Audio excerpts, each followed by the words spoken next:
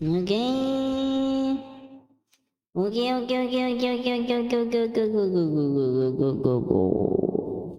Okay. Oh, okay. Up. This is me. Hello, AJ. This is me. I am here at this present moment. And I will now start the tech news. Is my tech news ready? Yes, it is ready. So I will therefore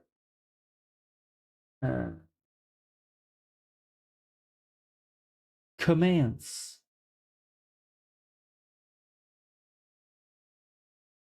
It turns out ChatGPT might get some ads. Wait, the music is still a bit too loud. ChatGPT is going to test ads, it seems. Well, you know, it was, I guess, yeah, something that was bound to happen. Was bound to happen? Was, yeah. On Friday, OpenAI announced it will begin testing advertisements inside the ChatGPT app for some US users in a bid to expand its customer base and diversify revenue. The move represents a reversal for CEO Sam Altman, who in 2024 described advertising in ChatGPT as a last resort and expressed concern that ads could erode user trust, although he did not completely rule out the possibility. At the time, the banner ads will appear in the coming weeks for logged-in users of the free version of ChatGPT, as well as the $8 per month ChatGPT Go plan, which OpenAI also announced Friday is now available worldwide. Yeah, ChatGPT Go, the cheaper plan. OpenAI first launched ChatGPT Go in India in August 2025 and has since rolled it out to over 170 countries. Users paying for the more expensive Plus Pro Business and Enterprise tier will not see advertisements. And I just remember. Hello, Yannick. How are you? Let me just change something real quick. I think I forgot to put my Zoom back up. Well, very minor. How are you, Yannick? I'm good. How are you? Yeah, I'm good. I'm good. I'm good. Starting the. You just arrived at the beginning of the tech news, you know? So, voilà. Very nice. You are not going to miss any of it, of course. So, yeah, ChatGPT is going to add some ads. Yes, exactly. Users paying for the more expensive Plus Pro Business and Enterprise tier will not see advertisements.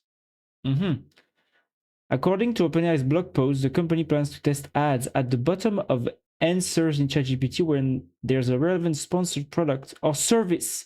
Yeah, ads will be labeled and separated from the answer. I guess that was ChatGPT ads. Yes, exactly.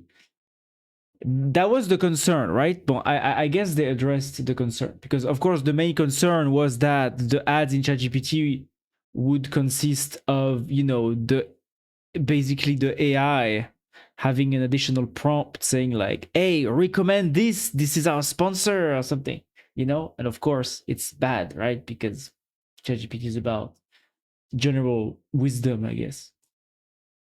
Milking ChatGPT before the bubble bursts. Yes, exactly.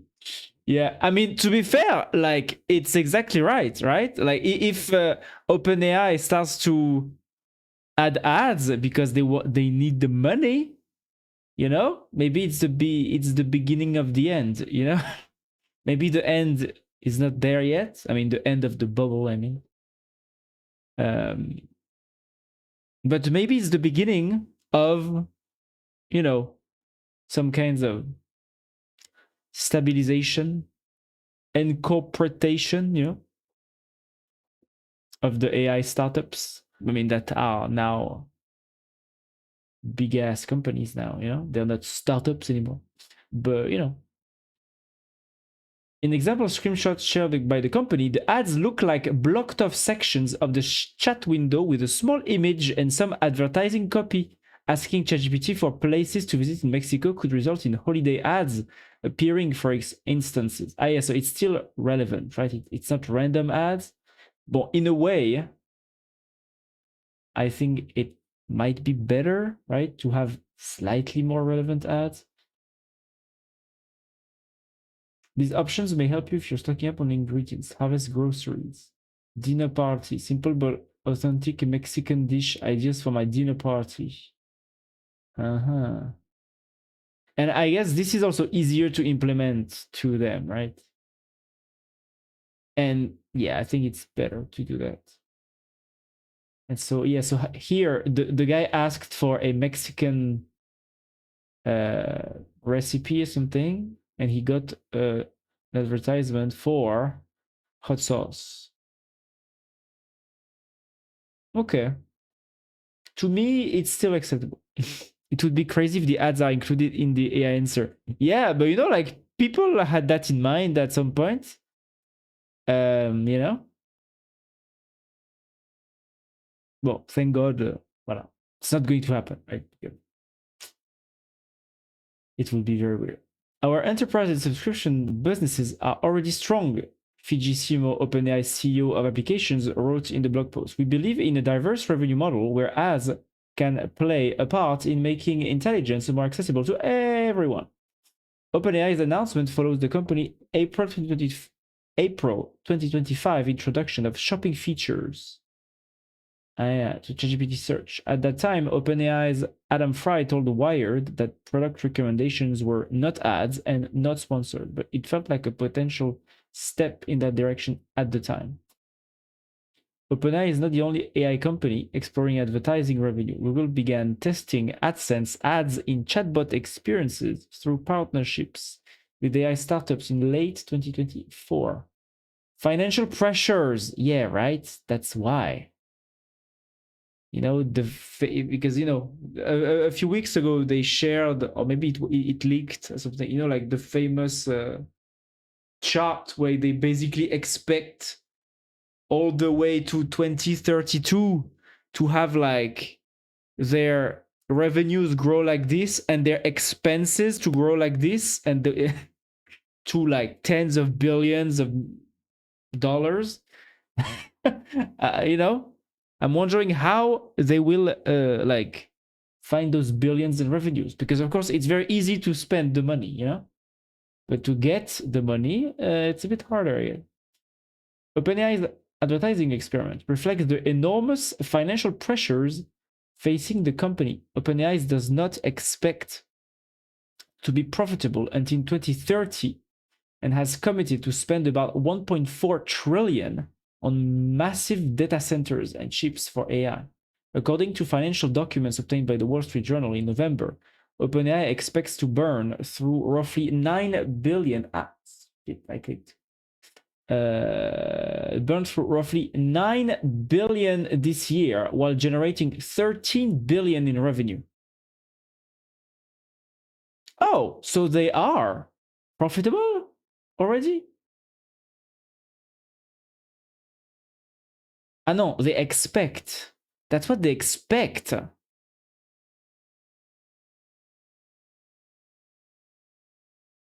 Wait a minute. I'm interested. Anthropic is on track to turn a profit much faster than OpenAI. Oh, really?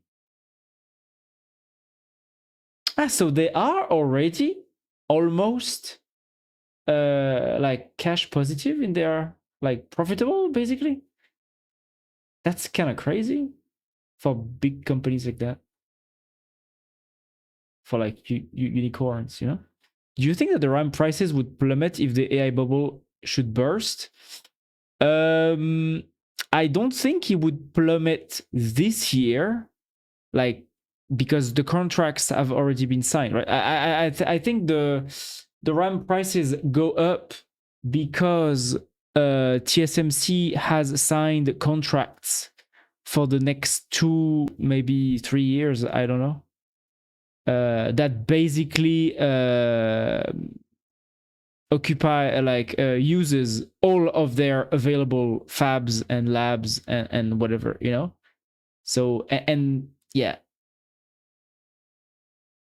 and there are still more data centers that are planned to be built that would like to use those, you know, already maxed out fabs of semiconductors, but there's not enough place for everyone, you know. And so that's why the RAM prices go up.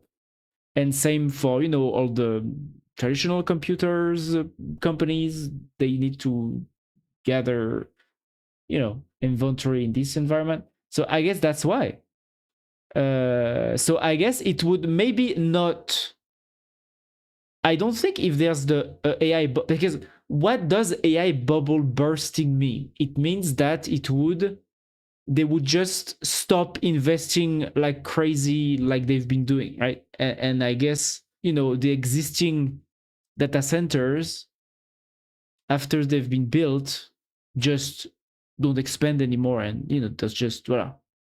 I guess it will happen at some point, right? Like, you know, it's the supply and demand.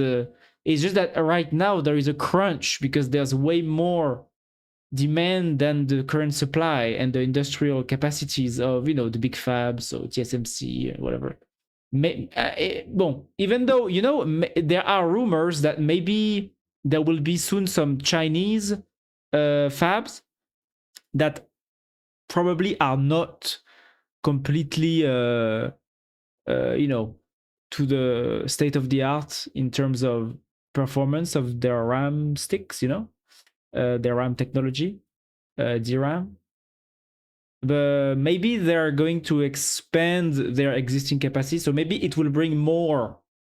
But at the same time, most of the fabs of RAM and you know, GPUs and as we will see below, below the current subject, there will also be probably a shortage in GPUs and SSD. Most of these fabs that are making the semiconductors, they cannot justify investing in more fabs if the demand will be temporary, you know. And that's what it looks like. The AI bubble right now seems like it's probably is just a big bulge, you know, into the potential long-term demand, right?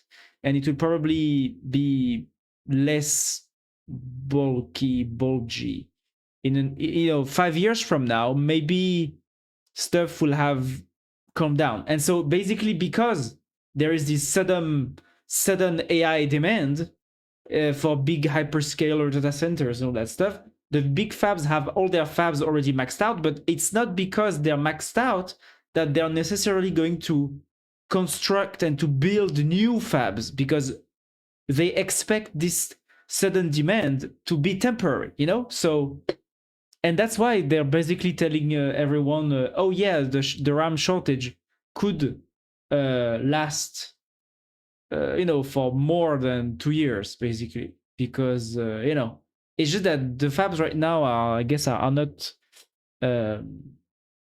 like trusting the trend of AI to be that fast, that big over the long term. You know. But I guess if things play out as the fabs expect right now, which means that it's temporary, yeah, maybe in 2 or 3 years when the demand, you know, comes down, the prices fall again, right? Like they've been falling for the last, you know, 15 years, something. So, you know,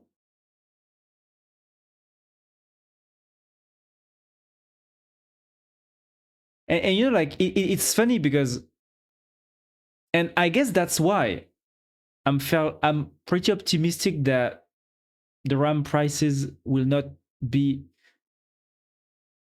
become more and more expensive over the next 5 years.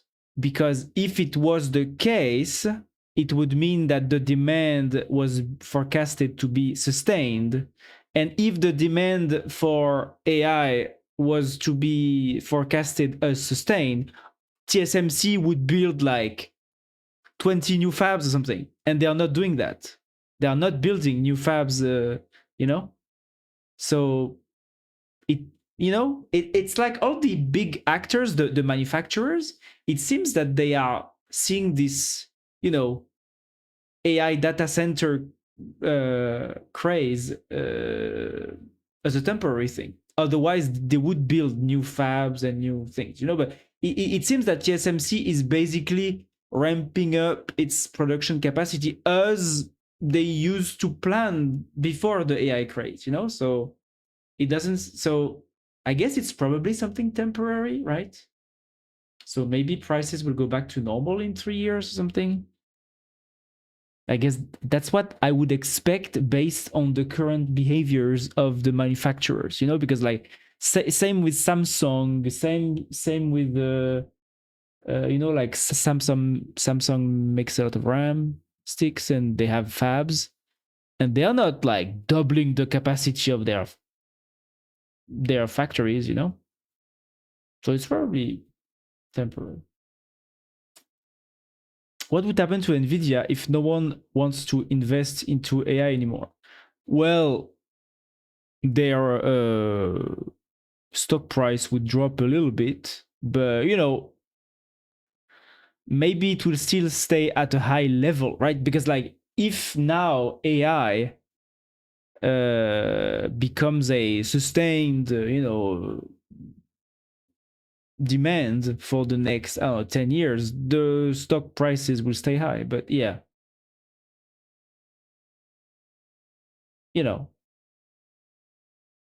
it's just that if the demand for AI has had this bulge like boink when it arrived, it was boink. Maybe it will come down and it will just normalize. Maybe it will continue to go up as the rest of the economy goes up too. So maybe Nvidia will still be as valuable as Apple or whatever. Because even though Apple has launched the iPhone, since 20 years now, everyone still wants an iPhone. So Apple is still valued a lot of money, right? So maybe in 5-10 years, even though the bubble has burst, maybe most people are still going to want the latest GPUs for AI data. Maybe the AI data centers that are being built right now will just want to have new GPUs, and so but it will be a more sustained stable demand pattern contrary to what we had in the last 2-3 years, I guess.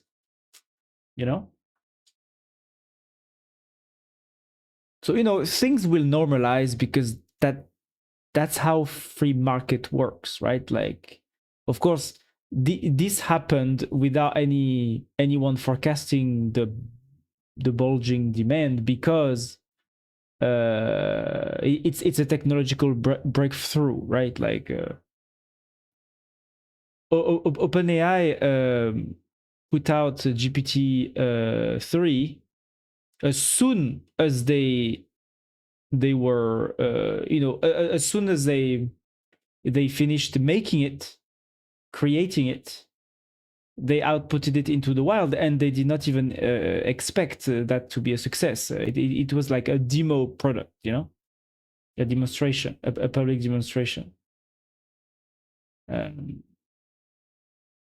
And it turns out, yeah, it was a massive success, but it was not forecasted or whatever. So, it surprised everyone, basically, this kind of thing. Anthropic revenue versus cash flow. Yeah, it's always in the future, huh? Free cash revenue. No, man, look at this. Really? Really? Free cash flow negative. 2025? They are already turning a profit, it means? Bon, I think this might be just delusional. But, no, revenue, free cash flow. No, free cash flow is, no, they are still negative. No, they are not turning a profit yet. free cash flow is negative right now. It's just that now they have lots of revenue. Okay, I mean, look, you know, maybe we'll see, right? OpenAI revenue versus cash flow. Alors, OpenAI, voilà. OpenAI expects. Ah, there's a problem with the legend here. OpenAI expects to become even more cash flow negative in the next 3 years and then cash flow positive. This also seems pretty delusional. But you know, maybe they have all those corporate contracts, you know, in their, I don't know, on their backlog. Because like this is not going to be driven by consumers, right? Like I think ChatGPT already has 1 billion users or something. So like, and this is their revenue with 1 billion users.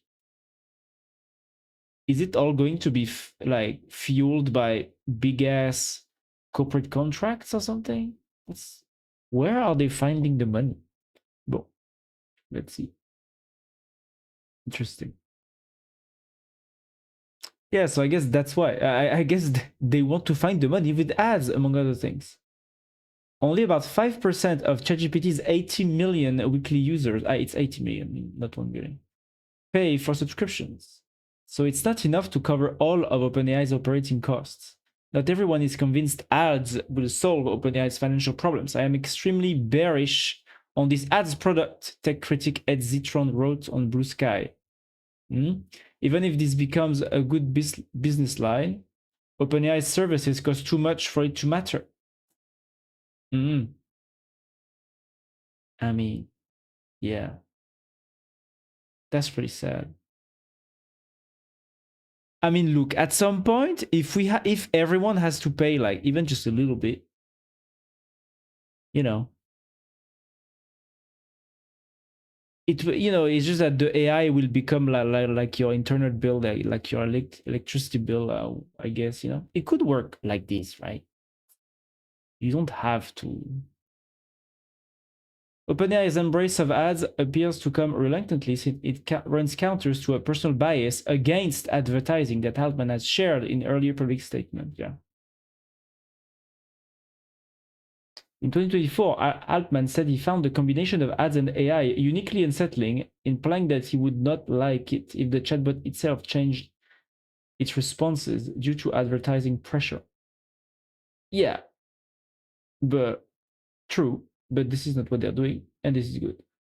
He added, when I think of like GPT writing me a response, if I had to go figure out exactly how much was who paying, how much was who paying here? That's not grammatically correct, right? How much who? No, it's a typo. If I had to go figure out exactly who was paying here to influence what I'm being showed, I don't think I would like that. Yeah, okay. Okay, yeah. Good luck to them with the ads, I guess, to find the money, the billions, Next topic. I need to change this sound effect. Musk, oh yeah, talking about OpenAI, Musk wants up to 34 billion in OpenAI lawsuits, despite 700 billion fortune. I don't understand how it's relevant, but yeah. 79 billion. I mean, if he gets that, OpenAI becomes bankrupt sooner than expected, right? That's funny. And if you search about this on Twitter, on X, you can also find lots of juicy messages that Elon and Sam have been exchanging over the course of the last few years and over the course of the OpenAI founding and breakup that are a bit juicy if you like this. Next topic. Yeah, NASA braces for Artemis 2. Artemis 2 or Artemis 3? the moon mission, the moon crewed mission this time. So now, so basically, I think it was last year or 2 years ago, I don't remember. NASA launched the rocket, the big Boeing rocket, not the SpaceX rocket, the Boeing rocket that they were, the SLS that they were intended to use before SpaceX came around.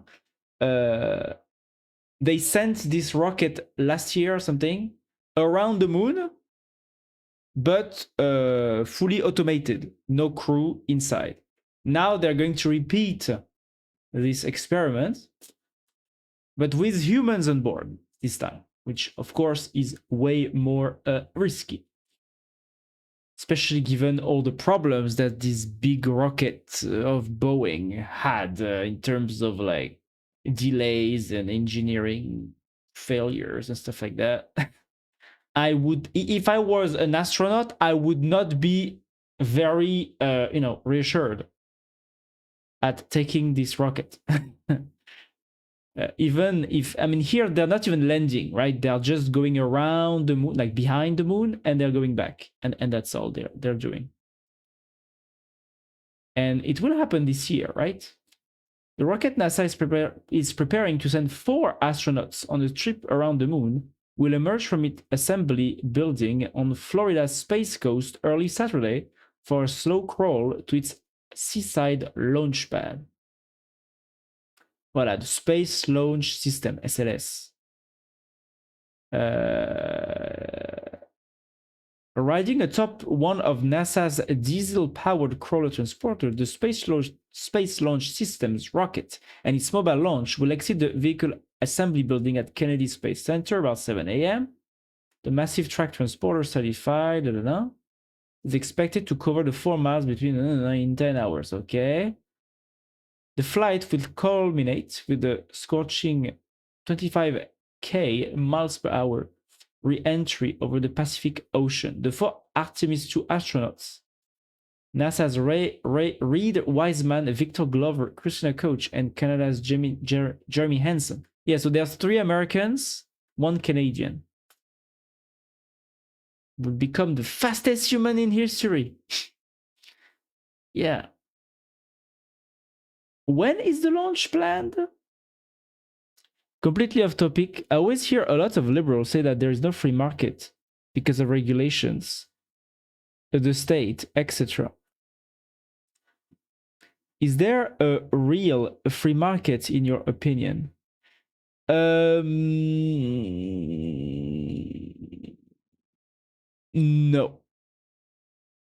No.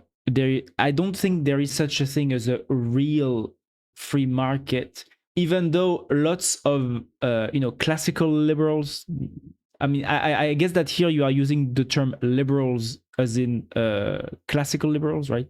And not in the American sense of left-wing people. But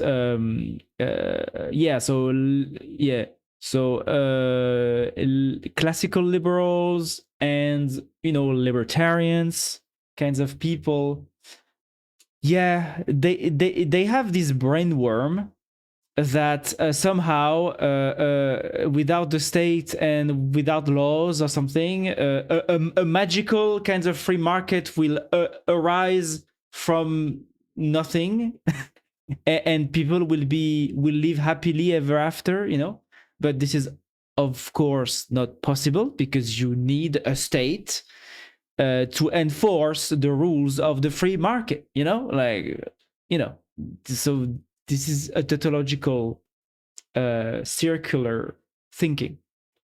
And that's one of the big critique that I had with my former libertarian and anarcho-capitalist friends, is that at some point I realized that they have some memes in their heads, about what abolishing the state means, but these memes do not have any resemblance whatsoever with anything that's really happening in real life.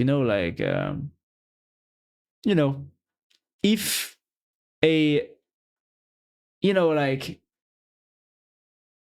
we have societies today that don't have a state, that don't have laws applied, and the result is not a real free market. The result is Somalia, and Eritrea, where there is like armed groups of like religious fanatics or whatever that are oppressing people, and who are very corrupt, who are maybe dealing drugs, or extracting value from innocent people that are just trying to live there. Like this is just mafias, right? And in a way, and I agree with the libertarian statement that, yeah, in a way, a state is a mafia. Yes, but at the same time, a real life mafia, and like if you go to Somalia, the state that they have there, which means armed gangs, basically, is a worse kind of state than the state that we have in the West, right? Or in France, in Germany, in the US, and yeah, guess what? In Somalia, they don't have a state, or as we see it, but they don't have a free market either, right? All of the exchanges in the markets are regulated by these gangs that are taking, taxes, basically, cuts out of anything that happens. And in a way, and in a non-orderly fashion, in a very, messy, corrupt, violent manner, right? Like without justice, without laws, right? And this is worse. So yeah, I don't think that there is such a thing as a real, a free market without a state.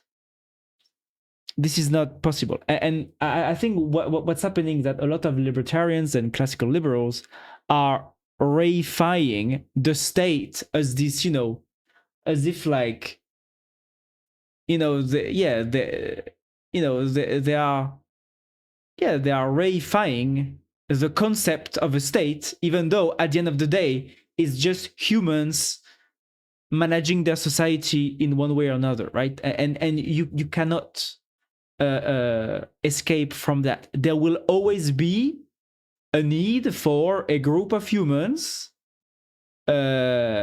stating and applying the laws among the humans of a community. Whether you call this group of humans a mafia, a state, a gang, it doesn't matter at the end of the day. Like,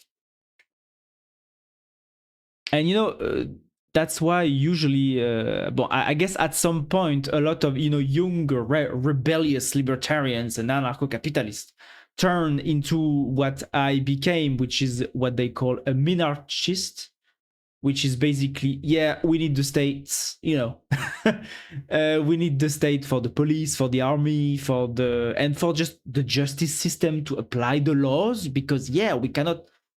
At some point, people think enough that they realize that, yeah, if nobody applies the laws, it's just anarchy, and the gangs and the more violent will reign, will rule, basically. So this is stupid to think that we should abolish the Western-style states to allow free markets. It's completely stupid, But I guess it takes some time for a lot of people to realize this, It took some time for me. So yeah. That's my thought on the subject. But is this real free market? But in this real free market, what would they do against monopolies? Or are monopolies considered good in that case? Well, first of all, this real free market would never exist, right? It's not something that's possible. You need to have a state.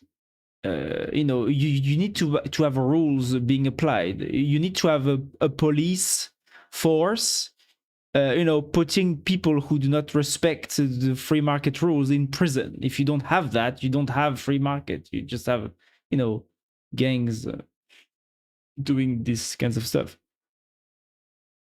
And for the specific aspect of monopolies, for a libertarian, classical liberal, whatever, a monopoly as long as you can freely compete with the monopoly, it's a if there is a monopoly, then it's a good monopoly.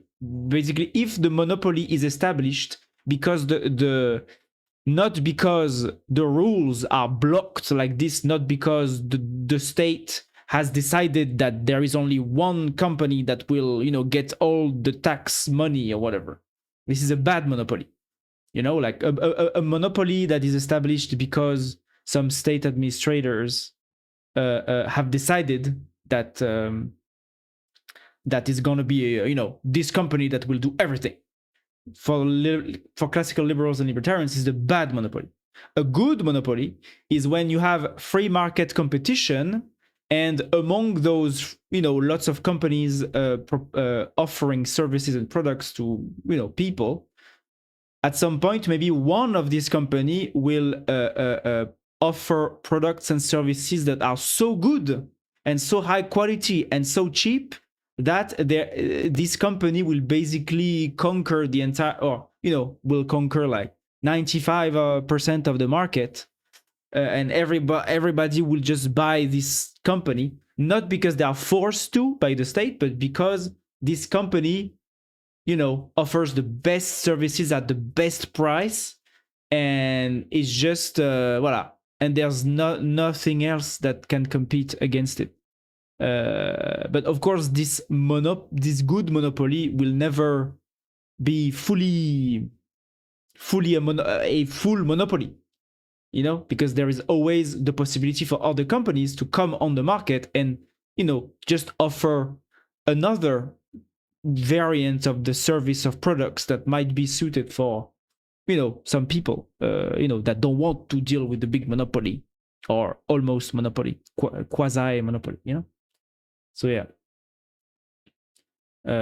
yeah. Basically, as long as monopolies are established not by not by arbitrary decisions of administrators, but by instead consent-based customer choices, as long as the monopoly is established or is manifested, constituted, is by this mean, then it's a good monopoly. But of course, it's never a perfect monopoly. It will, because there will always be companies, spawning randomly next to the monopoly. Yeah. Wouldn't the monopolies in this hypothetical win over the others, not because they have the best product, but because they are the most ruthless in their practices? Well, what do you mean by most ruthless? Like, for example, in a good market, like basically the in a good real hypothetical, in this impossible free market or whatever, real free market, the monopolies would be good if the monopoly is established because the company offers cheap and good and the best quality goods and services, so much that everybody wants to buy from this company instead of all the other companies. That's a good monopoly.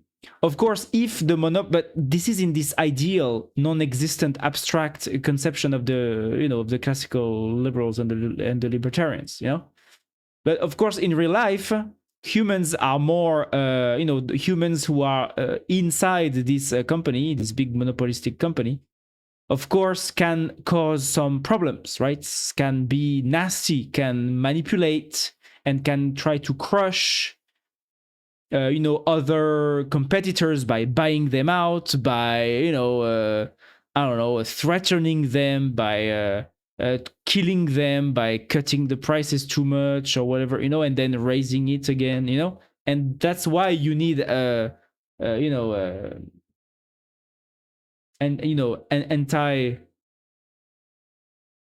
antitrust laws, right?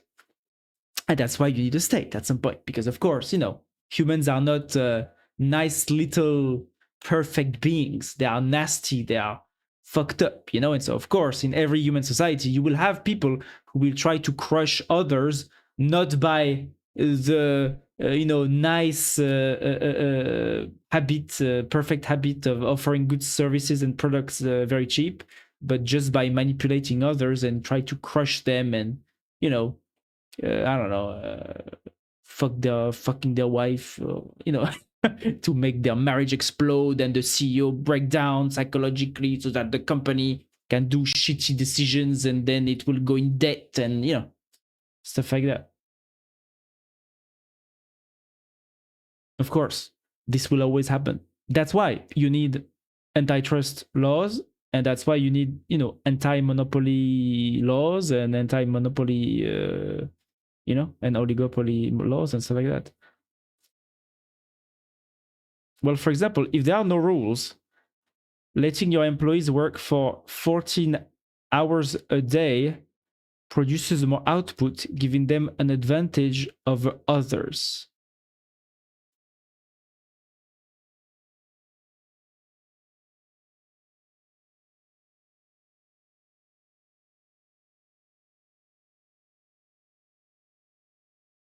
Yes, but at the same time, in a free market, the employees can just say no. If it's too much, the employees can still go to another company, and work on another company. And so, of course, if the company in question cannot hire enough employees because nobody wants to work 14 hours a day, they will have to lower the amount of hours per day until somebody says yes, because if in their market most companies do 8 hours of work per day and they come out of the woods and say, oh, by the way, we do 14 hours per day, nobody's going to go there, so they won't do that,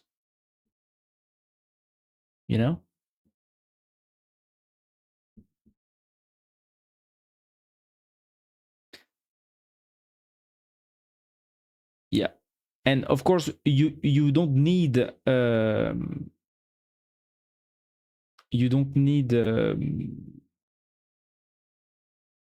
I mean, if there are no rules, this premise to me is absurd, because there are always rules, right?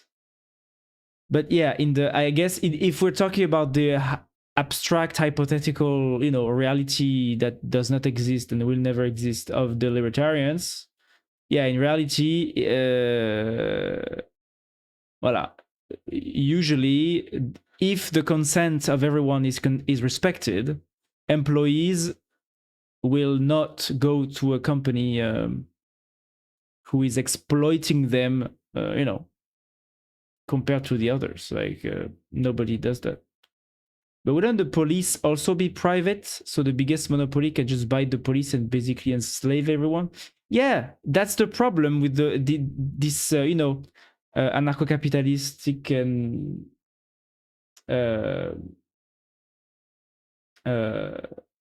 libertarian aspect, but especially since like the private police or whatever,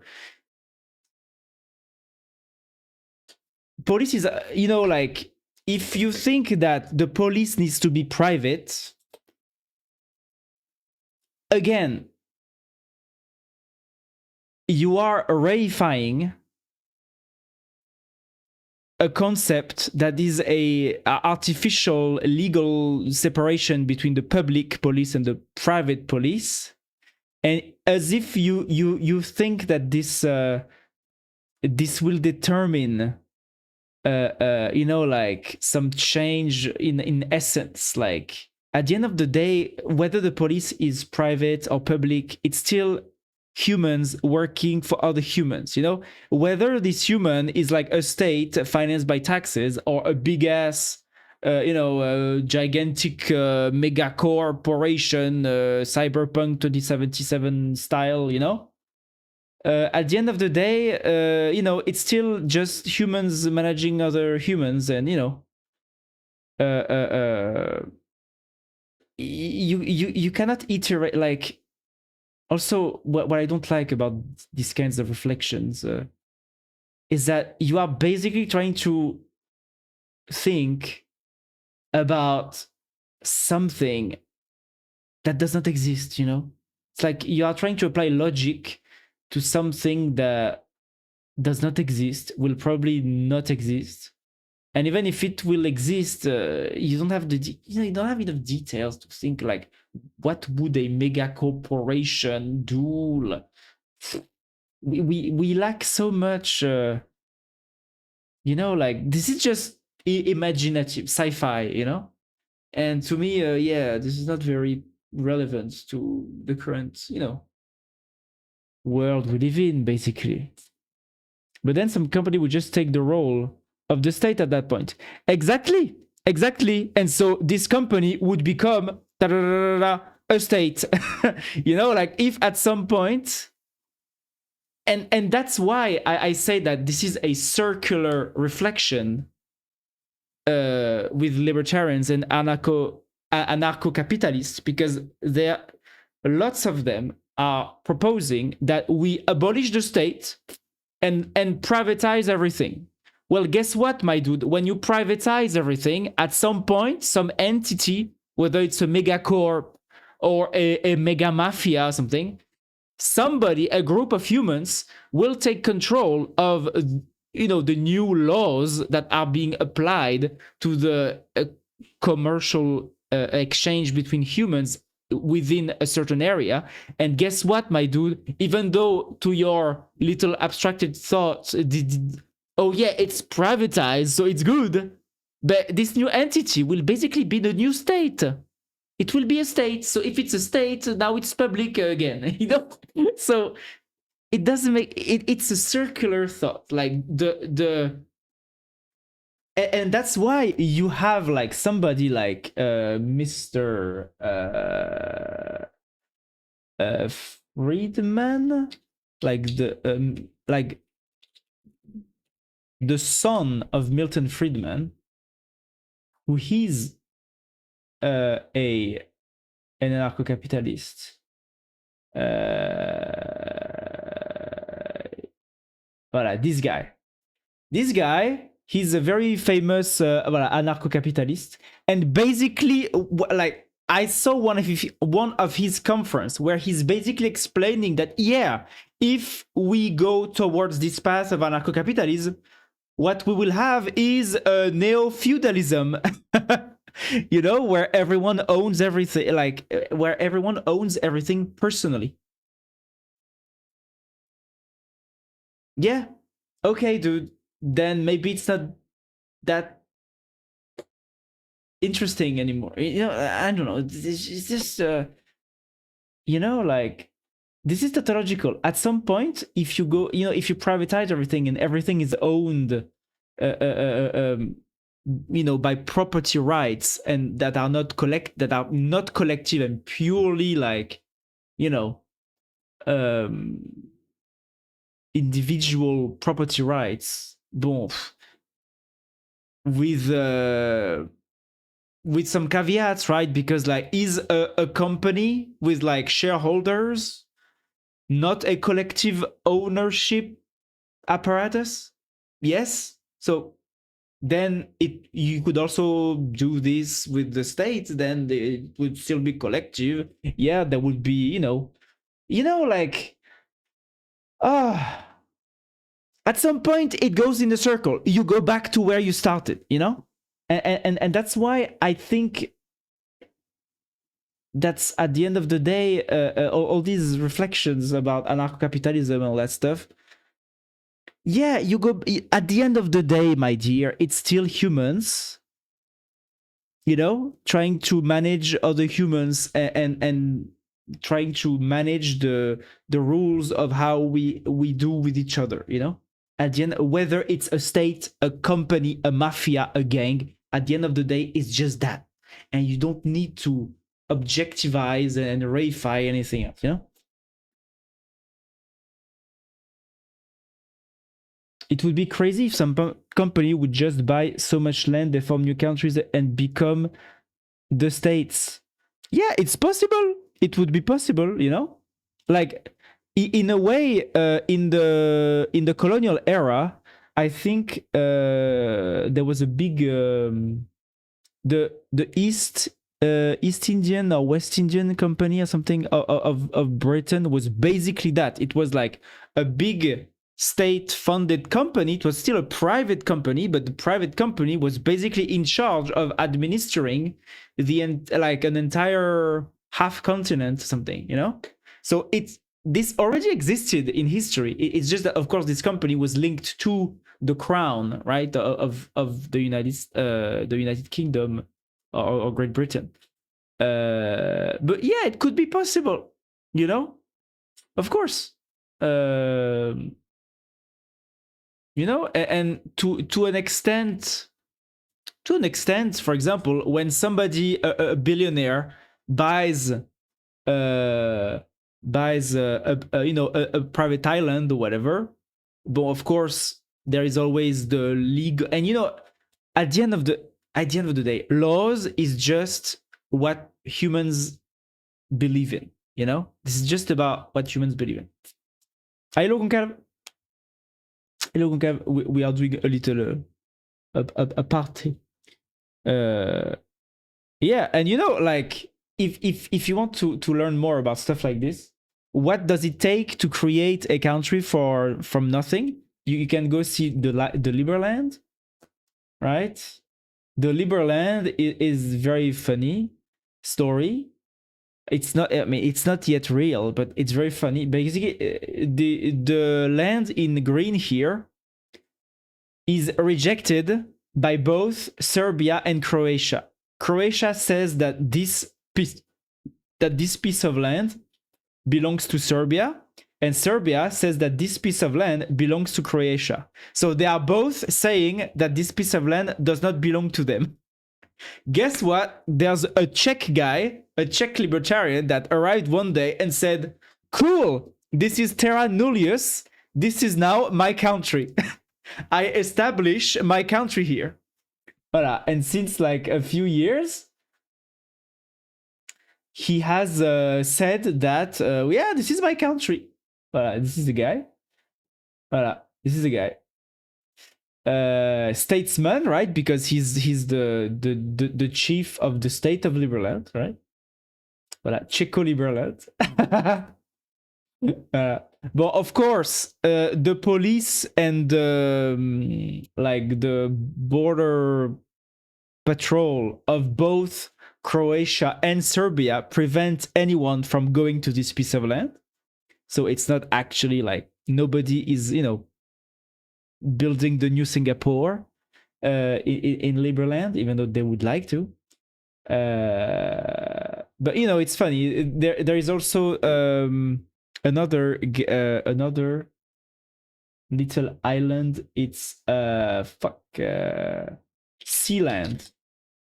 Voilà, Principality of Sealand. It's basically a former gas like petrol station or whatever. That is like a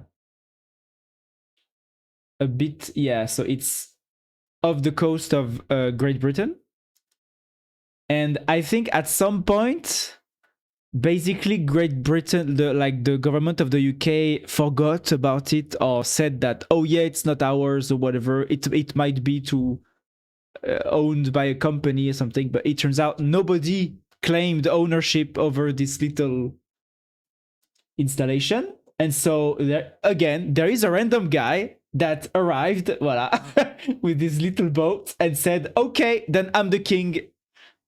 This is mine now. This is my new country. I'm the king of Sealand.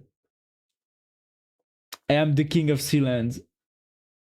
Voilà. And even today, you can actually buy a title, a nobility title from Sealand. Is a garbage dump there?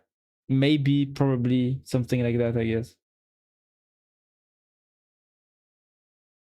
I mean, for the story of Liberland, I think why they both reject the territory is because they are both, it's just that this piece of land is historically linked with other pieces of land that both countries want, and so to achieve the claim on the pieces that they both want, they for this specific area they need to both reject it so that it would make sense legally. That's why they are both rejecting this piece of land, because they want more land that is linked to this one. Hello Nat, how are you? And so today you can buy a nobility title from from Sealand. You can become a lord. Sealand Gov, You can become a lord of Sealand for the amazing price of 50 euro. You can become a baron or a baroness of Sealand, which is a title that might be more or less recognized, right? But it's a title. It's there. It's a piece of paper that you can buy for 50 euro. Voilà. So yeah. Good at you. Cheap. Yeah, right? 50 euro to become a baron? I would take that. Good at you. Yeah, I'm good. I'm good, Nat. How about you? I was talking about NASA before doing a little apartheid, but now I'm coming back and I need to go fast because I do not need to be too long. In half an hour, I need to be done with the tech news, okay? So yeah, NASA is launching a new mission with humans now. Very cool. Anna's archive, order to delete data. So Anna's archive is this like cracking archive, cracked stuff archive. It's like it's like torrenting stuff, World Cat operator hopes default judgment will convince web hosts to take action. The operator of WorldCat won a default judgment against Anna's archive, the federal judge ruling yesterday that the Shadow Library must delete all copies of its WorldCat data and stop scraping, using, storing, and distributing the data. Well, I guess most of this stuff are like probably in Russia or something, so they don't care about the Western courts. Right? Yeah.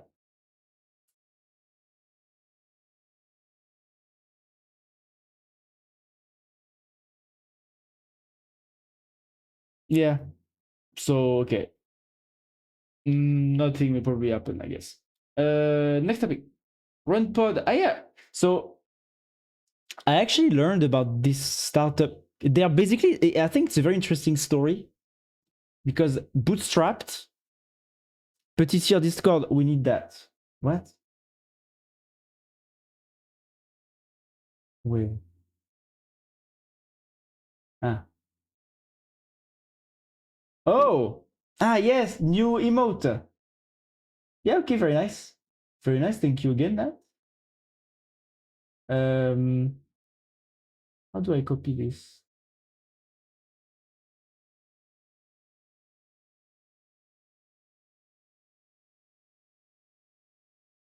This one. Say hello.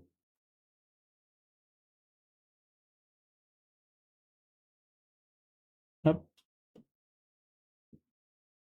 Pretty high. Very nice. I'm installing it.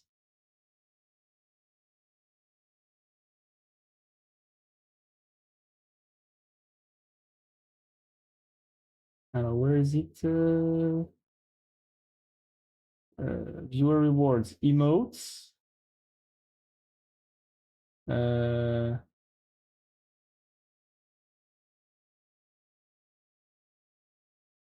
Good. T. Ah, wait, maybe it's not in the correct emote. Ah, no. Ah, wait, no, it's an animated emote. Ah, yeah. Wait a minute. Standard emotes, animated emotes. Ah, so the animated emotes are only available for like paid tier 1, but I would put in tier 1. Upload GIF. Ah, voilà. Voilà, petit eye. Petit pot, high. That's too large. Oh.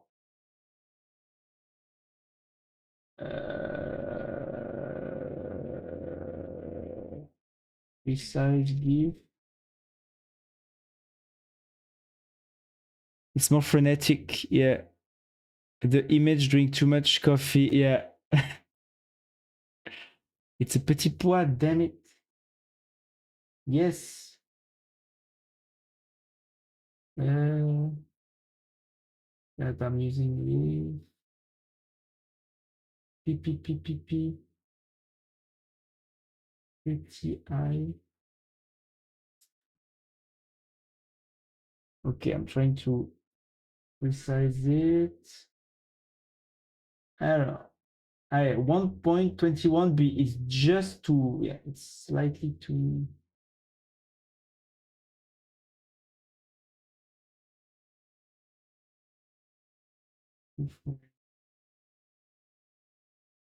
How many frames can we put in? Just 3?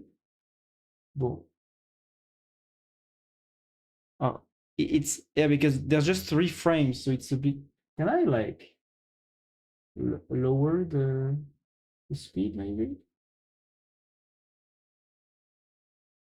Like something like 50?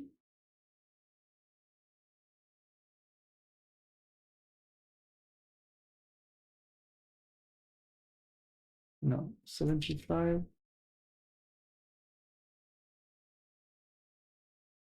Can remake later, maybe less dramatic. Yeah, yeah. No, but it's just to see what I can do very quick.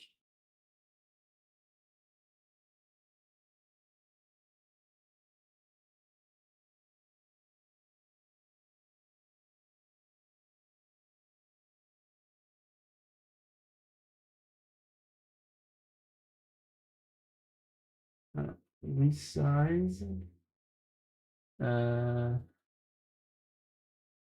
Voilà. Resize percentage 80%.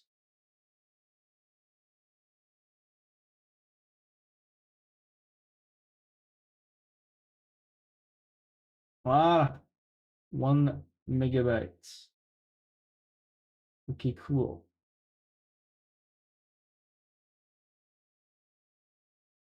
Up. Oh, image is not square shaped. Oh. It needs to be square. That's sad. Oh,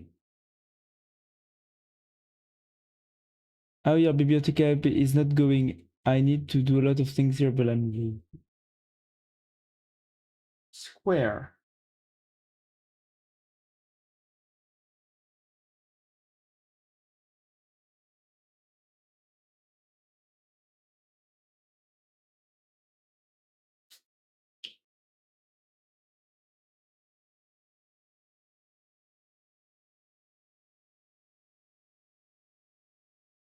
Oh. Ah wait, does AI? Ah wait, it needs to be square. Ah wait, it's not going to work then.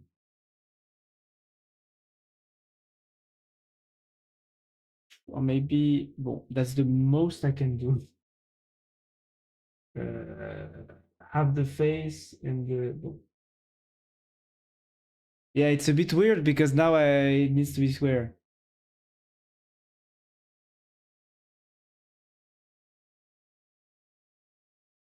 Yeah. Fuck. If I move it like this, yeah, but then I don't see half of the eyes. It's a bit weird. Yeah, no, it's a bit weird.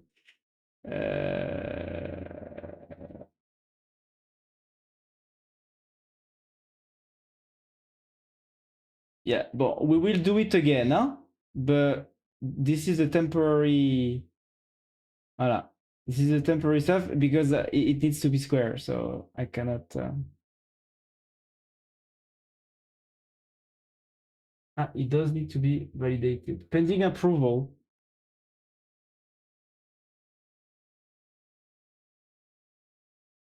Pending approval. Voilà. Ok. Ok. Alors, what was I doing? Run pod. Yeah, cool little startup, bootstrapped, 1 million in revenue, bootstrapped. Then they got some 20 million of funding. Then they scaled late 2021. Oh, so before the AI craze. So I guess now they are doing big bucks because of that. So they first used like their GPUs for mining, like crypto mining, I guess, and then they turned into AI servers. As they repurposed the rigs, we were seeing how really god awful the software stack was for dealing with these GPUs. So cool story, I think.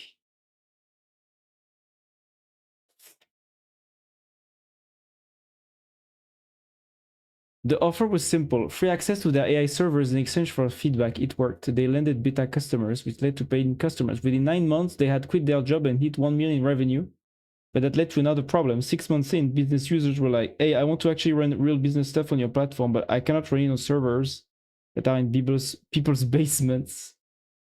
It has not occurred to the New Jersey founders to raise capital from VC. Instead, they formed revenue share partnerships with data centers to grow capacity. But it was stressful. The founders need to say 3 steps ahead. If we don't have the GPUs, the market sentiment, the user changes. Because when they don't see capacity from you, they go somewhere else. Their user base was growing on Reddit and Discord, especially after ChatGPT launch. Okay. RAM shortage. So yeah, basically run pod, cool story, GPUs. Now they're making million, big bucks. And talking about GPUs, guess what? After RAM shortage chaos, expand to GPUs, high capacity SSDs, and even hard drives. So soon we will not only have price hikes potentially on RAM, but also on GPUs and on SSDs and on hard drives. That's great, right? GPU makers may prioritize more profitable models, i.e., data centers. Large SSDs are harder to find. Damn, that sucks. I guess everybody will have to like hold on buying new computers for the next 3 years, huh? 2 or 3 years. And as I said in my last stream, if you want to buy something, maybe buy a laptop because they have like 1 year of inventory still. Because next year everything will be higher priced.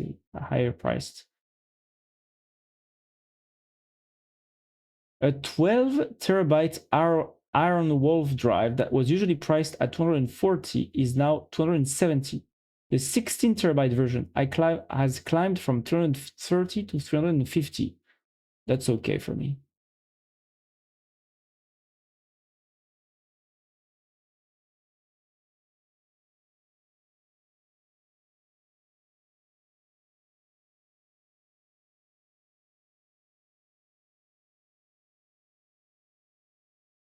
I hope my PC will survive for the next 10 years. Yeah, me too.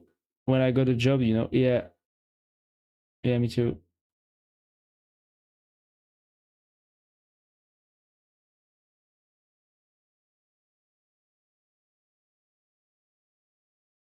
Okay, next topic.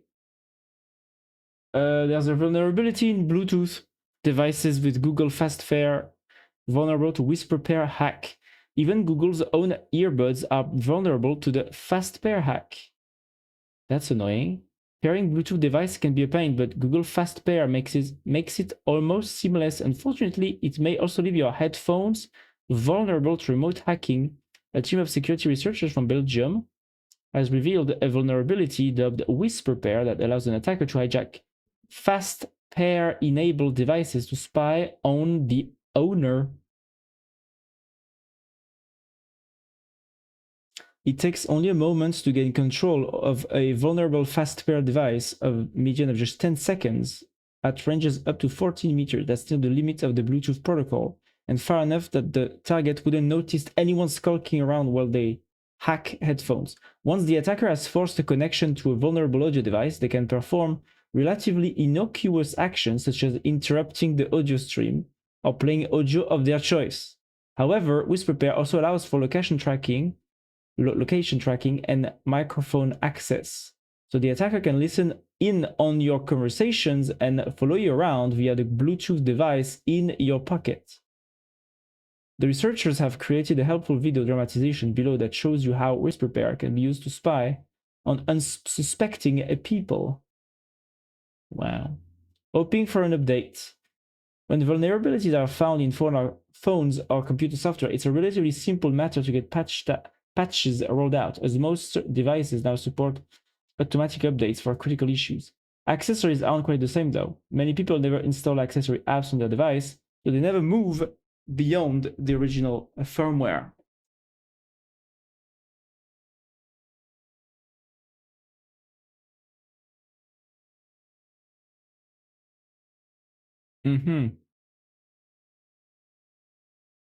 Whisper Pair is even more problematic because you cannot disable fast pair functionality on supported devices. The only thing you can do is install the companion app and wait for an update. Okay. I guess I'll do that on my little headphones. Google says it has since issued a full patch for the Pixel Buds Pro 2. It may take a week or months for all the affected devices to be fully fixed, particularly when there's so much confusion about what needs to be fixed. Okay, cool. Next topic. Gemini adds personal intelligence. Alors, I guess it's another one of those where Google says, hey, we have added more AI that you've ever seen. And then I never see it anywhere. My smart speaker still does not have Gemini. When Google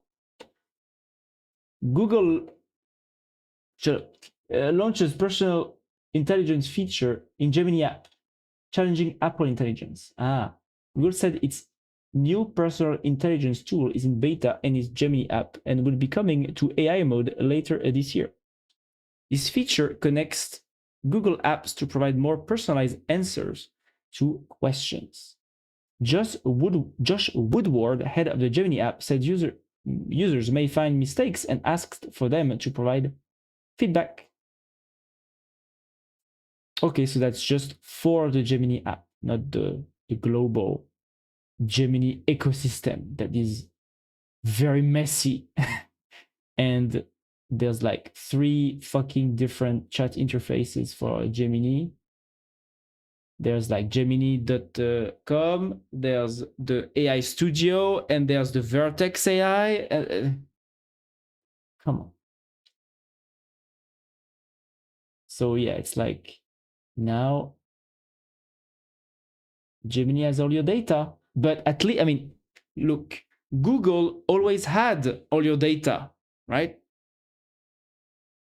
Ever. It's just that now this data might serve you too, not only them, which is progress, you know? Very cool. Next topic. So the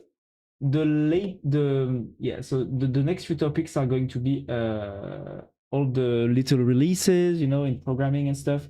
So we have V6. What is it about? What's new in V6? Wait, it's not new. It's 2024. Okay, my AI fucked me over. V6. This is codex. I use GPT 5.2 codex. Okay. News cancelled. It's not new actually. Do I need to tell even the GPTs that we are on 2026, 17th of January? Fucking hell. They don't have a way to know the date. Fuck that. I guess this is also old news, maybe. No, this is new news. Real news. That's new. Cloudflare bought Astro, I think. Oh, really? Well, I also have Astro 6 beta now. So V6, maybe it confused itself. It hurts itself in confusion. But yeah, this is 3 months old. Dumbass. V plus. Codex G.2, 5.2. Dumbass.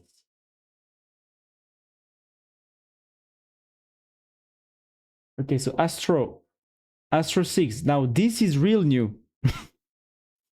Unlike V6. So now I want to see what's new in Astro 6. Redesign development server. Closer alignment between dev and production code paths, improvement stability, and first-class support for Cloudflare workers. That makes sense with your news that Cloudflare bought Astro, right? Now they have integrated. They are integrating more with the Cloudflare environment, I guess, right? Cloudflare Astro. Voila. Astro is joining Cloudflare.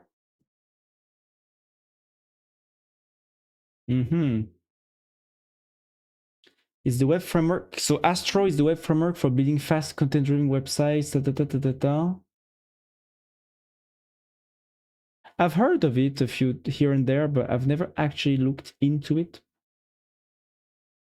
But I just around the corner. Yeah. MIT license. Okay, so they stay open source, but all full-time employees of the Astro technology company are now employees of Cloudflare. And we continue to work on Astro. Yeah, okay.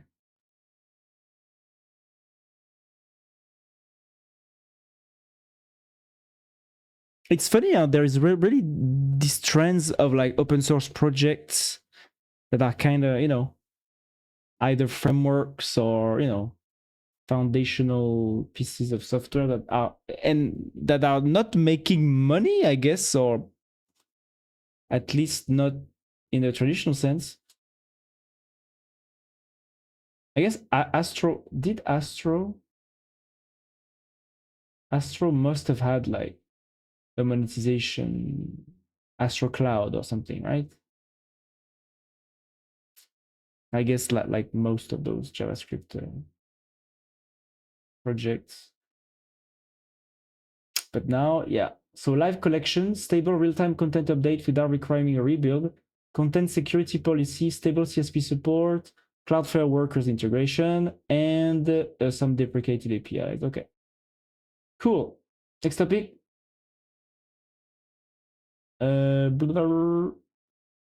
ESLint V10 a week ago. Well, it's not as new as I wanted. Okay, so I need to check this before. I need to check for the freshness of what I got. We pushed ESLint V10. What's new? What's new?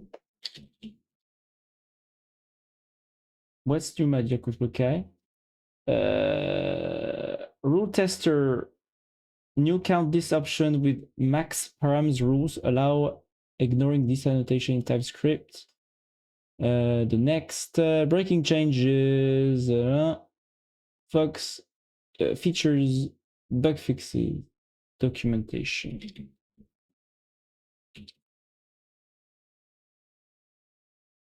Yeah, okay. Not that many things, I guess, right? But some breaking changes. So yeah, they do have to change the major version. Mendiant drops. Alors, I thought this was funny. Basically, there's like a cybersecurity company who basically on purpose released like a rainbow table that basically makes older Microsoft's passwords easier to crack in an attempt to force the laggards to update their this is funny. Security firm Mandiant has released a database that allows any administrative password protected by Microsoft NTLM.v1 hash algorithm to be hacked in an attempt to nudge users who continue using the deprecated function despite known weaknesses. I mean, is it a nudge or will this just allow them to be hacked? Like it's basically, you know, they are literally pushing all those people in the fire. Oh, you don't want to wear your fireproof boots? In the fire, bitch. Voilà. That's what they're doing. The database now burn.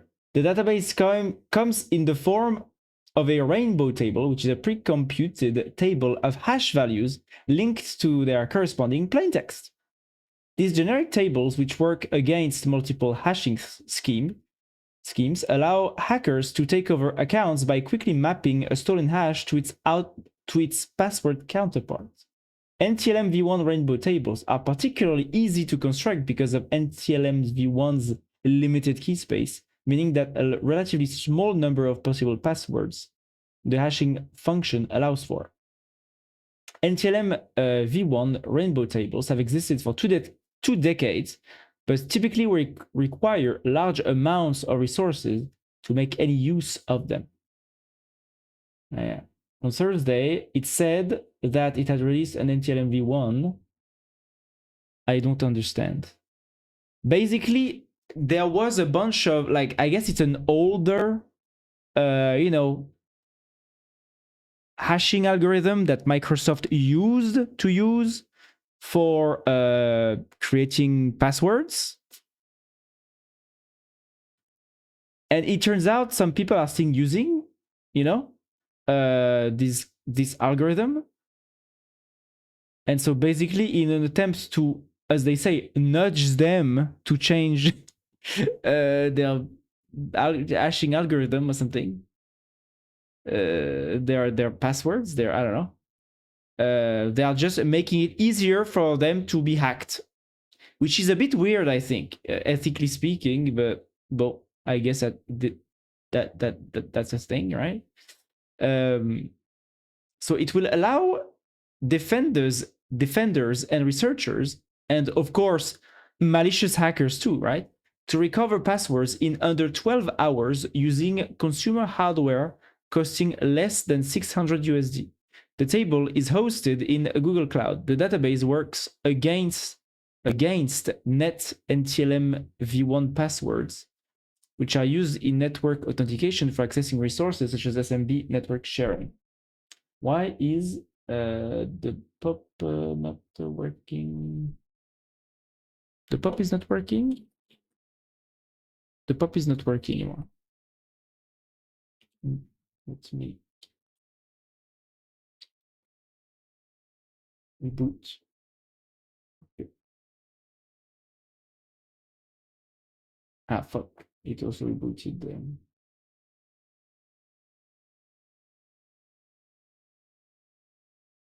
Voilà. If you have the hash, you have access to the database, right? What's the added value to have the rainbow table and know the plain text? I guess lots of, I mean, so if I understand correctly, it's been a long time. So a rainbow table is a pre-computed table for caching the outputs of a cryptographic hash function, usually for cracking password hashes. Yeah, so basically you generate, so this rainbow table is used to put in correspondence the hashes and the plain text passwords, right? So especially since this is an older hashing algorithm, and they say the key space is small, rather small. So I guess, you know, you can basically test. No, it means that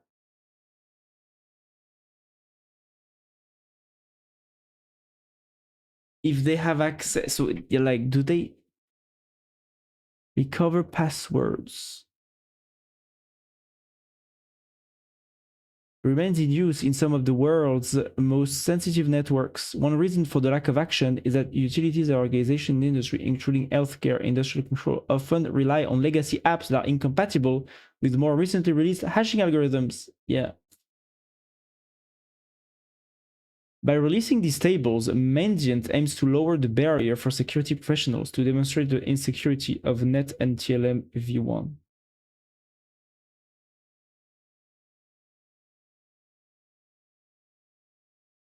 It's just that, so when you have, because passwords are secure, because when somebody steals your database, right, you only have the hashes of the passwords and not the passwords in plain text, right? That's the benefit. And from the hashes, you cannot go back to the plain text. So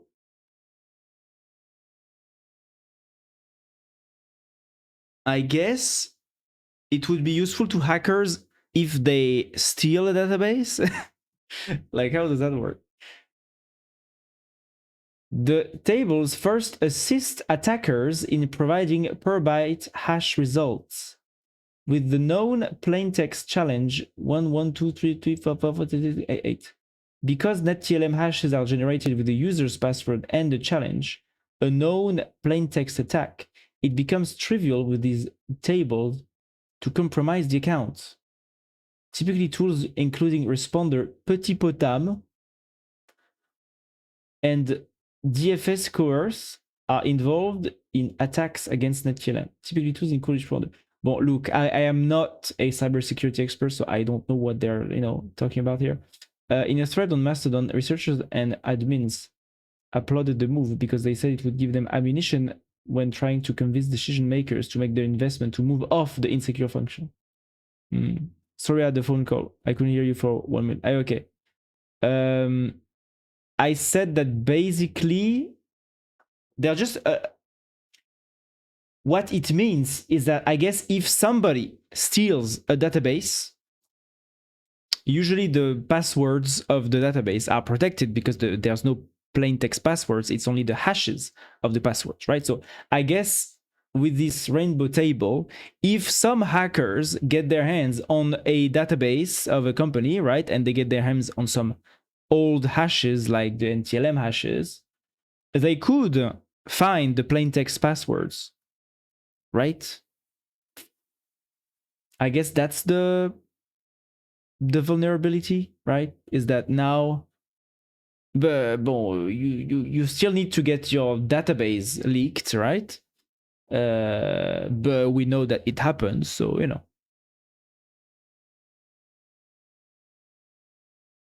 yeah, maybe because people reuse password across systems.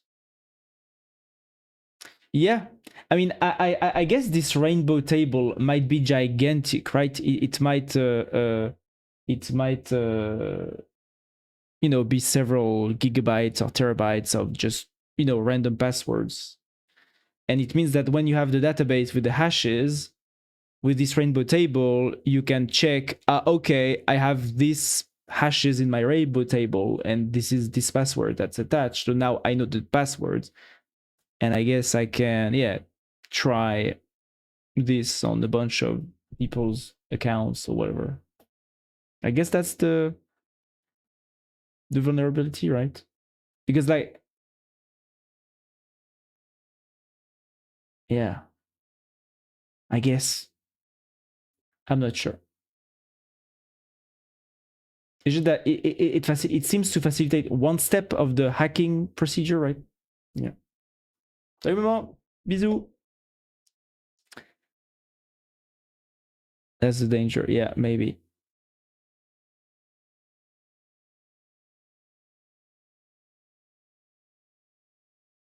Yeah, because I guess, for example, if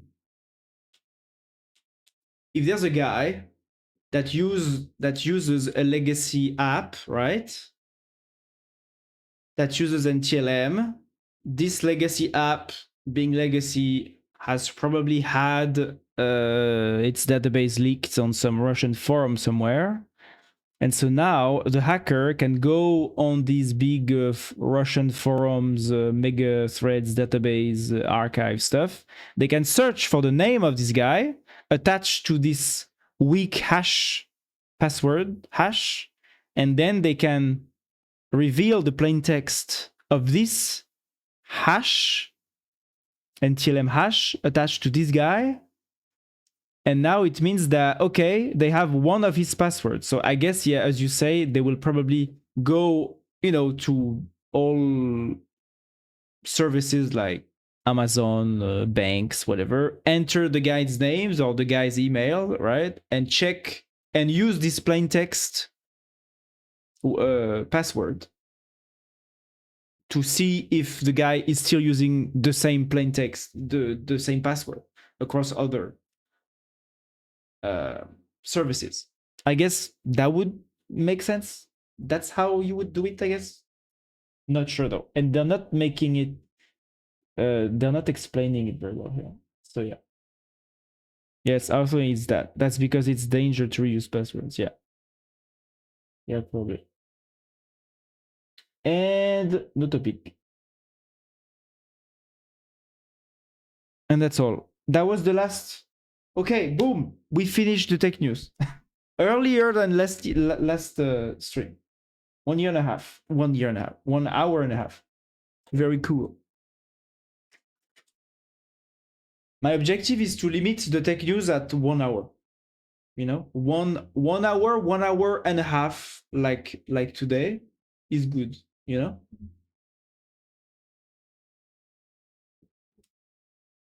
will close the stream? No. I will code now. Chill coding, yes.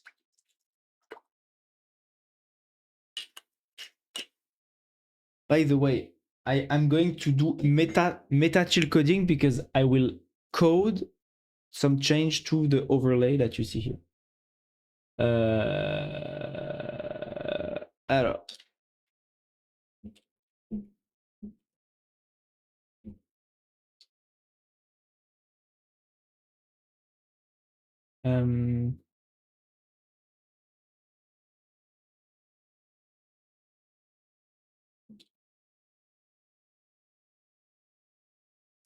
Le config. Alors voilà.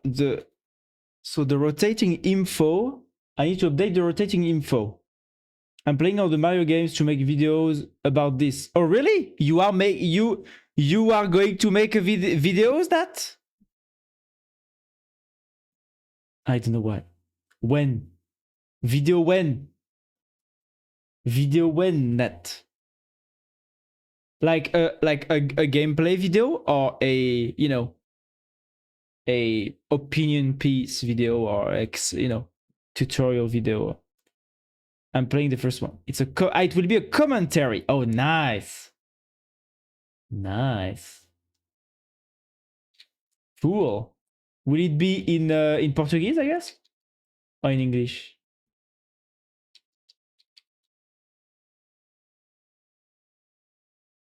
Like an analysis video. Very nice. I'm thinking to do it in English too. Oh, that would be so nice. In another channel. Yeah, that's right. So cool. Especially since you will have the same script, right? So it would be easy to do both. And you could even use like I'm not sure if the AIs are good enough to do that, but maybe they're good enough. It depends what you use. I guess the best right now are paid, but I think even YouTube has some options. But the option that YouTube has is pretty lame for the AI dub. No, you can just do it. You can just do both. You just register voila, the Portuguese and the English versions. I don't know if English people will like this shit, can't be the same script. Brazilian humor is another stuff. Ah, okay. Okay, well, you know better than me, you know? Label, comment, social. Ah, voilà. YouTube channels, petit pois streams, and petit pois clips.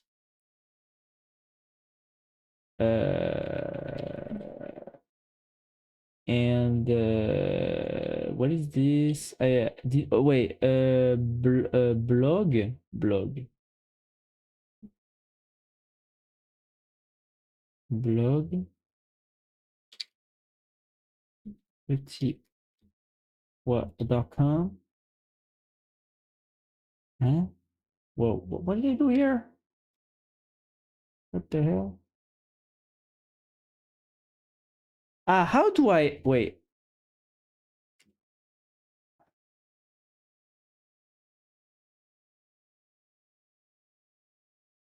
No. V C next.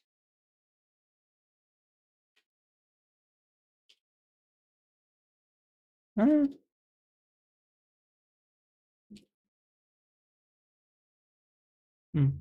Okay.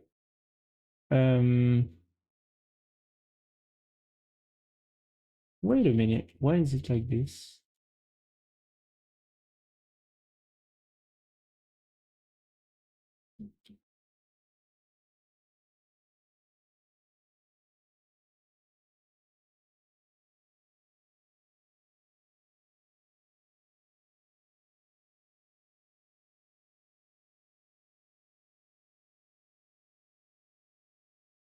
Ah, mais non. Oh, it's because it's ah ouais, it's JSON. It's so easy. Fuck. Reading. Blog petit.com. And am I going to? Bon, later I will add the medium and stuff. What's going on? Mais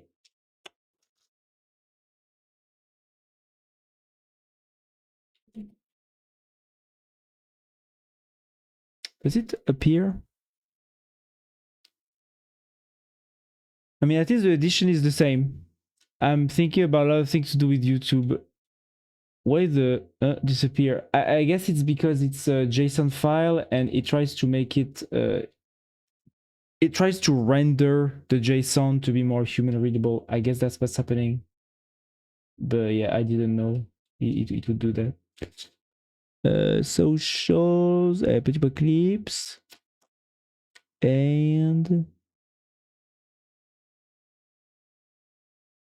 petit pois. Ah bah non. YouTube channel.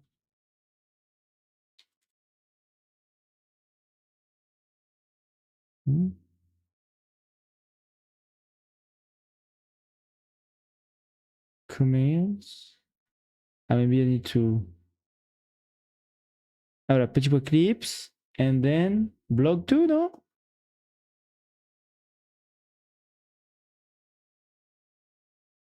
No.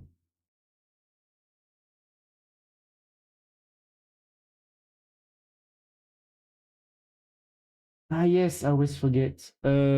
Changing the overlay.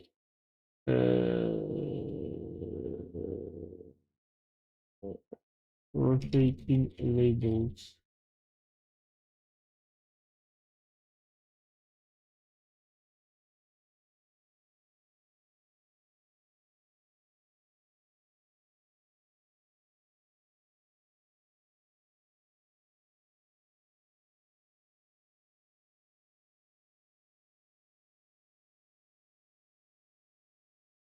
Ah, mais what the fuck? Mais it deleted my stuff? What the fuck? Am I crazy?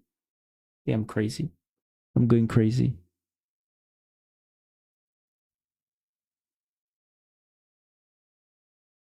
Socials. Yes.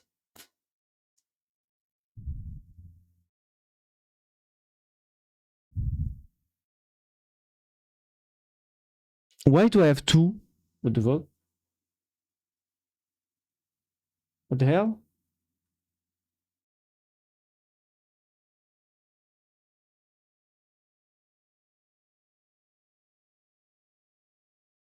Now we have again.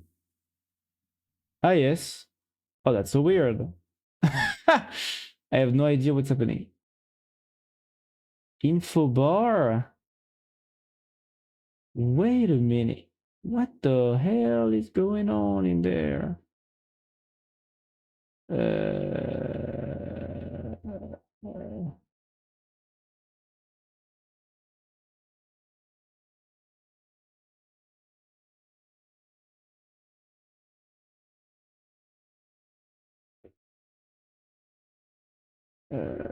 Create server.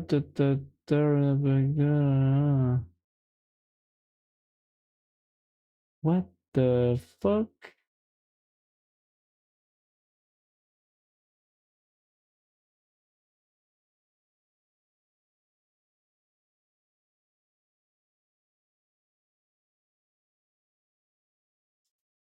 By default, you can use the mouse in Novim. Yes.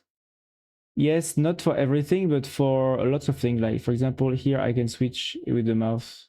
Can switch the buffers with the mouse, yeah. I mean, at least on Lazy Vim. On the Lazy Vim base, I think you can do that, yeah. On the NeoVim raw, I doubt it. But on Lazy Vim, yes.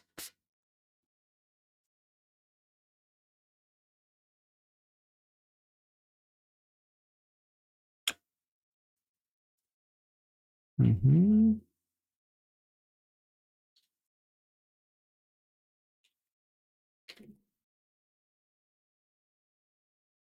Me. Oh, something is wrong.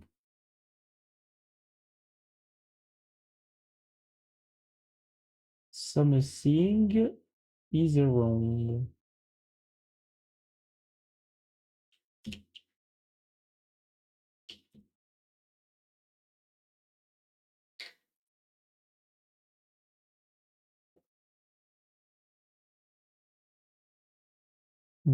Ah, voilà.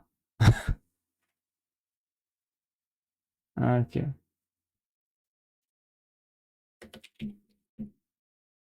Uh,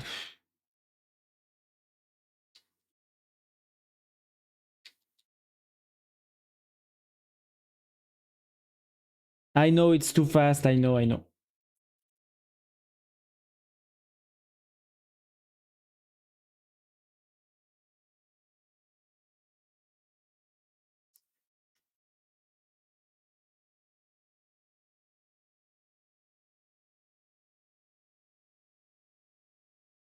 I don't like how this one is. Maybe I can do two different ones.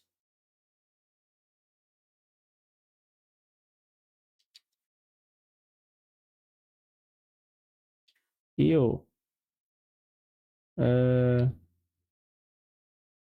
How do I?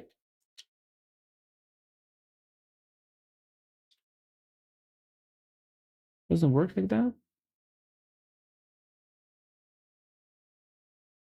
Do I need to like do this, and this?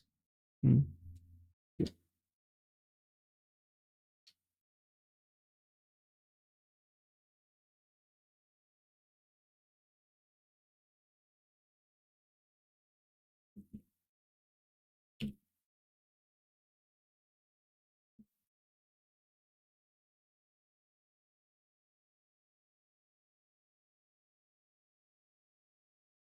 Hmm.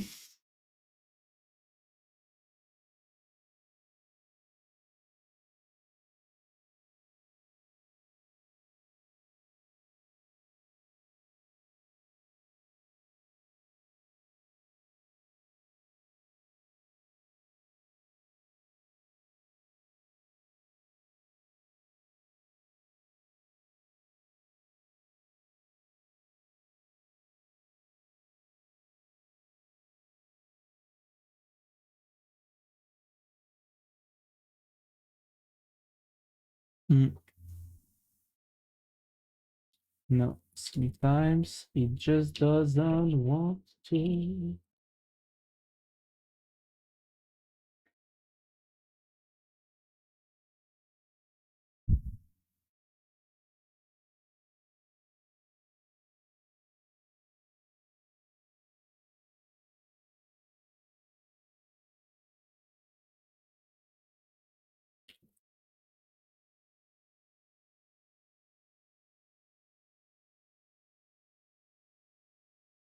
Mm.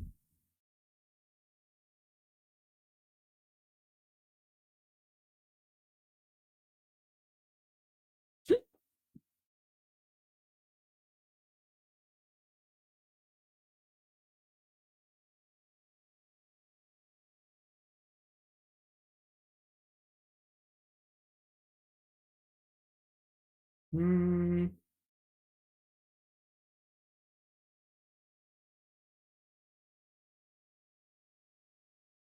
I don't like the way it looks, like the rotating stuff. I don't like it. I need to make it better.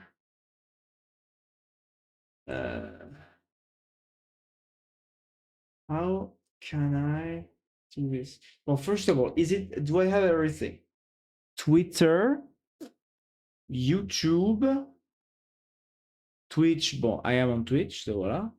Blog, maybe Medium or whatever. Tiens, let me create my Medium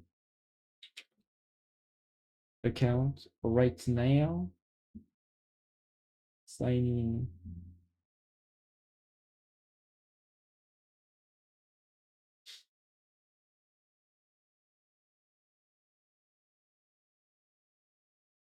Still have my old.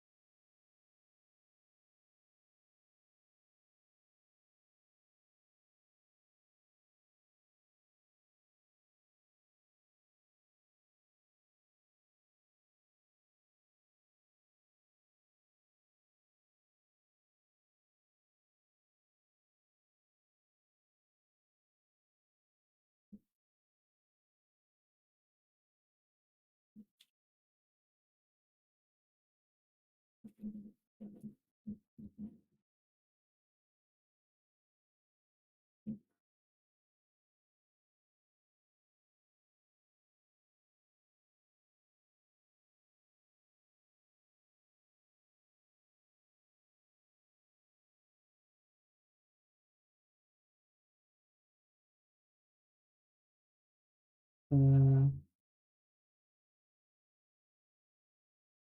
I don't have anything published. Right. Right. Stories, draft schedule published, not listed, stats.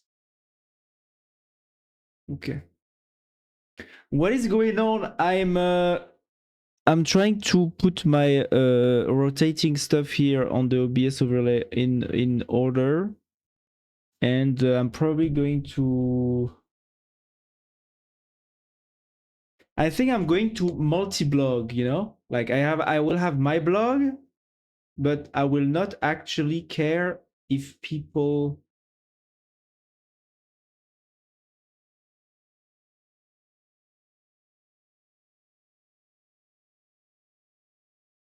come to my blog or not,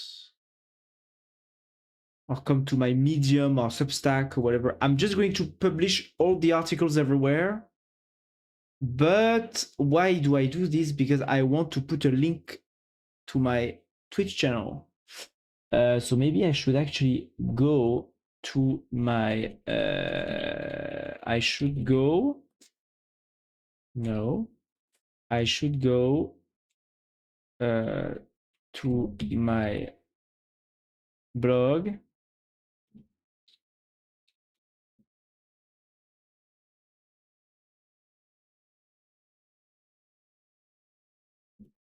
And add and ask Claude to add wait.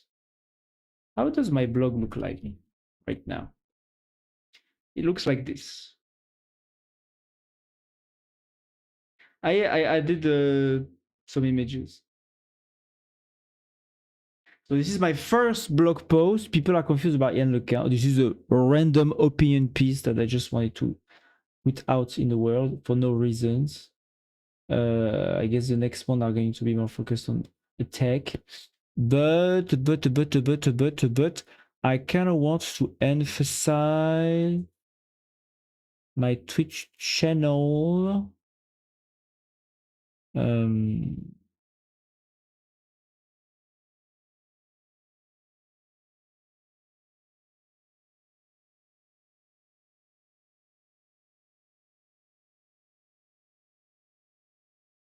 Where so around here, I want to put something. So there's the claps for my, so you know, if you want to clap on the article or whatever. I also want to put a link somewhere to my Twitch channel.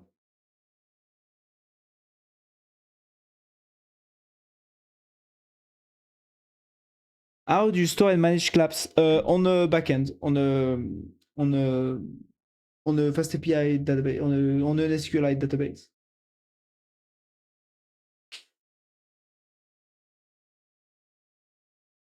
I have a little fast API server just for storing the claps into the SQLite table database and into a claps table for each article, one line per article. And there is a clap, there is one column in the table, claps, and I just store the number of claps and I update, you know, for each article. That's how I do. You made the backend just for having claps? Yes. Yes, because otherwise you can't store the claps, you know?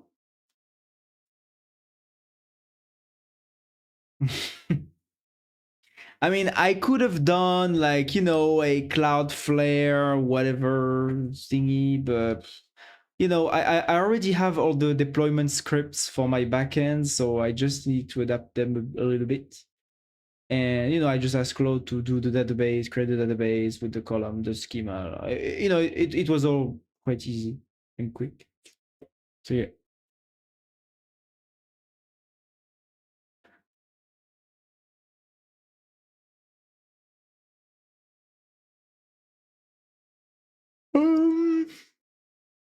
Bon, let me ask Claude to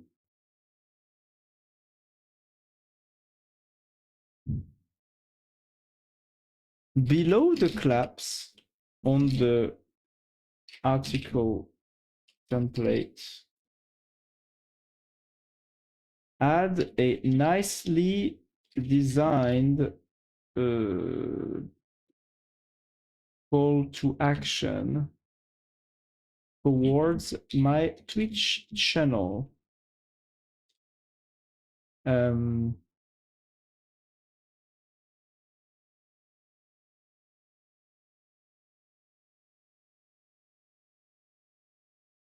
Inspect all the other Twitch related stuff on the different pages and do something that would be good to add to that. That would be fitting.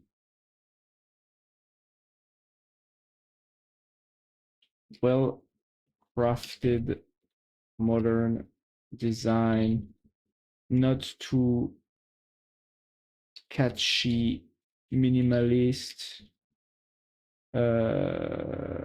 Use the Twitch purple color though. Make no mistakes. Make no mistakes. You link the claps by the slug? I don't know. The claps?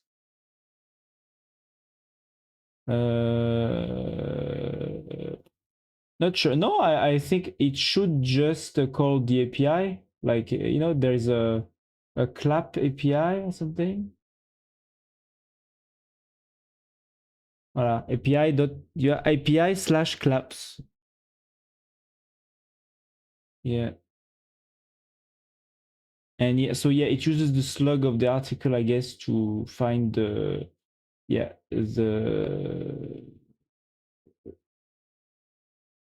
correct column, the correct line in the database. Yeah. I feel like the claps should be highlighted so you know if you clapped yet. Well, that's the thing. You can clap multiple times. You know, it's like on Medium. You know, on Medium you can clap multiple times. You know, if you go on Medium, yeah,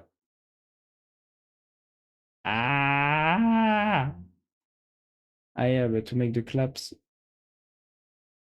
I can't like, I can't.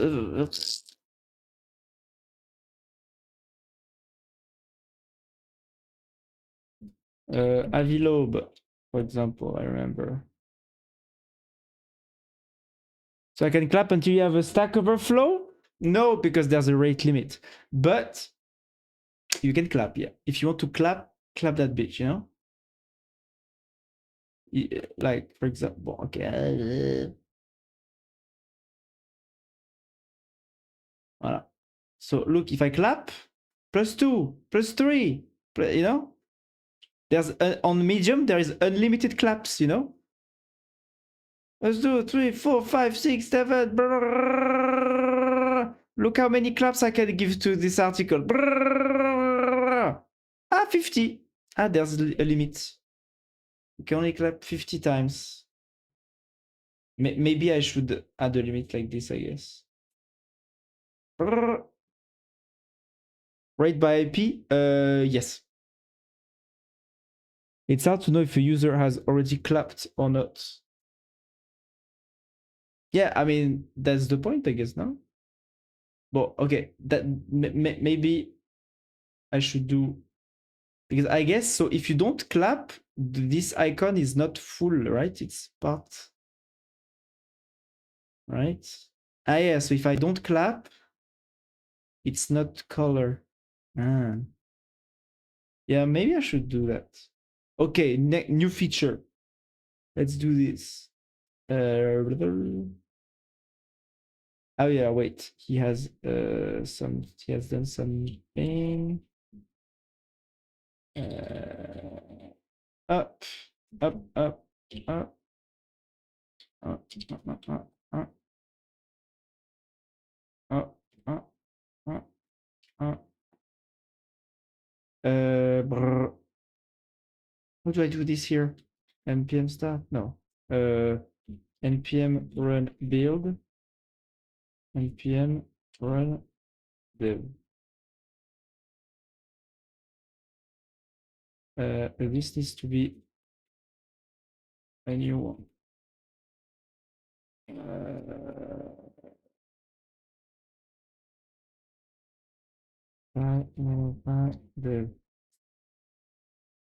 Ah mais non, it's just for the claps.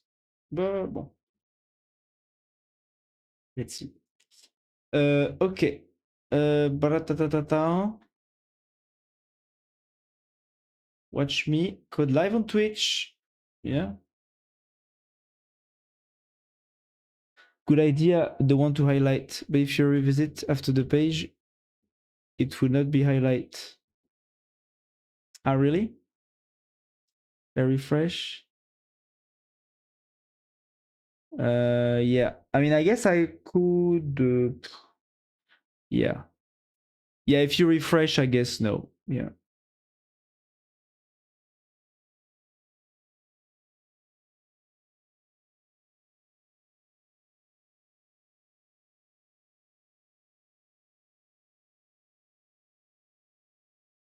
Yeah, because on Medium, you can only clap if you have an account. So it makes sense, right? They can check it's you. But my blog will not have accounts. So what can I do? On Medium, you log, yeah. I'm wondering if I can check for the IP at the.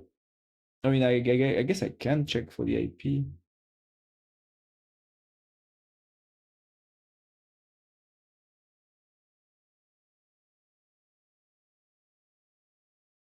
I could check for the fingerprint, you know, if it's the same fingerprint. People have the IP changed every time. Yes, but you know, it's just a little blog. It's not a professional website. It's just my little blog. You know, I don't care if the little blog. You know, it's just that I'm thinking about short-term solutions. You know, easy solutions, just to have like a 10 minutes interaction with the blog makes sense. You know, if the person comes back a week later, I don't care if yeah. Or maybe just increasing the rate limiting, you know. Maybe yeah. I guess the easiest is to just increase the rate limit. Claps. So right now you can only do 2 per second, and I think you can add another one like this. 60 per minute. Let's do like medium. 50 per minute, or yeah, 50 per minute.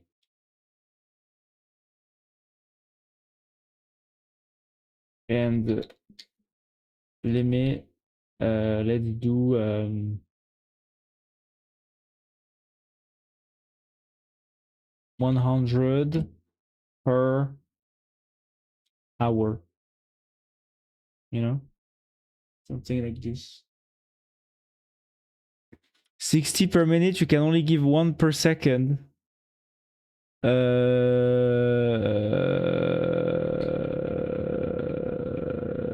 No, no, you can give more. You know, you can give 2 per second. You can give 2 per second, but inside a minute, once you reach 50, it will block your IP from submitted to the API. So no, it's just that you will if you the fastest you can do is 50 in 30 seconds. 50 claps in 30 seconds. That's what you can do. The fastest. I was joking, Petit. Well, I was not. I was not joking, Nat. I'm very serious. You thought you were joking, Nat, but you were not.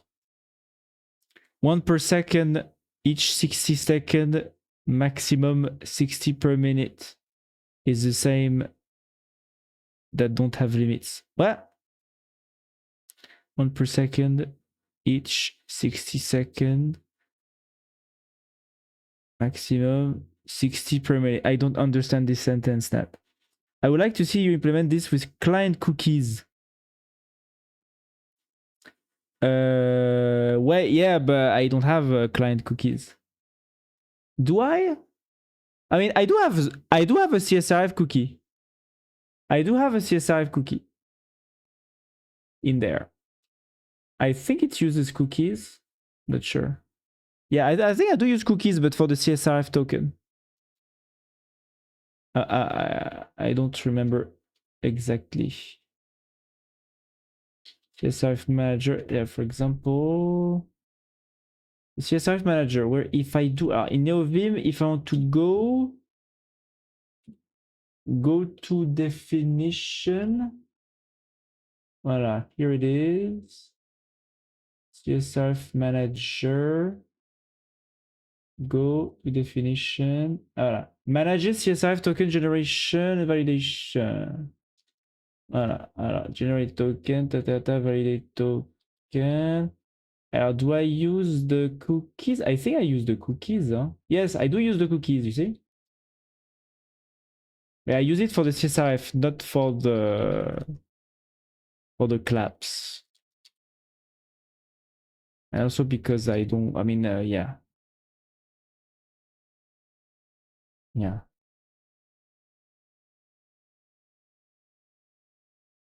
How do I go back to the previous window? I don't remember.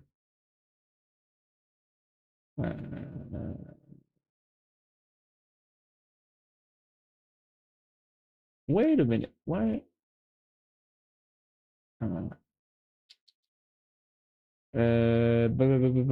Where was I? Where was I?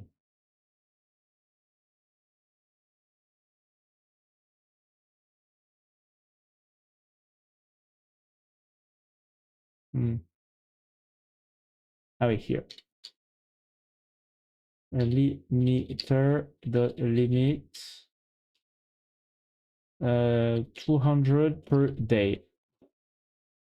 200 per day at limiter the limit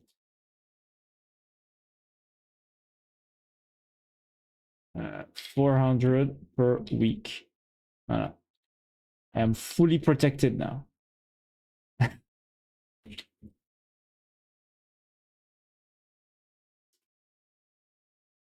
Blah, blah, blah. I mean, fuck. I don't want to talk anymore. Please talk. Talk for the what CSRF? Yeah, it's the token that helps you against cross-site request forgery. That's the CSRF token. It's a little token that you add on top of your authentication token to prevent some vulnerabilities in some scenarios. Voilà, cross-site request forgery, also known as a one-click attack or session riding, is a type of malicious exploit of a website or web application where authorized commands are submitted from a user that the web application trusts.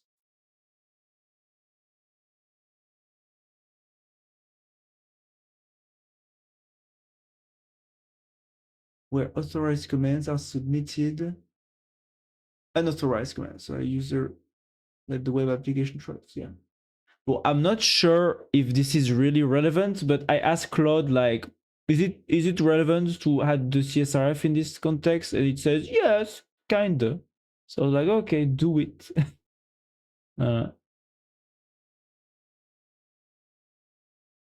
But your site has sessions? No, no. It's really just it's a bit over. I think it's a bit overkill. Huh? It's a bit overkill.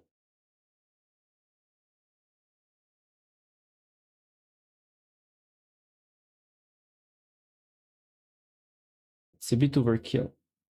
And it's a stateless. I think it's no. Is it a stateless? No, I don't think it's a. It might have because in my SQL database. No, it is stateless actually. It is stateless. So basically, it's just that the server makes sure that the person it interacts with is the same that has visited the site. Basically, cross-site scripting is when somebody like usually clicks on a link or something and then another site can send a request to your site, and by checking the CSRF token you can ensure that the person sending the request is the same person that is on the website. It's a bit complex. I don't even remember all the details. I implemented this a few months ago, but yeah.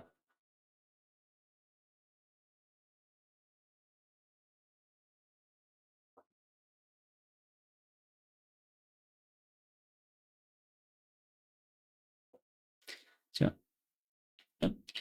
chill. I hate you. I need to think about updating my title when I switch. Never heard of this. Well, it's pretty you know, it's a protection against a pretty standard type of attack, you know, in the web context.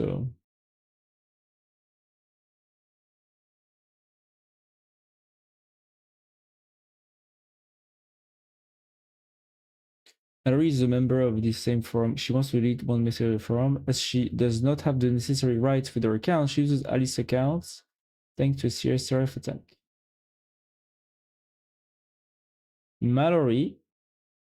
So Alice is the administrator and Mallory is a member of the forum. Mallory manages to find out the link that allows you to delete the message in question. So Mallory wants to delete a message. She finds the link that allows you to delete the message in question. Mallory sends a message to Alice, so the administrator, containing a pseudo image to display, which is actually a script. It's not an image. The image URL is the link to the script to delete the desired message. Alice must be logged in her browser for the site Mallory is targeting. This is a requirement for the attack to succeed silently without requiring an authentication request that would alert Alice. This session must have the rights required to execute Mallory's destructive query. So Alice's sessions must have the rights required to execute Mallory's query. There is no need for a browser tab to be opened on the target site, or even for the browser to be started. The session just needs to be active. Alice reads Mallory's message. Her browser uses Alice's open session and does not request interactive authentication. It attempts to retrieve the contents of the image.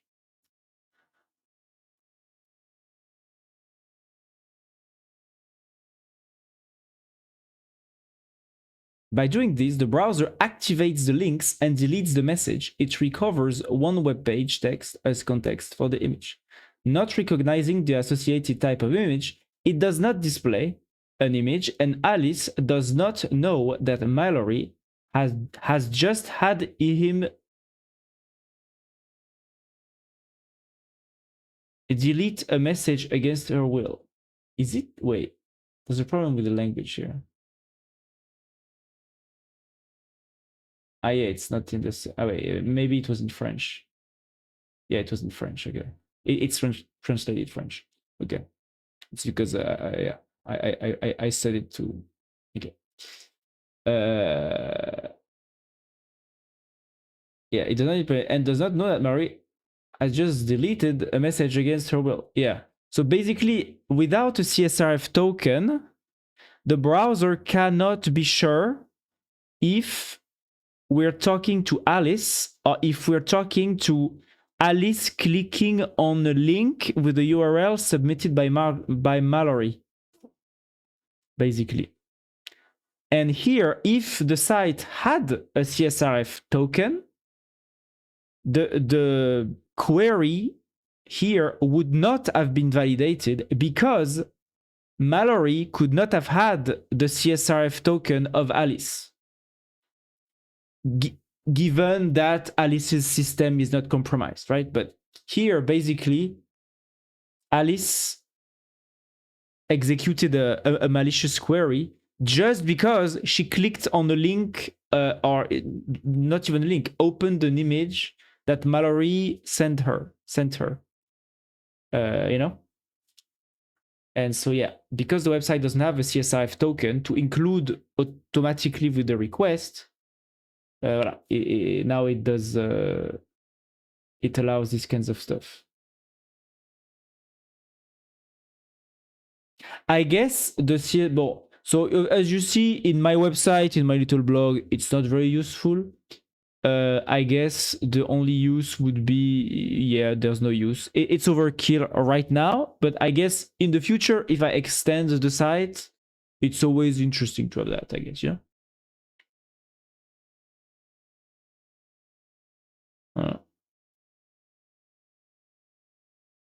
But yeah, it's kind of overkill right now. You don't work with web app, I think, because the site is stateless. I think this problem don't exist, but I'm no expert. No, you are right. The problem right now does not exist. There is no, I mean, yeah, there is no malicious query that somebody like, there is no, yeah. No, you are right. Huh? I thought you never heard of CSR. Yeah, no, this is completely overkill. This is completely overkill. You know, my web server, my backend server has like 4 or 5 API endpoints. You know, so yeah, it's not actually useful.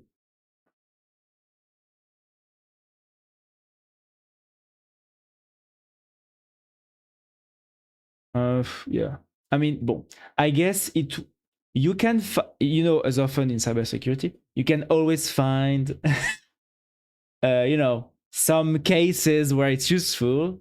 So, you know, for example, if somebody wanted to DDoS me, I guess they could make people open images that calls the clap API to DDoS my site or something, you know?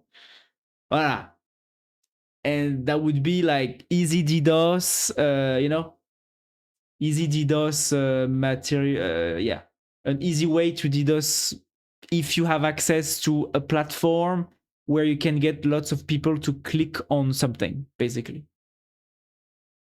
You know? So, bon, it's pretty unlikely, right? But, you know, since I guess it's still possible. This is a vulnerability, so let's prevent the vulnerability, you know? Hello, Tito. Hey, Pookie. Oui. Hello, Tito, how are you?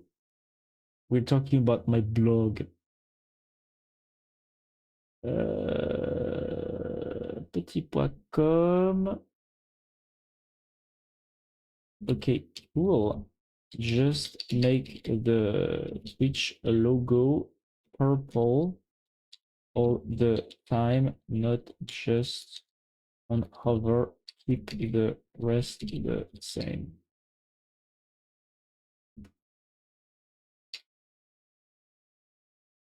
Up. We were talking about the CSRF token that I have implemented on my blog, even though it's not very useful.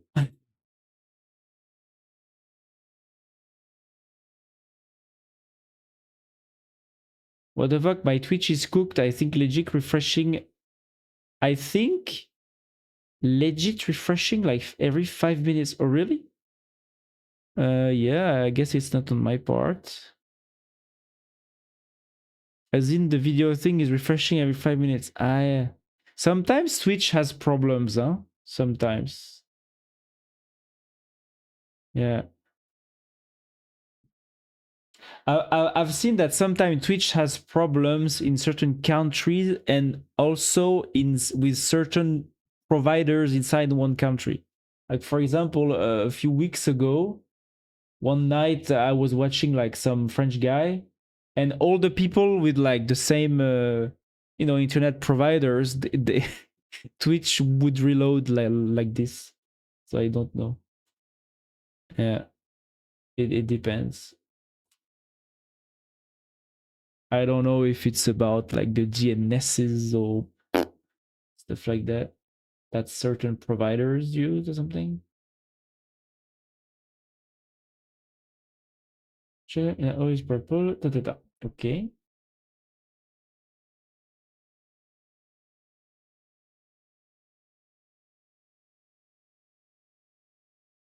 Mm.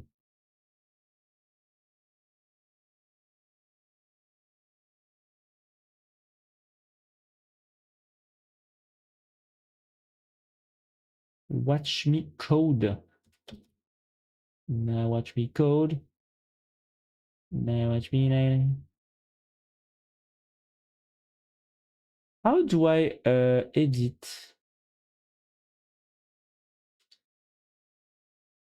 No, the watch me.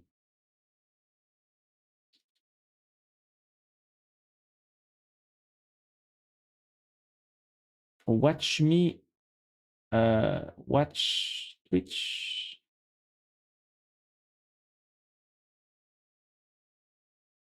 Now watch me code.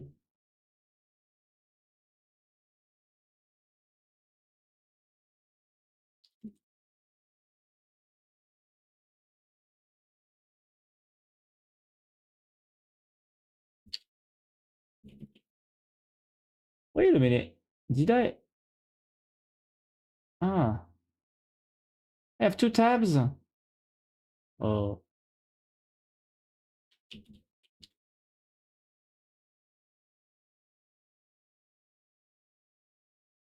me. Ah, yes, I need to build. I always forget.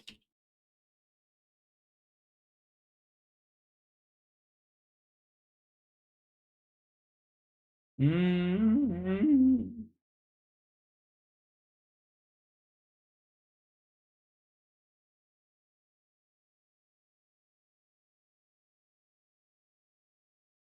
Mm.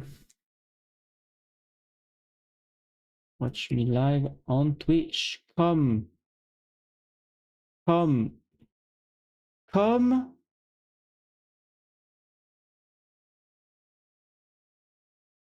Come. It's not. Yeah, on Twitch you can watch me, but you can also chill. You know, chill with me on Twitch or something. You can. I don't know. This is so fucking AIDS. Source for the Dono wall. Dono wall. It looks good. Thoughts on the whole Crypto Bros saga? What is the Crypto Bros saga? With getting in with devs and making EM coins. With getting in with devs and making EM coins, meme coins. I don't know if you've seen it or experienced it. I don't have crypto, just ETF. Watch me now, which is good. Dono. What is the Dono wall?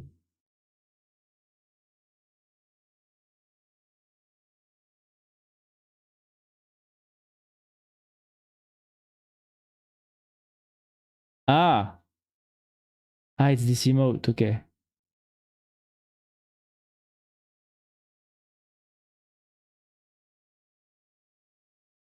Okay. For not saying hello back. Watch me live on Twitch. Yeah. Watch me live. Watch me live on Twitch. Yeah. It's the standard thing to say, right?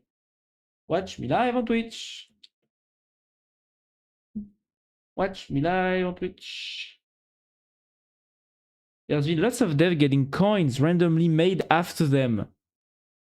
It's been happening on Twitch like a couple of days from my knowledge and being going off about it on X. Oh, really? I mean, it's just that, like, you know, like the crypto summer is behind us, you know, and so like I lived through 2018 with all the scam coins and the pump and dumps, you know. So we all lived through that. So I think this is we also lived through the NFT craze, was I guess at least a bit more aesthetically innovative compared to 2018. You know you know, but yeah, I mean, I'm kind of over the entire. And you know, I'm a fan. I'm a fan of Bitcoin. You know, I'm an original Bitcoiner, I guess. You know, one of the first waves of Bitcoiners, right?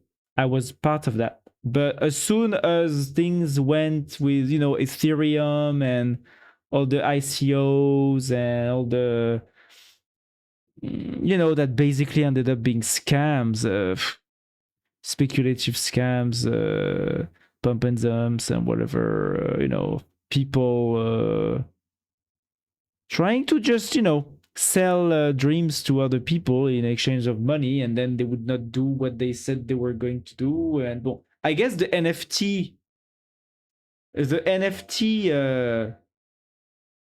you know, little bubble that we had, the NFT, you know, like moment that we had a few years ago. Bon, I guess there was an art, you know, it was slightly more practical because there was like a visual aspect to it. You know, it was not just purely speculative, and also, you know, contemporary art institutions got on with this project, with the NFT aspect. So, you know, it materialized a bit more.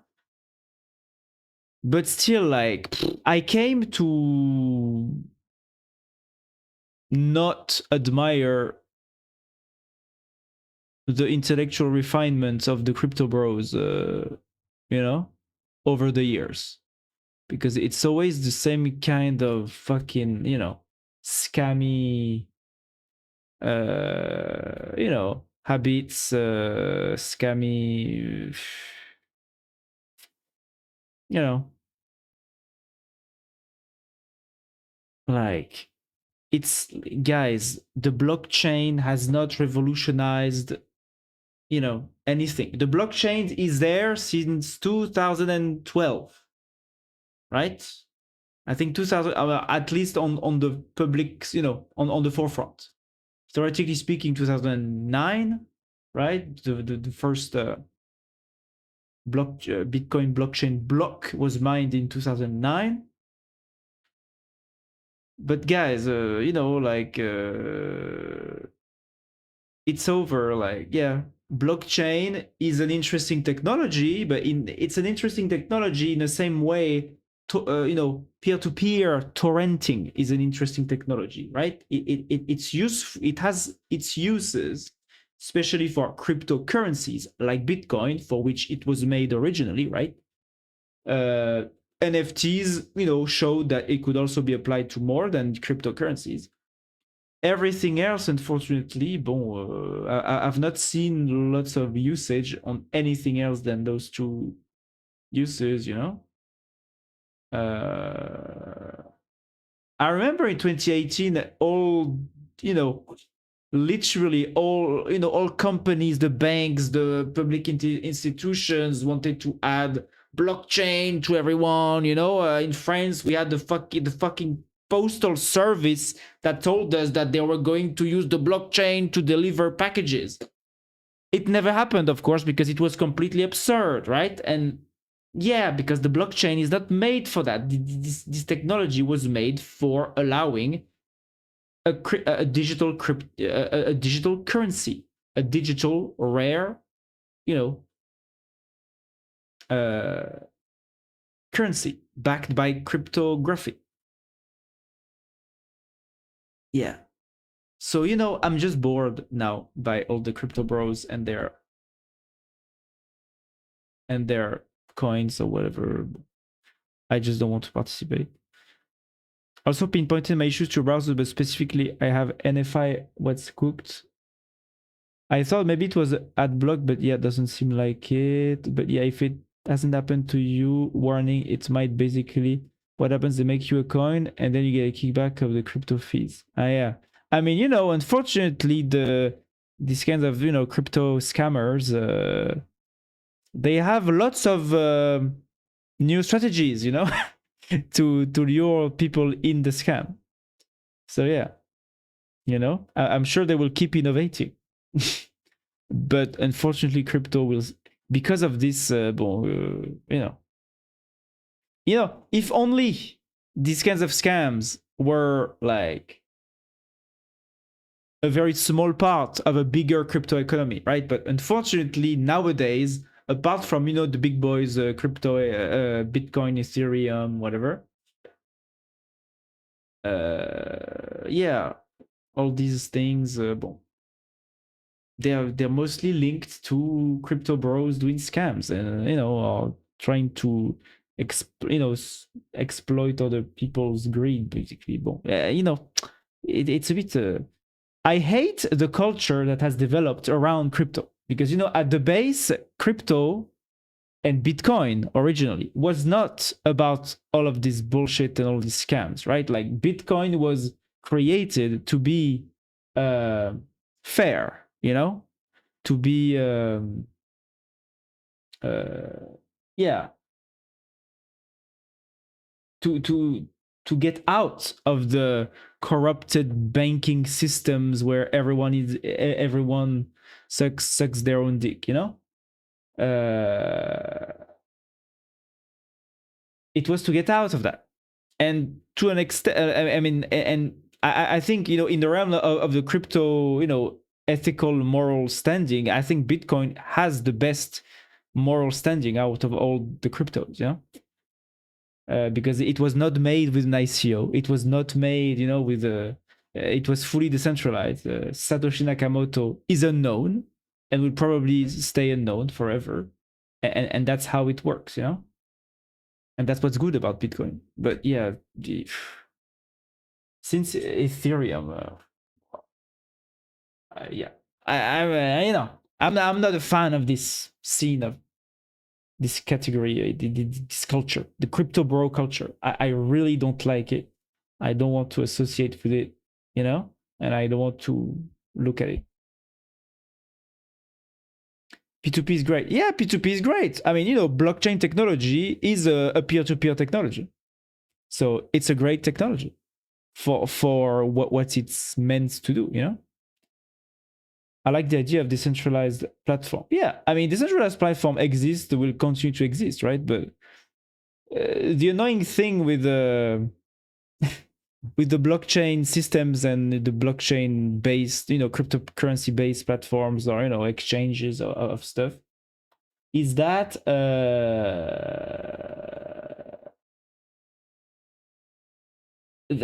we don't need those in the West, in the West, most people have access to a bank. Most people have access to, wires, international wires or whatever. Not everyone, right? Like, for example, I remember with my ex, we did have, with my ex who was an American, it turns out he had an account in a very,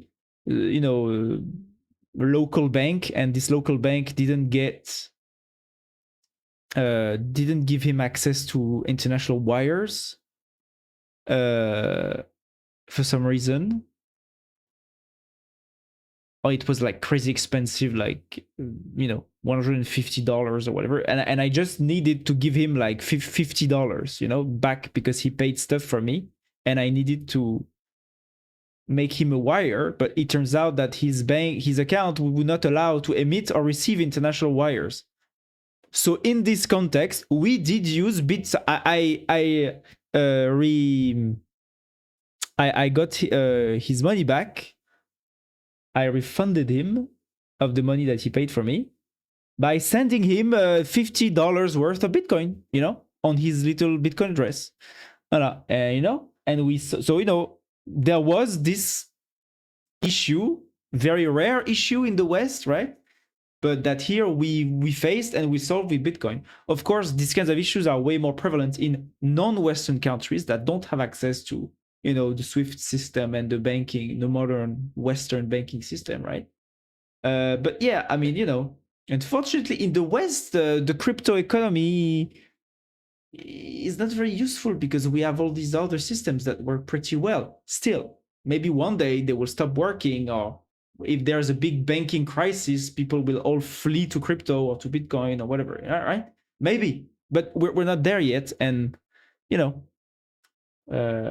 And that's why nowadays most of the crypto ecosystem is mostly used by mafias, gangs, who cannot interact with the international banking system, or people who don't have a bank account, deep in Africa or whatever. They just have some, internet access in the cyber coffee or whatever. And then if they want to, since they don't have a bank account, they can only do exchanges of money through crypto. Yeah. So yeah, it's the two main cases today, I think.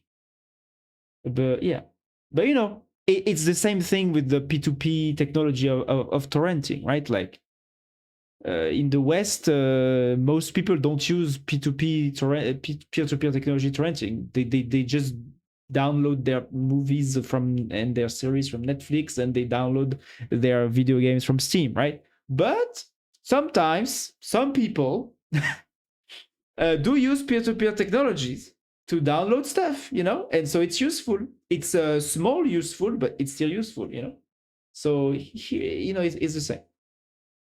So the blockchain technology in this sense is useful, but unfortunately, what I don't like about the crypto bros is that they are selling this false dream that we already we already went through the hassle of trying that. Like I remember in 2018, banks were announcing, we made our first blockchain banking transaction, blah blah blah. Every month of 2018, all the fucking big ass companies that didn't know anything about the blockchain and how it worked, right? It was all like, corporate managers hype, right? The same kind of hype that AI has today, but it was worse because blockchain actually didn't do anything for those big corporate companies because, a blockchain system is meant to be decentralized and quite costly. And what those big companies usually have to do is they just have to use a fucking server, instead of going through the hassle of using a decentralized system to manage their centralized organization. It's stupid.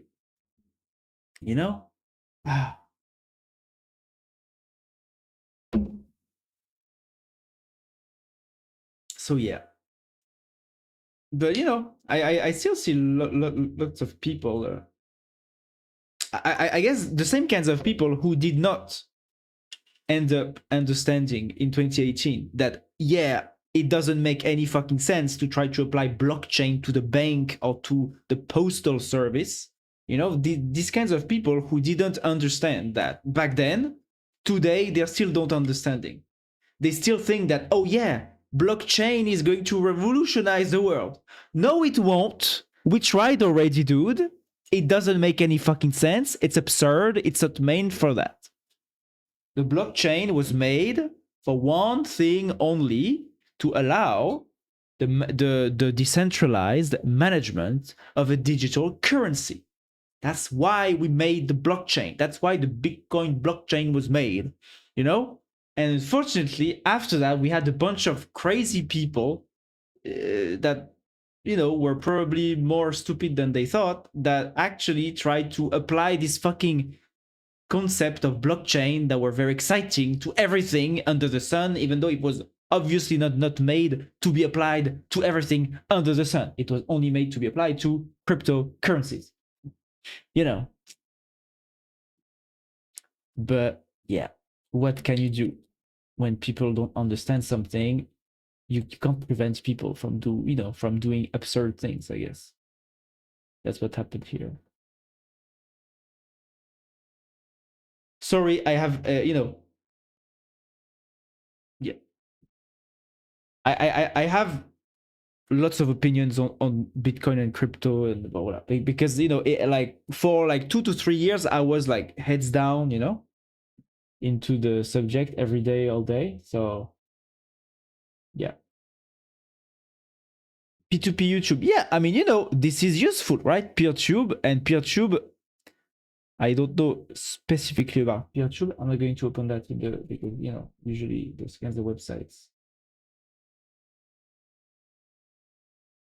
Peer-to-peer. And and also one thing that the crypto bros often forget is that, my dear dudes, you don't have to use a blockchain to have a decentralized platform.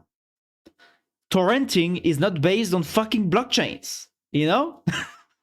And it works, and it's peer-to-peer and decentralized, you know? Like, oh my god, you know, it's like people trying to put the, you know, it's like there is an aspect where with blockchain, when people have the blockchain hammer, everything looks like a nail, you know? It's really that. It's very annoying. It's very annoying for, you know, because I actually tried to you know, I read some Bitcoin books, you know, I read like a very famous books by Andreas Antonopoulos, that was a big conferencer at the time, called Mastering Bitcoin, and he actually explains to you very, you know, didactically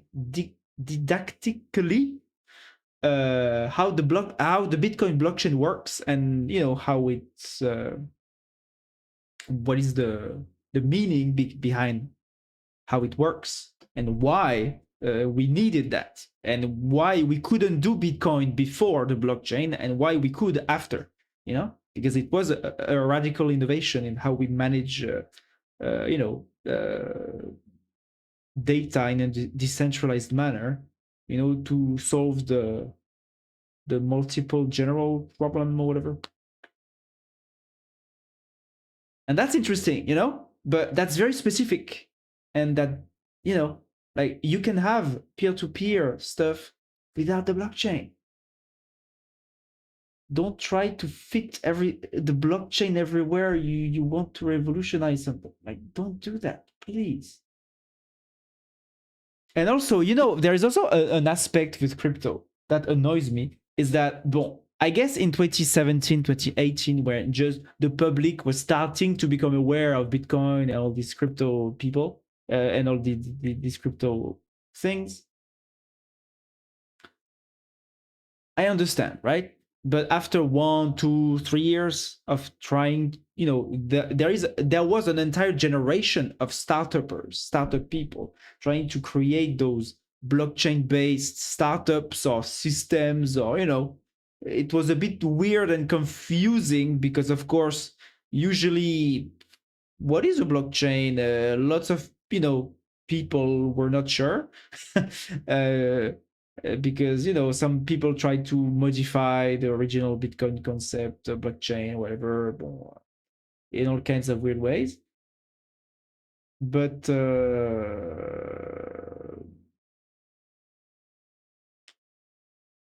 at the end of the day, imagine just the idea of YouTube shuts down. I mean, yeah, you know, it's just that, to me, the peer-to-peer technologies, whether it's you know, torrenting, Bitcoin, you know, blockchain, cryptocurrencies, it's just like it's a life insurance, just in case our current international financial system or just internet infrastructure crumbles, right?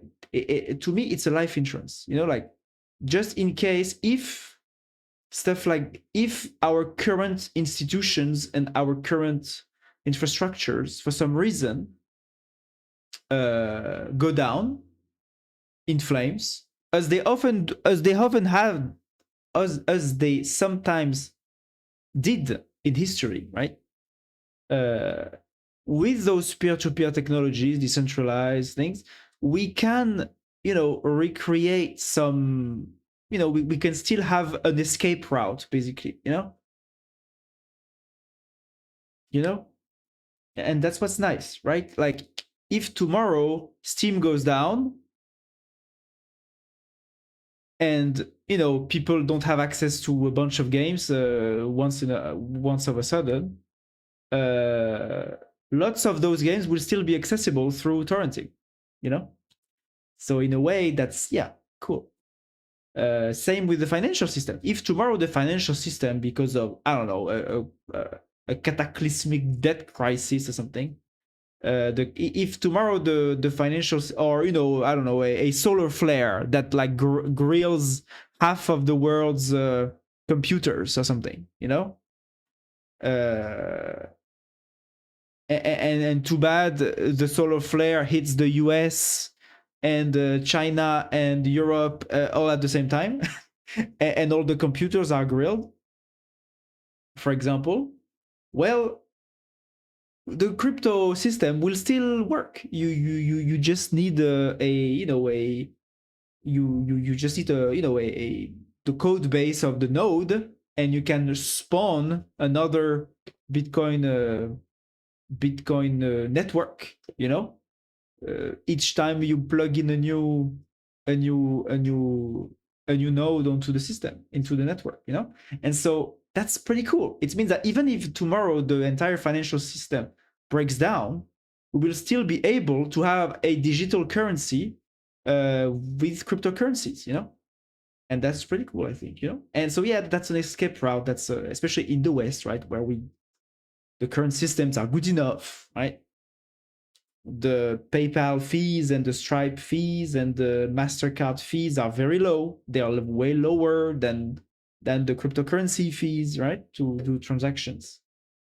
But it's still there just in case. And I think this is, the usefulness of it, at least for the West, where overall, bon, we have better alternatives for now.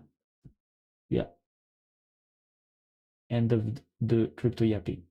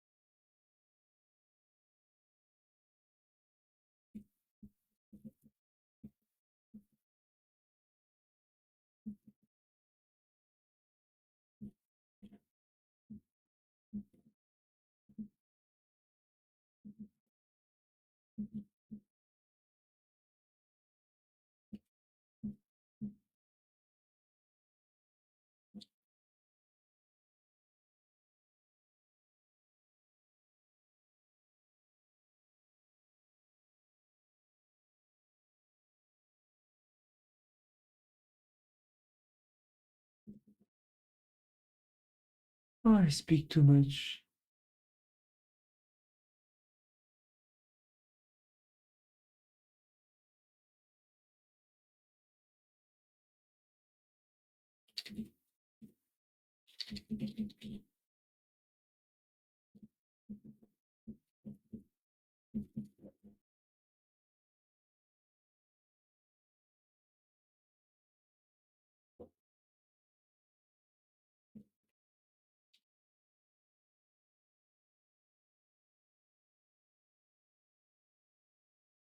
You know, no, the no.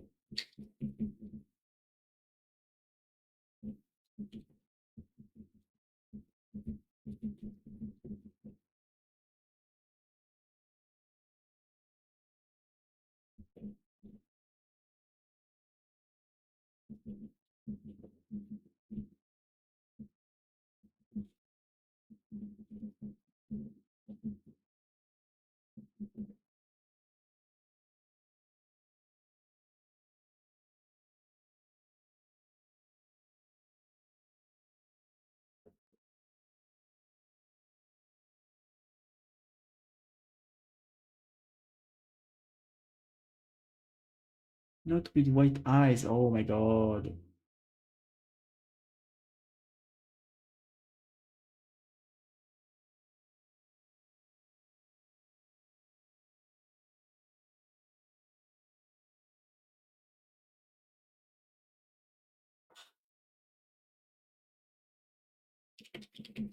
Actually,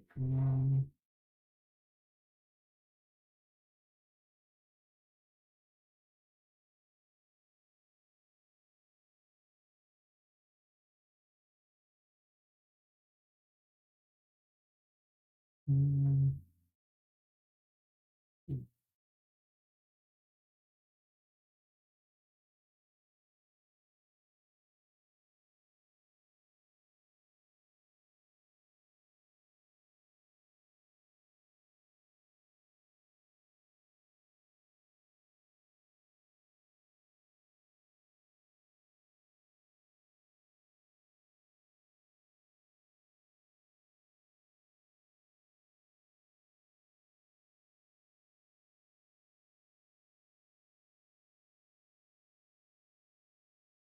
the new which the PNG investments the became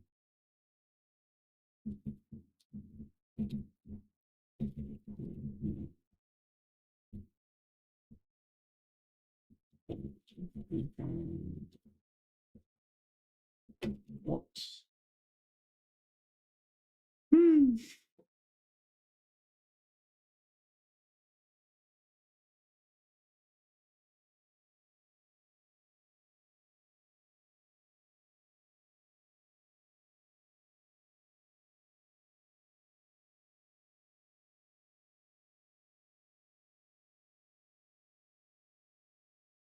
Voilà.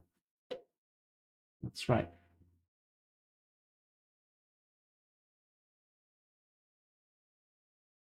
Mm, is it the same?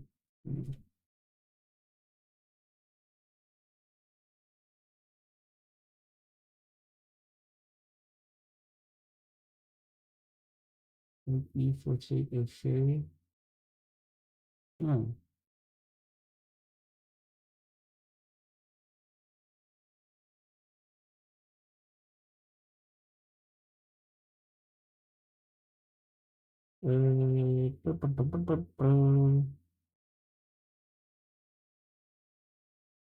Post.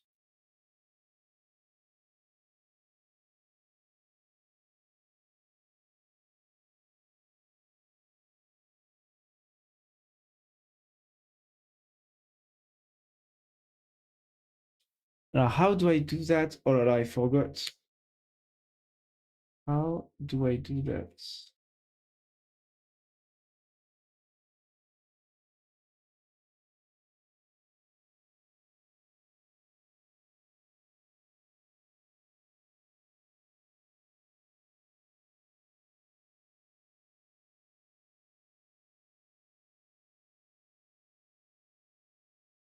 You need to rebuild every time on XJS running on dev. It auto rebuild the changes. Yes, because I don't use any framework, any JavaScript framework. I just use a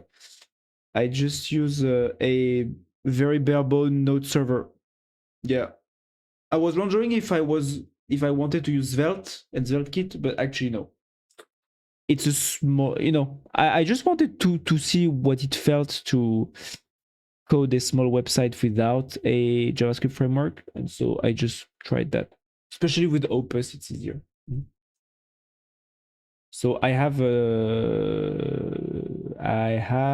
yeah, it's just raw JavaScript, no framework, no JavaScript framework, not Node.js, just npm, and for the backend, yeah, it's fast API. It's not Node. Sorry, I'm tired. I finished Mario Bros. Fuck this shit game. Why is it so hard? Really? Wow. Nat, you said that Mario Bros is a shit game. You're going to be sued by Nintendo. They're going to send you to prison. Sorry. Goodbye, Nat.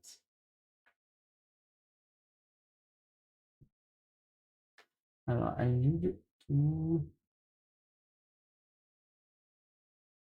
delete surrounding bracket. GSD GS G. Go to S would be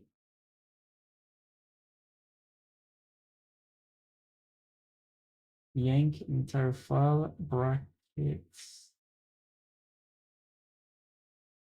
GS surround. Yes. Surround D. Huh?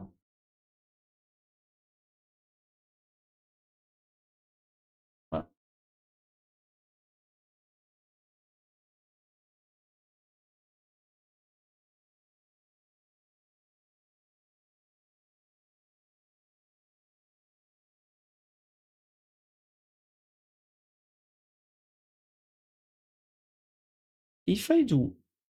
If I do D next no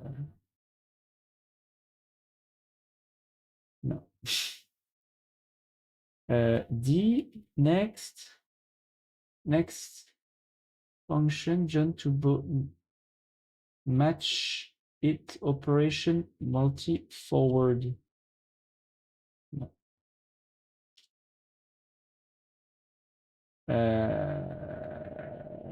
God damn it. How do I replace this? Delete line, delete, replace bracket content, delete bracket content, including brackets. D, A,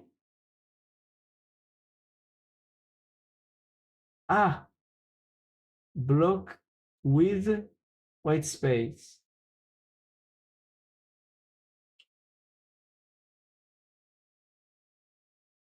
Did he do it? Yes, he did it.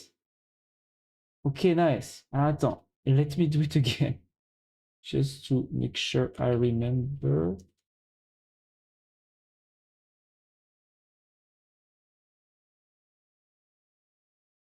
DA, no. DA,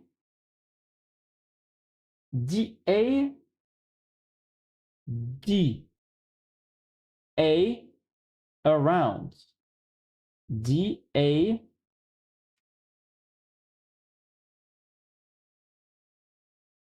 and angled.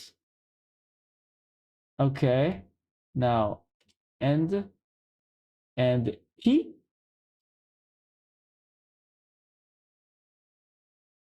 Yes. Very cool.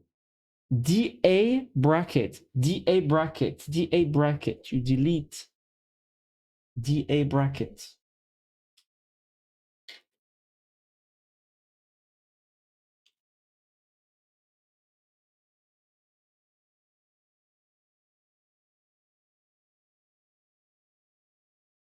Yeah, so basically I didn't want to use Vite, I know, and all this stuff. I just wanted to have the simplest thing possible. And so, yeah, I don't have auto reload. I don't have stuff like that. I just build and well.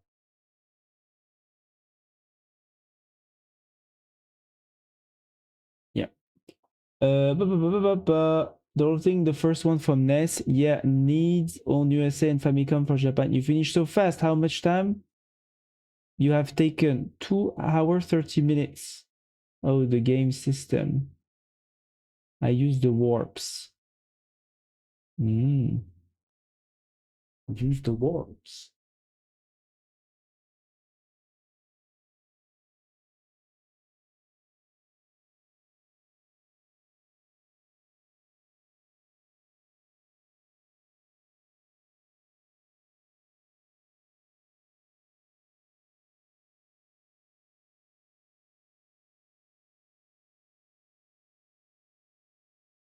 Mm.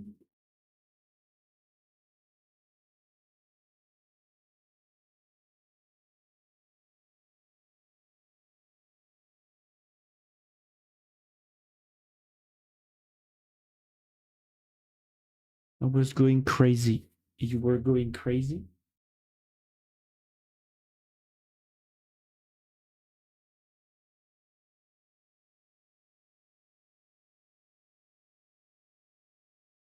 Really? Why?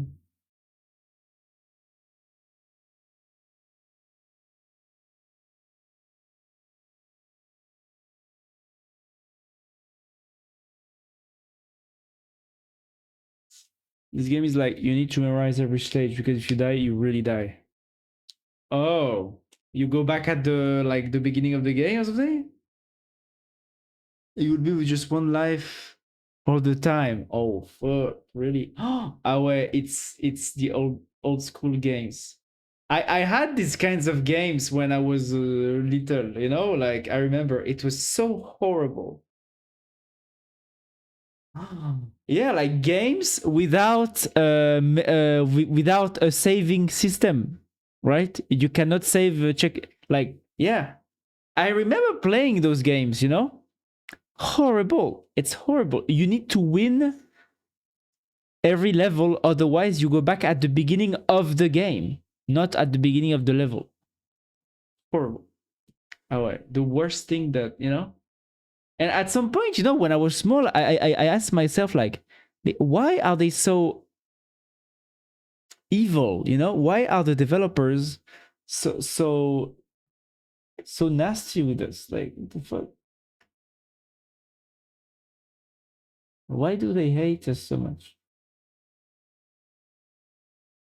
I think I should game more. Sometimes I think it's wasted time, and I instead read, watch, take videos, program. Yeah, I was like in the seventh world, and I died for fucking Hammer Brothers, which doesn't make any sense with 3 hammers. Yeah, so with me. But nowadays I'm studying to work to the government, so I spend my morning studying and I play in the night. Oh, okay. You are still running on the bike, right? That.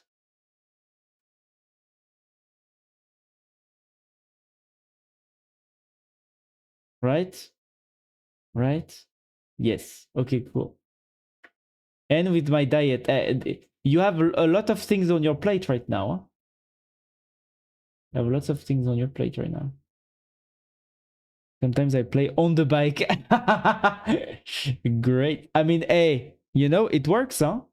It works and it makes the time pass faster. It's a good thing, actually. It's a good thing. I made a feedback books.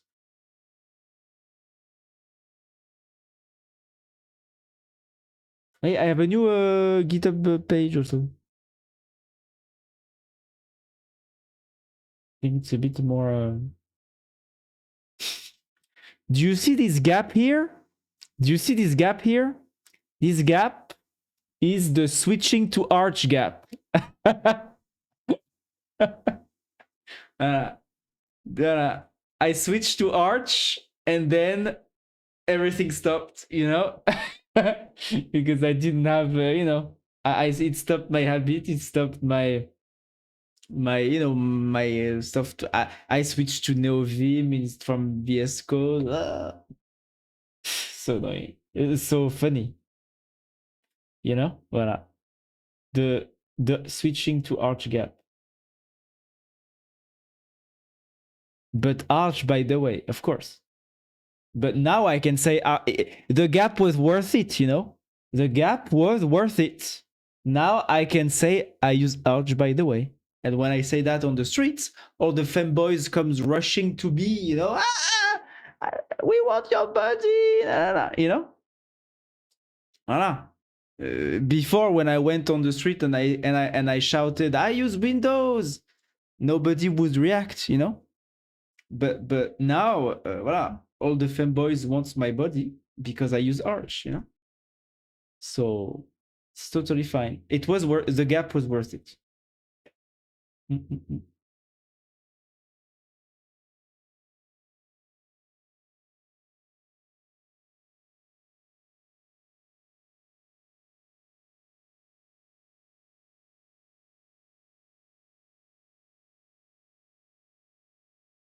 Nat, if only you had Arch, all the fanboys would love you. Yeah. I mean, I guess that's why he doesn't want Arch, you know? He's too straight and masculine and machonat, you know? He's too macho. Machonat is still there, right? Yeah. He's too machonat, you know? That's why. He knows that he would get all the fanboys. This is why I needed to stay on Linux. That's right.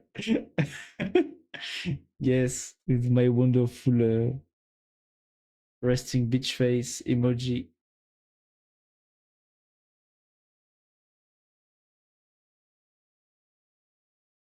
I mean, wait, what I mint, yeah. Mint. Linux Mint. He said Linux, he meant Linux Mint. Yeah.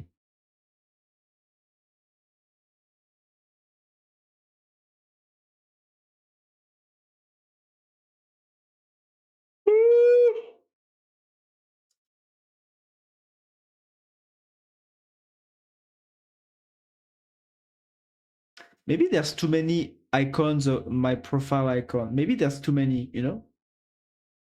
But at the same time, I feel it's more alive this way than without.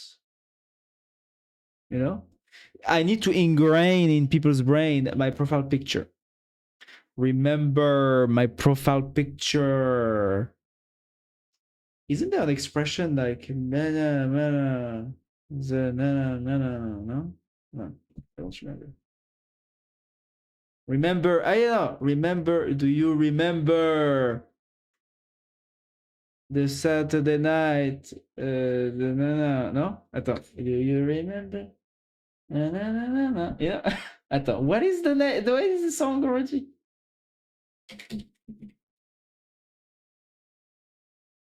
The 7th of September. Ah, voilà. No, it's not this. What is the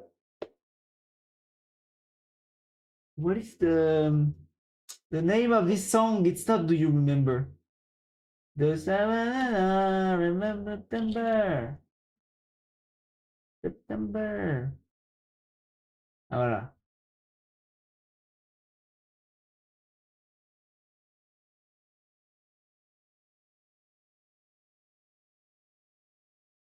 Voilà. Why is it so low? Why is the volume so low?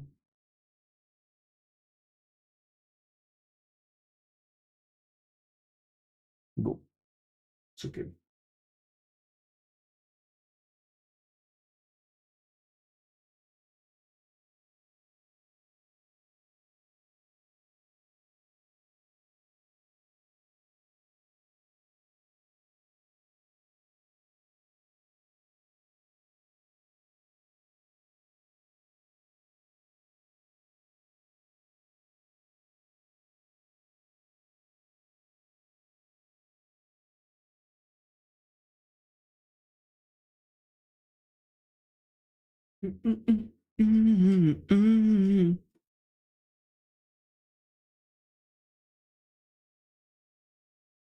Voilà. I have a version of it on my YouTube, I guess. My version. Your version, Nat? What is your version? Ah, video is available, unavailable. Video is private. Video is private, Nat.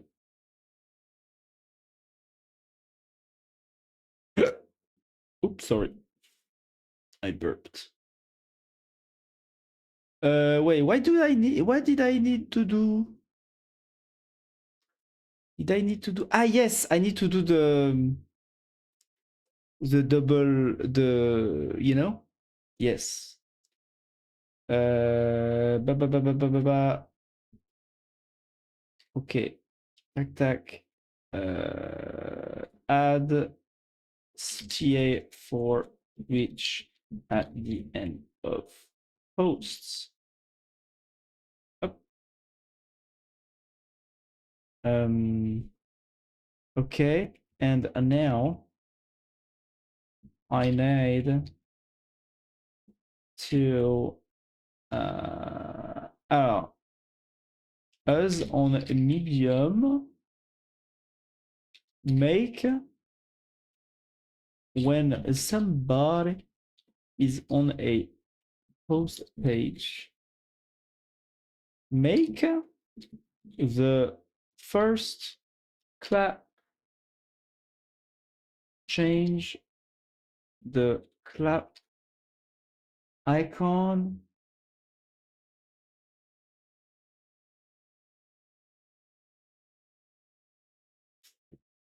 maybe I don't need to do like exactly like on Medium, slightly color it's color I guess may the subsequent flaps will keep this new color just as a sign that people are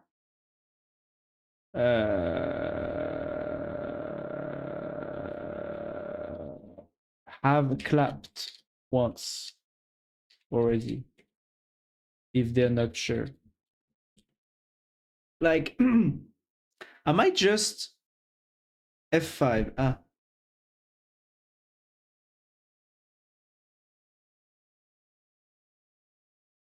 Oh wow. Is that you that? Wow. Damn.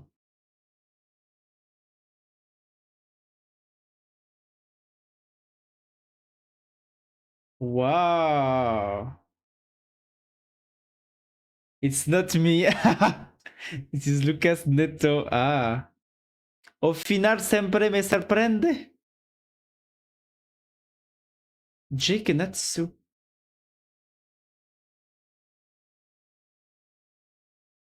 Face reveal? Yeah, face reveal. Nat's dirtiest secret. He loves to cover himself in Nutella. You know? That's his little secret. Well, not a secret anymore. Now the internet knows about it. But he saw my face already. Yeah. Yes, I saw your face already. I saw your face already. And I'm going to dox you right now, Nat. Are you ready to be doxed on the internet? Your real face, Nat, are you ready to show it? Here it is. Voilà. This is Nat. This is Nat's real face. He showed it to me. Voilà. I don't care. I don't care, Nat. I know the voilà. Now the whole world knows what you look like. You look like him. You're kind of cute. You have cute ears, you know? Really cute. So true. Voilà.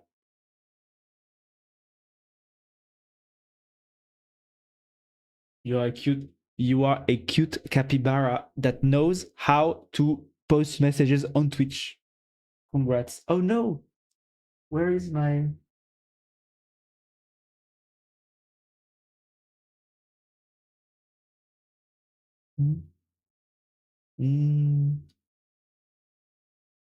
how do I do that?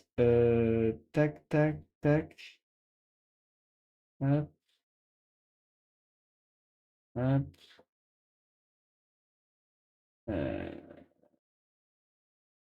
Where's Vivaldi?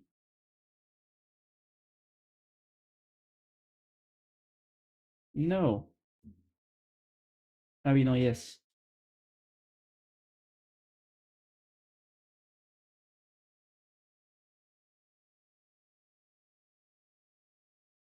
So true. Yeah, we're right now.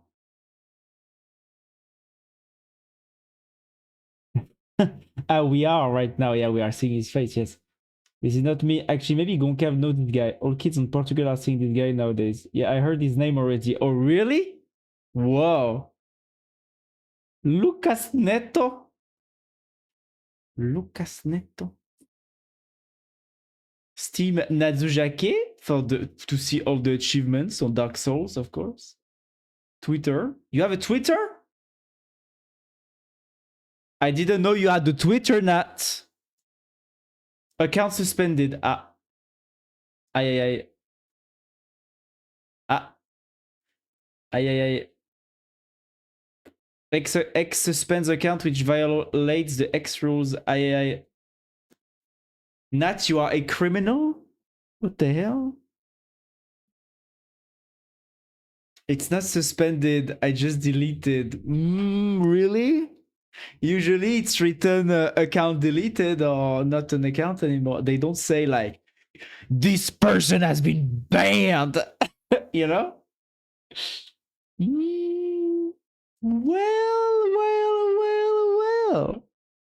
Are you sure about that, Nat? Are you sure about that?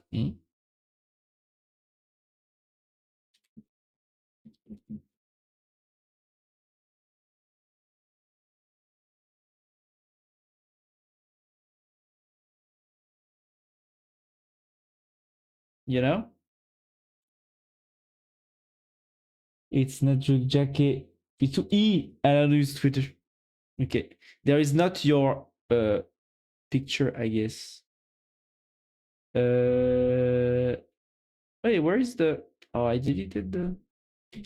X.com. Natsujaki.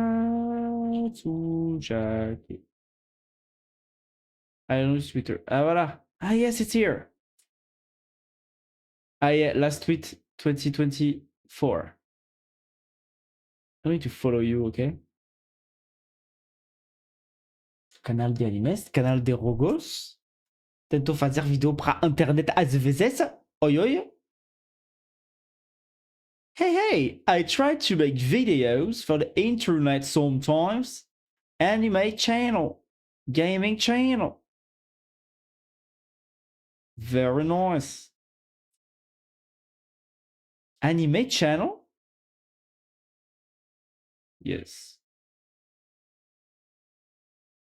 Wow. Comentado animes. Ah, mais you have already? You have already? What? Please stop. Yeah, this is the video, the YouTube channel you want to post on? You already have. Leaked. Well, you know what? I don't understand anything that's going to be said here. Oh, look, I opened the channel with the focus on talking about animes I follow and I giving my opinion on talk and exchange information. Yes. 2020. Hey, 300 views, 200 views. Not bad, huh? For two videos on the channel. One Piece. And now we are going to watch each, the full videos now.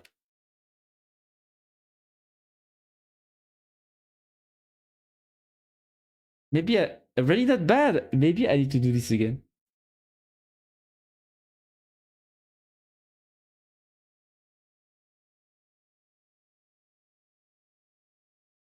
That's sweet. Fuck this.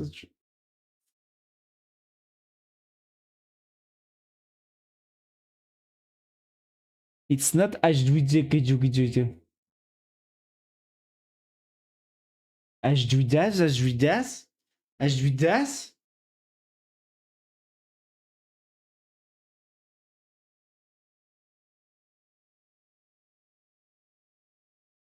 Captura.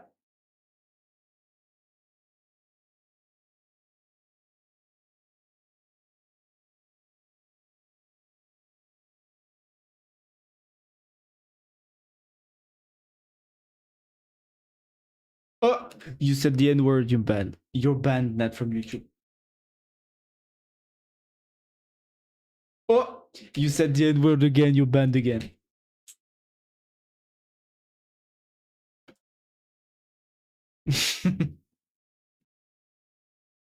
Again, you banned again. Ah, Blackbeard. I.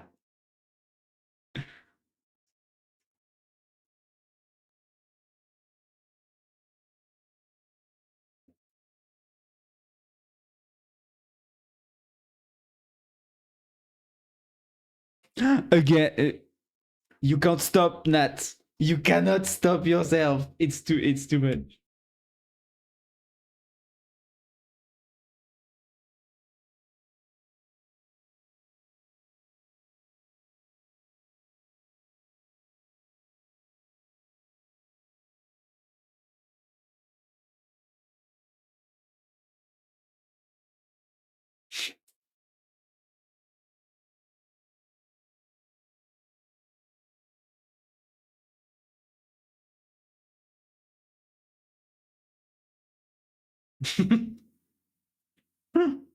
Why do you keep saying that, Nat? Oh my god! How dare you!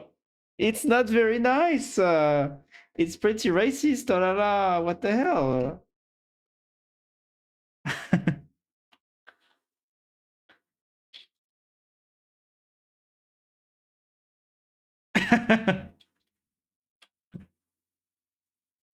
I can't. I'm black.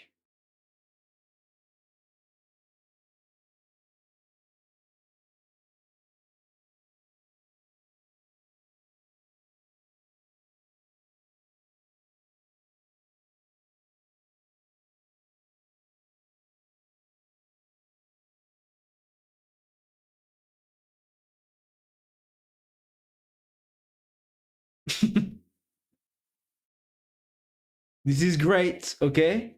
I don't understand anything, but I can tell you this is great.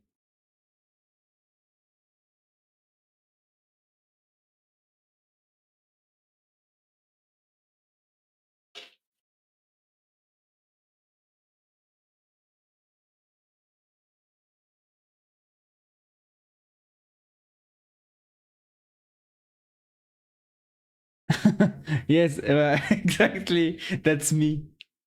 Wow.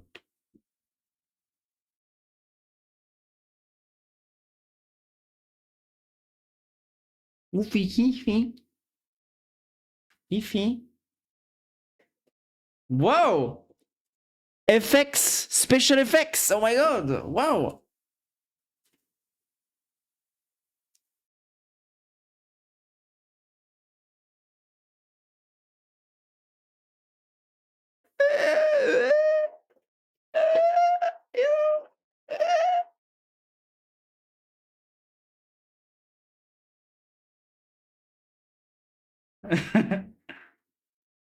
Puroke. Puroke. Nice. Eh ben, look, I appreciate it very much. Very good video. I approve this video. This is Petit Pois, and I approve this video. Very nice. Even in the title, he has no limits. He even put the N word in the title. Oh my god, you have no limits, Nat. You have no limits. What the hell?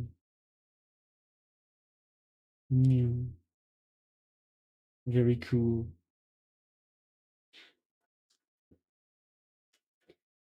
He made that Clash Royale sound. Really?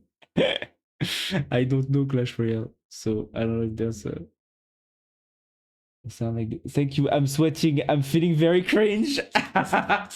But no, that's not cringe. That's very nice. You made a very thorough analysis of One Piece, and voila, you know, and everything that had to be said, including the N word. You know, everything. You know, You did a good job that. That changed. Yeah. Yeah. Do I need this?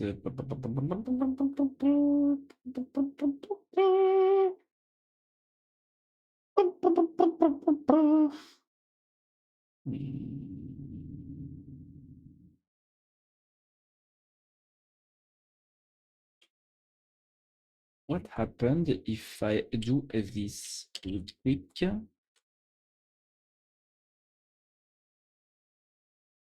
Yeah, it's the same. So maybe I'm just going to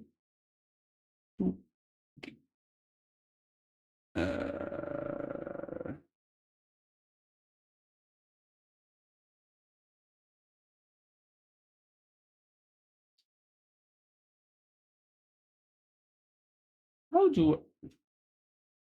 you do that? No, you need to do it.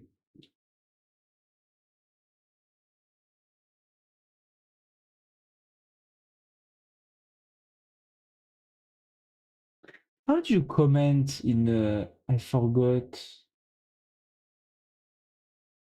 Comment in HTML. Ah, yes. Like this.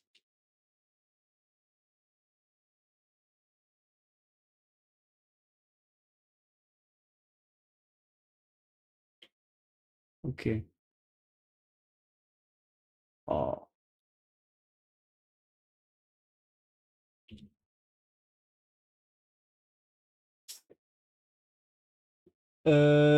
Wait, what? I'm woke, guys, I swear. I'm like you guys. I like Overwatch too. I'm very woke. I like all of you very much, but I have to go rest. Always stay like you are. See you on the next week. Okay, see you, go calm. See you, go calm. Bye bye.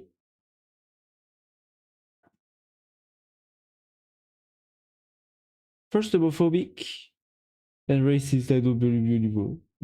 Bye. Ah oui, non, bye to Gongal, yeah. See you. See you, Gongal. Stay good. No, Yannick, please, Black Lives Matter. Look, this Yannick. Women's in the power. Women. Women's. Look at this, Yannick. Don't forget the hat, of course. Yeah. I need.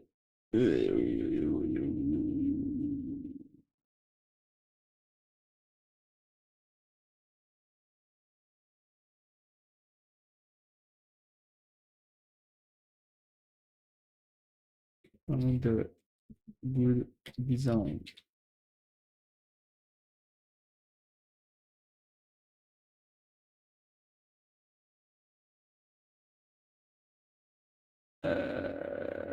Change the glitch icon.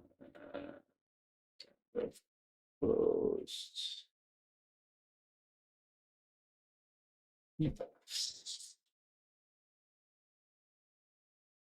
Look at this, Yannick. English is stupid. How can I make a Mario video if I don't know English? Well, you do it in Portuguese and then you ask ChatGPT to translate it and then you read what ChatGPT translated. And it works. If I like look this more somehow sounds better. Look this. Yeah, it's a bit more reactive, you know. Look this. Look at this. In a way, it's as if Nat was so so fluent in English that he would do the eating the words, you know, like the English the native speakers do, you know. Look at this, you know. Hey, look at this, look at this, look at this, look at this. Hey, look at this, look at this. I'm very react, yes, yeah. So maybe you are just too fluent for us now. You're so fluent in English that you know you look yeah.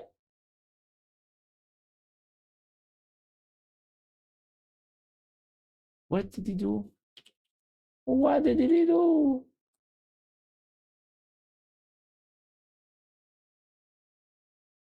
Ah oui.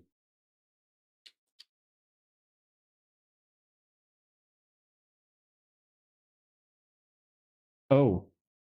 Oh, what the fuck?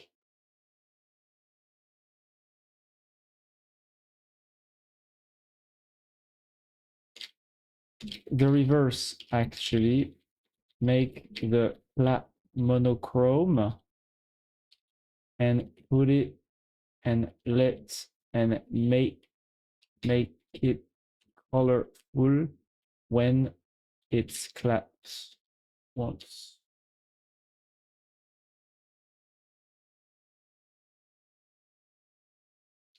Non sepia. Yeah, well.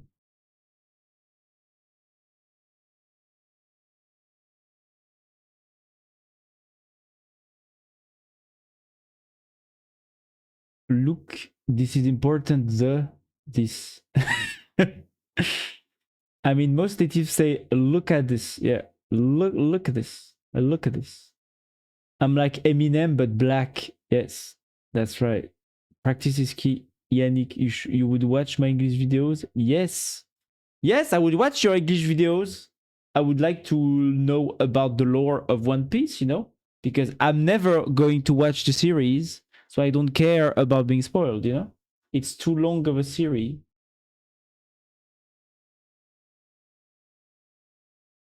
I just imagine there is like pirates with big beards clapping their belly, you know, very loudly while saying, "Ah!"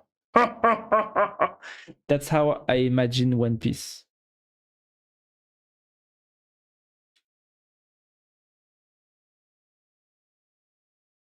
But try to tone the N word down a bit. Mm-hmm.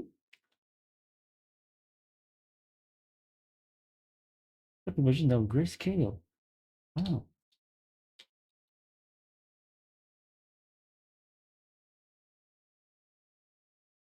Mais. Ben non, it's not grayscale.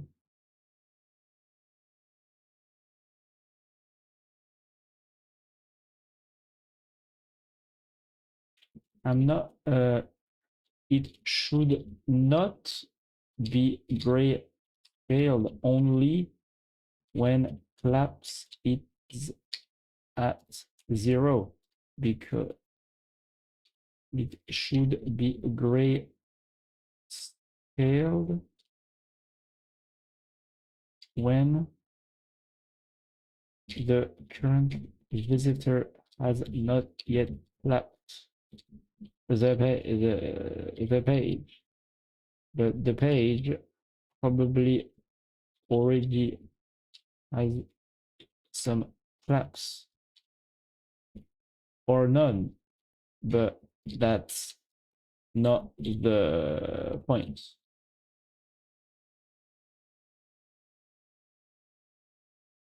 Once the visitor flaps once, the emoji becomes colored.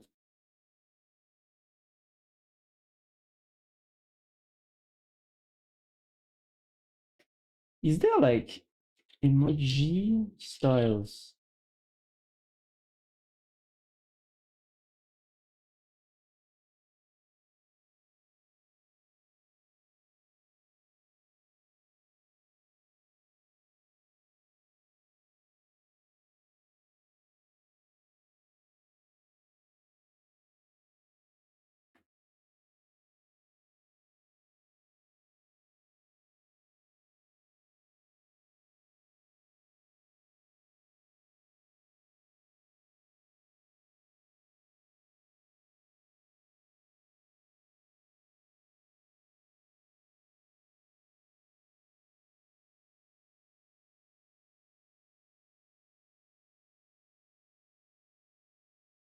Well, then it doesn't work.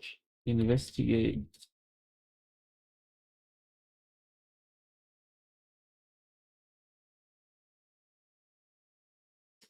Did you prefer one video for each Mario or one big video about all Mario? What do you mean Mario? A Mario game? A Mario like what is a Mario? A Mario game? Use would, not did, because you're asking in the present. Plus, it's hypothetical. Ah, yes. Yes. Would you prefer one video for each Mario or one big video about all the Mario?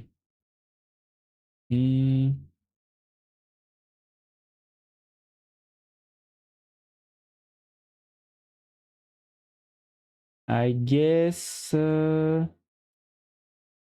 I guess I would like one big video about all the Mario. Yeah. You know, just the Mario video.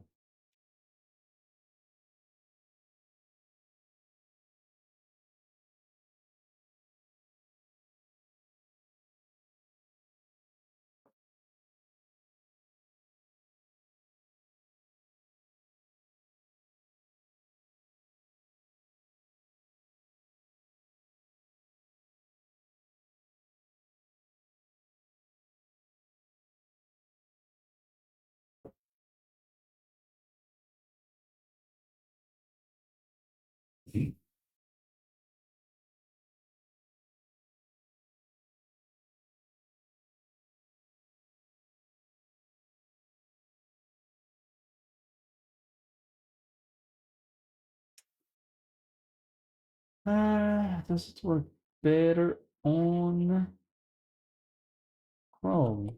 Maybe. Ah, yes, on Chrome it works.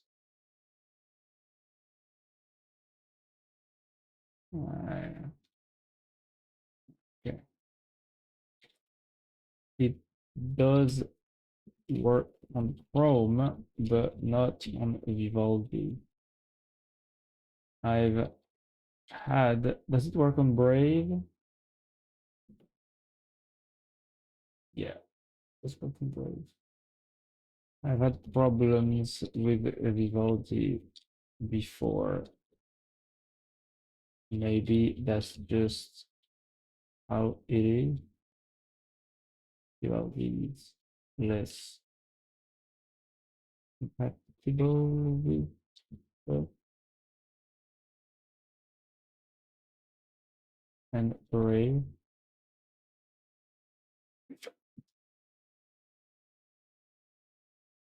Okay, so it does work actually. Just Brave scale emoji lab before lab.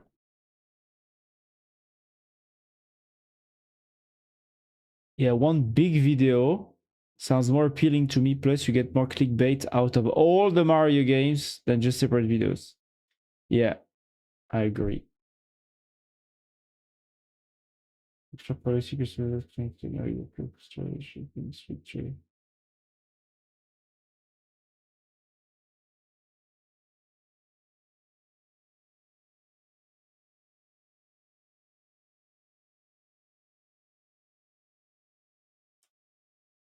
Ah, yeah, so actually I will store. Ah, I can store. I could store the, I mean, I could rate limit the browser. Well, I guess rate limiting the.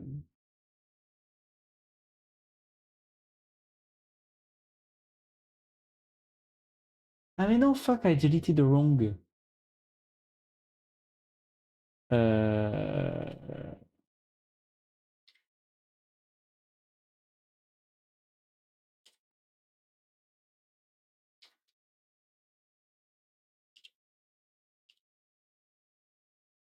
mais non.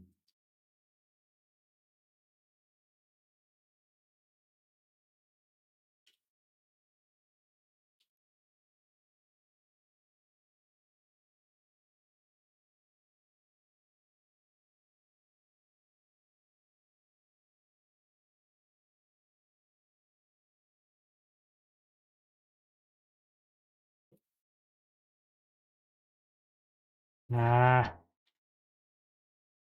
fucking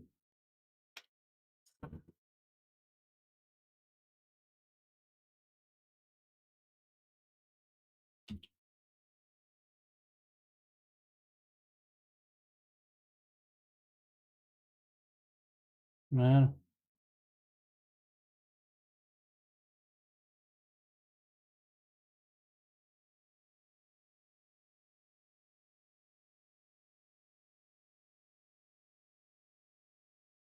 Okay, cool.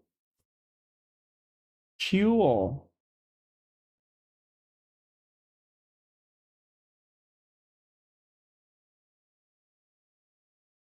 Um, yeah, but one long video is too long to someone watch. One video is too long for someone to watch. Too long for someone to watch. No, I mean, actually, there's a lot, especially in the last few years, lots of YouTubers have specialized themselves in doing, documentary length YouTube videos, like 40 minutes YouTube videos, 1 hour YouTube videos. Now there's, and, in a way, yeah, I understand the appeal. I often myself watch 40 minutes long or, an hour long YouTube videos because I don't know, it's just that it seems more like the content seems more qualitative, like, for some reason, for a 40-minute long video, I expect the YouTuber to have done more, to have prepared more the video, to have a length, like because it's closer to a documentary. So to me, it feels more qualitative than a 12-minute video.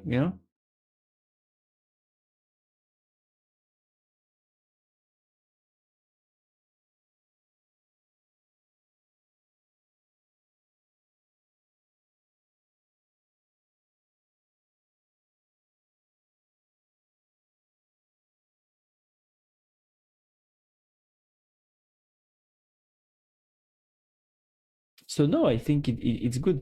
And nowadays, since YouTube wants to maximize, the basic algorithm of YouTube is to maximize the watch time. So the longer the video, the better the watch time, right? So the better the better number of ads people can watch, and so it's better even for the YouTube algorithms nowadays. Long videos. Then I need a really good routier. A really good routier. What is a routier? To me, let me show you what is a routière.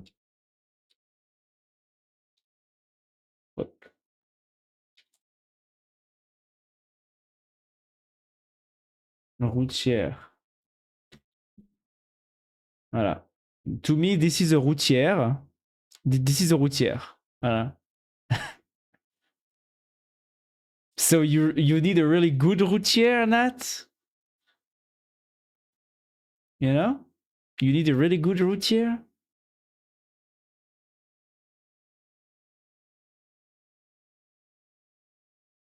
Carte routière. Ah, carte routière. No, carte routière is okay. A road map.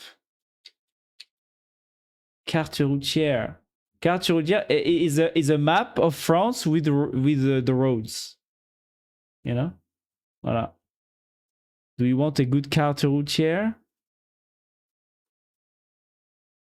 Why do you keep putting French words in your sentences?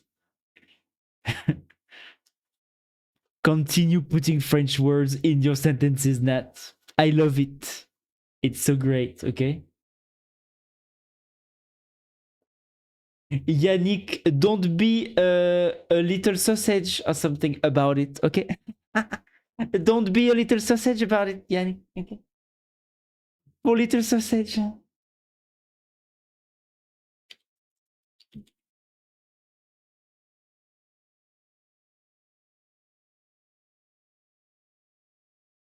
Du armes Wurstchen. Du armes Wurstchen.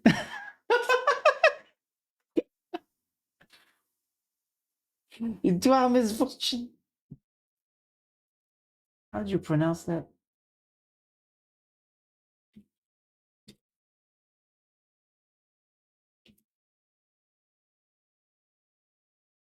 Du armes Würstchen. Würstchen. Würstchen.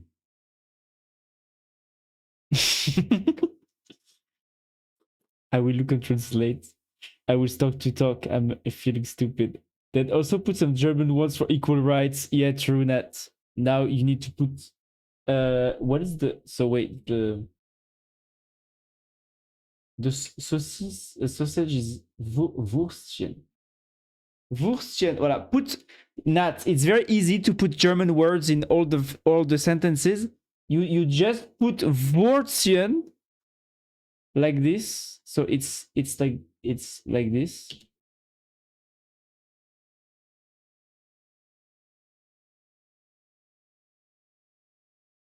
Okay. You just put sausage Würstchen everywhere. This is the secret to speaking in German. You just say Würstchen, Würstchen, Würstchen everywhere in every situation. It works, you know? Voilà. Poor little sausage. Du armes Würstchen. Poor little Würstchen. Up, it works, you know? That's the secret. Un very Würstchen. Voilà. You see? It works. You know? It is actually a real life German expression. You didn't know about it, but it exists. That this is how German works. Okay, you say something with sausage, and up, it exists. It's real. It's a real German expression. You know. I was trying to say a well-written video script. Okay. Yes, I am. You are. Even Yannick is a sausage. Everything is a sausage in German. You know. Everything is a sausage.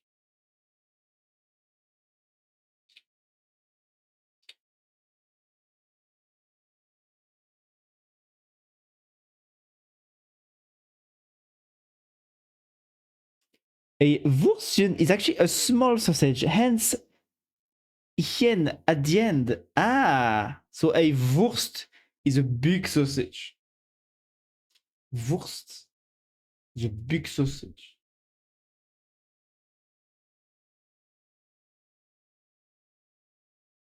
Ah, Luxembourger detected for Wurst. And he doesn't want to he doesn't want to say it. Look. So detect language, German. But Wurst, Luxembourgish detected, and now you cannot say it. What's going on there? What's going on in there? Ah, with you, not ooh, like this. Ah, worst. No, English. Wurst. Mm. Nahrungsmittel aus sehr kleinertem Fleisch mit ihrem Blut und Gewürzen, das in künstliche Darm geführt wird. Okay. Interesting.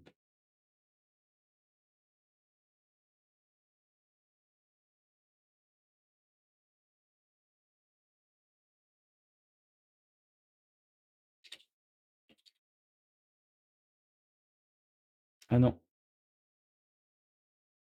Würstchen. It's funny how the U changes how you pronounce the chen, the shin, the yeah, the hien. Würstchen. Würstchen.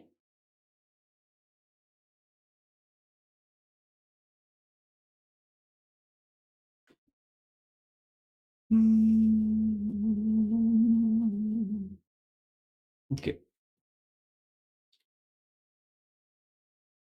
Alors, I need the image preview in the main page of the blog to also make the link clickable.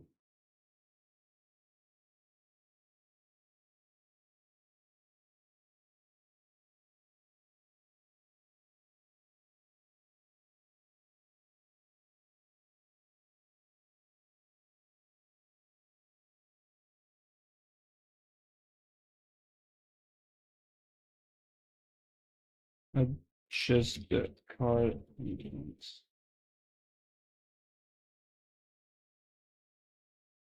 You don't have a word for small sausage in French. We have small sausage. No. I mean, the very small sausage we call those cocktail sausage. We say saucisse cocktail. Saucisse cocktail. It's a very small sausage, like this.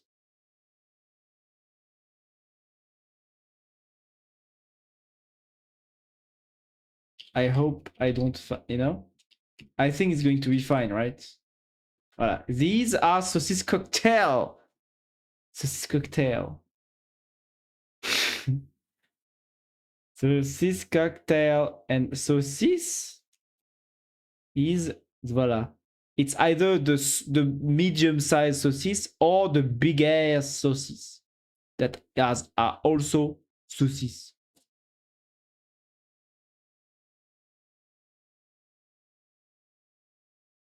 So yeah. You can actually put chen at the end of almost every noun to make it small. Ah, okay, nice. Nice. So petit pois, for example, in German would be something chien, right? Petit pois. Let me do that here. Petit pois in German. No chien. But it's because it's the French word also. Even though it's very small, huh? I guess it's the French stuff that. Yeah? Petit pois. Erbse.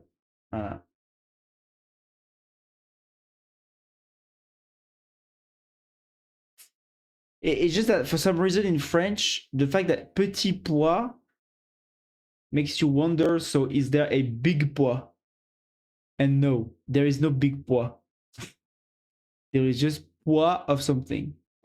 Pois d'Angole, pois cassé, pois. There's all kinds of pois, but there's only one petit pois, and this is this one.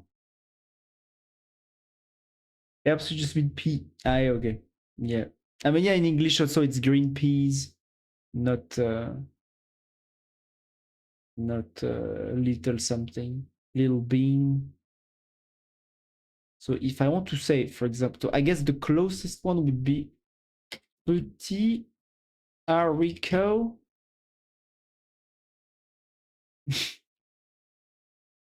What is this? If you put chen after it, it sounds like an S. It sounds like sh. Ah.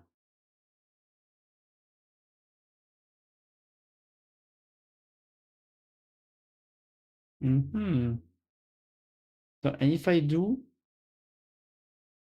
little bean? Ah oui. Kleine Bohne.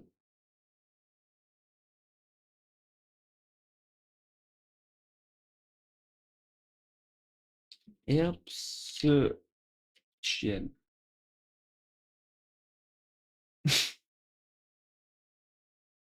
Voilà. That's my word. That's me.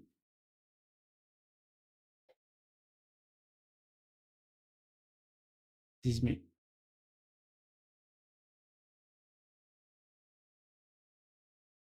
Petit pois. Vomir. Aïe aïe aïe. Aïe aïe aïe. Maybe it's too close. Maybe I'm sad. Sad. It doesn't work. Abstention.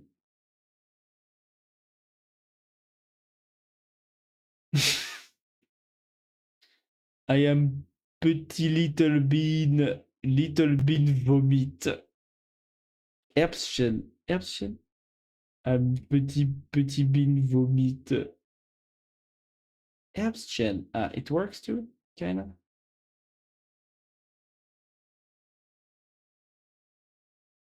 Oh yeah. Erbschen. So those are small peas, even smaller than average. Yeah. Look, that's me.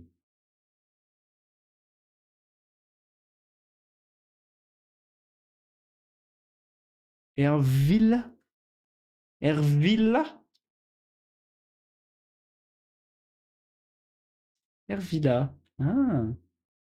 Ervilla and conserva. And what's the difference between Ervilla and Erbse? Ervilla. Ervilla. Portugaise.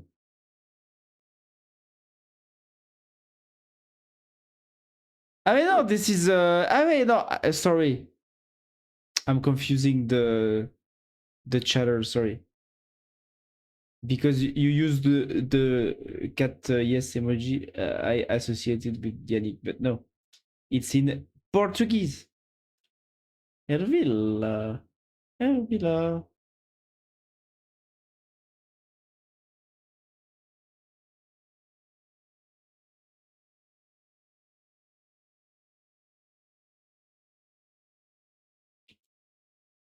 Ah voilà. Portuguese, Brazil. Erville. Erville. Erville. Ervillas. This is vague. No, Erville. It's more like Erville with a Spanish L. Erville. So I'm very bad at the types of L because in French we only have one L, you know? Erville, yes. Like in llama. Then yeah, but you see, to me, in French, llama is llama, you know? There is no llama, llama, llama, llama. You have one L. You don't have one L. This is bullshit. Mm-hmm. Erville, Elvirius. Elias, yeah. It's Elias, Elias. The idea you have in the start of the words, you have a lot of ways to the L. Okay, okay, okay.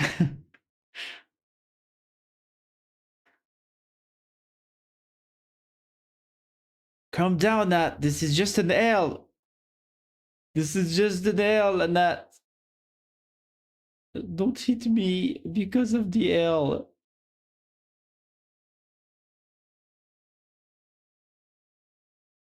I will not come down.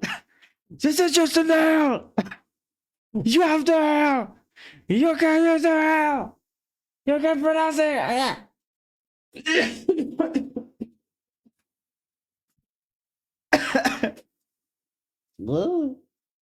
I almost died. I'm learning French and it's very hard for me. All the words I've ever heard. Yes.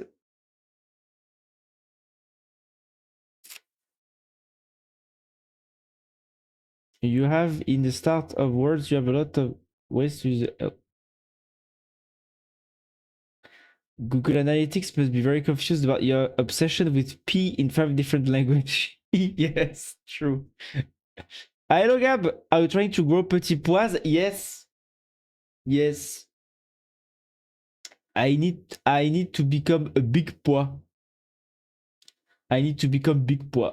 I am petit pois, I need to become big pois, you know? So I'm trying to see in what language is petit pois, you know?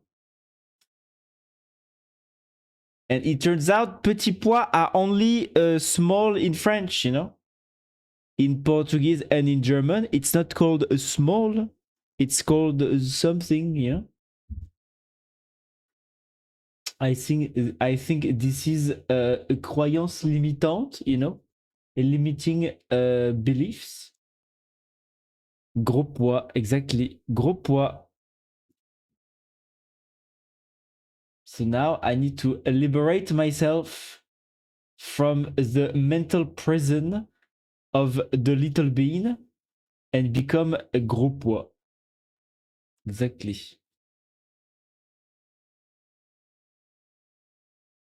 Exactly.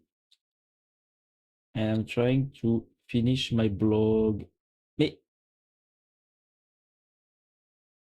it's still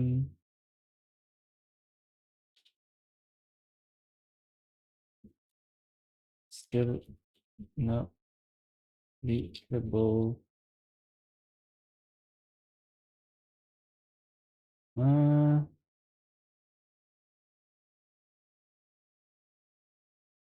For the post image previews. Well, you're good, Gab. How are you?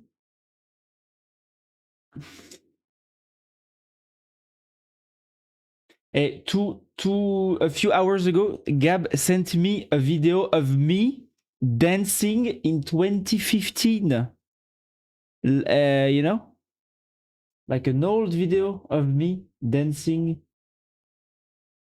in 2015, and I was like, I was twisting like I was dancing like twisting like a little worm. You know, I was like, it was quite funny. Let's see. Okay. Can I show Gab? 20, no, I said 2015. Yeah, okay.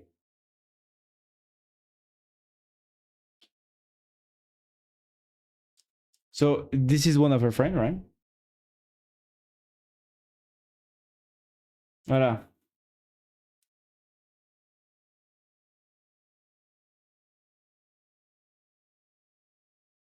No, this is not me. I'm coming next.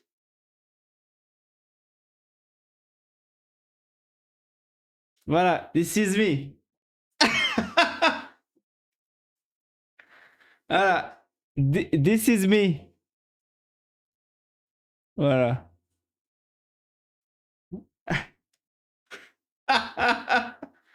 Voilà.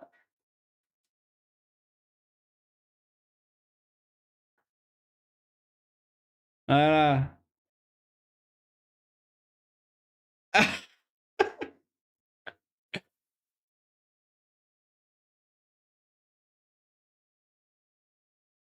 And I think I still had I had it was the period where I had a mustache. Voilà. Look. I still remembered my, you know, it was not long after I had my hip hop lessons, you know, so it was still a bit fresh. So I was like, I'm gonna show them, you know, pa pa pa pa pa. That's right, boom boom, hip hop. You had a mustache? Yes, I had a mustache. Yes, yes, yes. Let me find you. Oh, can I find those old those old photos? I don't remember. Wait a minute. I think I'm going to. Mm. Can I find those old photos? I have them somewhere. No, I don't have them right now.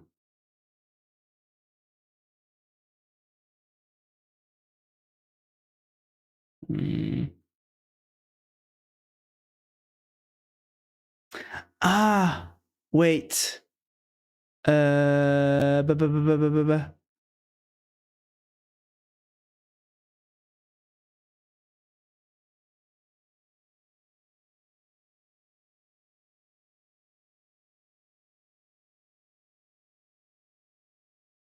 Ah non. Fuck. Yeah, so I had the mustache, and yeah, I think for like 1 or 2 years when I was, a student, I had a mustache. Attends, let me just search really quick. I know where those photos are. I just need to search a bit.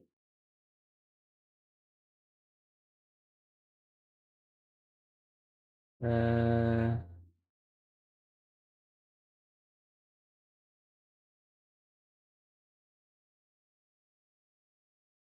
Here it is.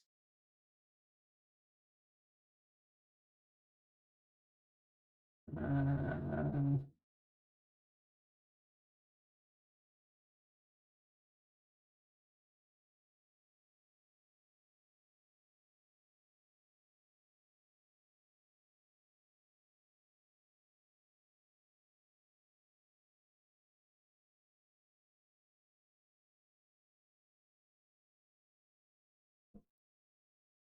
Maybe not. Hmm. It's very specific. Where do I have those photos? Ah, maybe, bon. I don't know right now.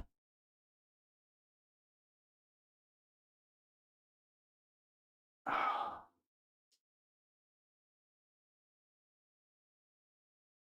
Hmm.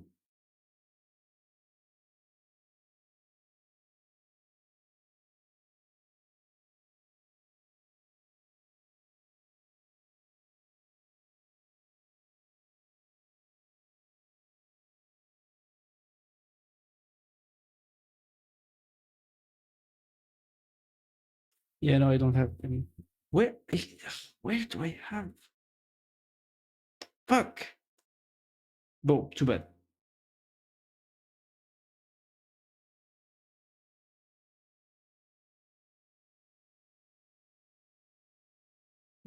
Yeah, I don't. Should have them somewhere.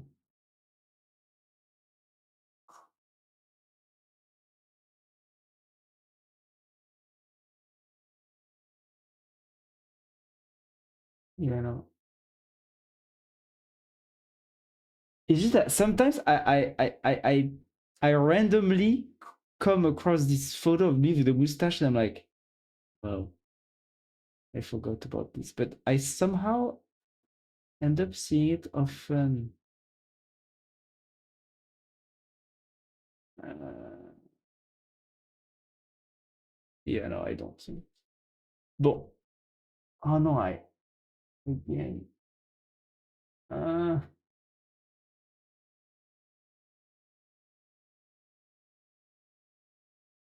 Up,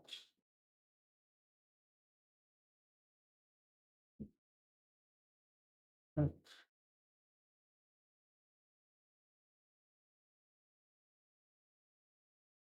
up. Yeah. Hmm. Ah yeah, by the way, I forgot to show you, but I also have I'm going to have thumbnails now. I'm going to have real thumbnails. I have a thumbnail system. I have an official thumbnail system. Look at this. This is like a test, right? You know? And this is generated.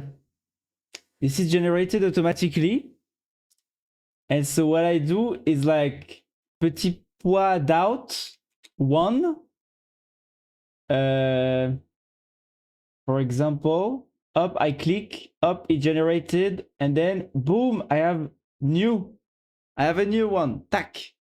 You see? Both for the shorts and the video, you know? Voilà. And I can write whatever I want. You know? And I don't need to manually like switch stuff around. Bon, I did that. I finished it this afternoon. Over, you know? Over. Over. It's over. It's done. Petit pois Italian 1. For example. No, it doesn't.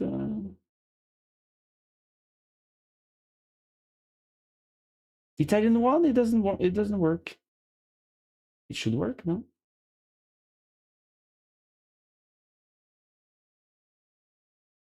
But wait a minute. Nice, yeah. You know. Access. Look at all those. Look at all those faces. Look at all. Look what I did. I did this yesterday or partly today too. Look at this. For the thumbnails, you know. For the thumbnails.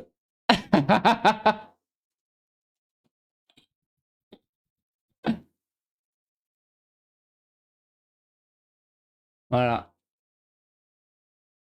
Voilà.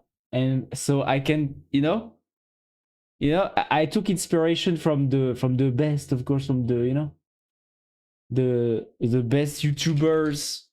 My main inspiration was like the Primogen, low level, and look like the one thing that is always funny to me is how low level just uses the same face everywhere. Look at this, it's the same face. It's the same face, you know? So yeah, you know, when something works, you can just reuse it. I feel like we need to integrate those pictures into the chat commands. Really? How can you do that? Like when you press a command, one of those appear on the screen or something? Did you see Micode systems to generate this too? He generates face too. No, I did not see. He made a video about this. He made a video. No, this is like his documentary, right? But I guess he like uses Nano Banana Pro or something, no? Well, even though I guess he might have used it way before, right? So yeah, he probably uses Stable Diffusion with like something. I mean, he used to. Or just Photoshop also. Ah yes, okay, yeah. Commands and we see, okay, but this is some work I will do later. But yeah, okay, why not? Like reaction shocked and then it pops out on the screen. Yeah, okay. Reaction shocked. Yeah. Yeah, it could be possible. I think. Yeah. Yeah. I could even integrate it to the overlay, I guess. You know?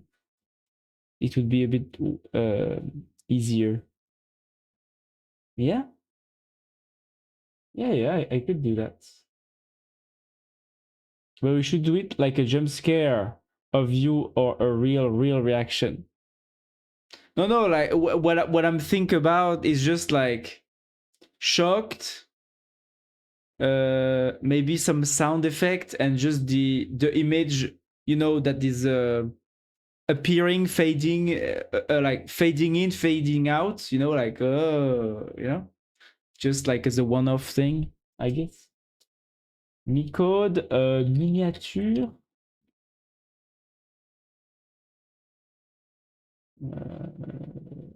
Yeah. Ah! Oh my god, I forgot about this. Oh, fuck. Ah! Oh my god, I forgot about this.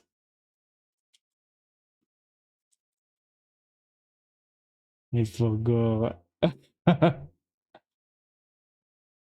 Be funny if it's a giant jump scare. Of course, Yannick. If it's not a giant jump scare, it's not funny, of course. Okay, thank you. Thank you, Gab.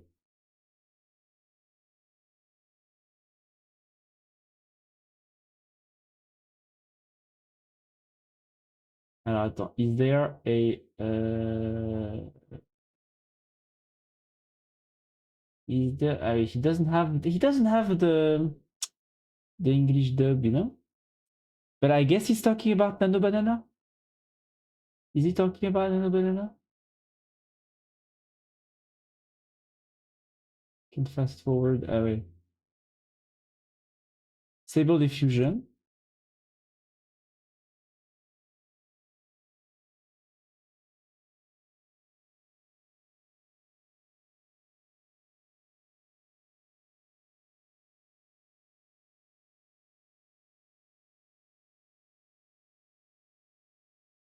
Ah voilà, Nano Banana, ouais.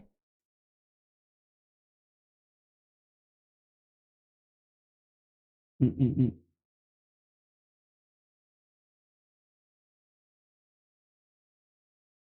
I mean, yeah, Nano Banana is very good at these kinds of in-place editing. To add elements, Nano Banana is not that good, but I guess, yeah, if you want to, you know, edit, like Nano Banana is really similar to, yeah, a good Photoshop, but in place, you know? Yeah. Can change.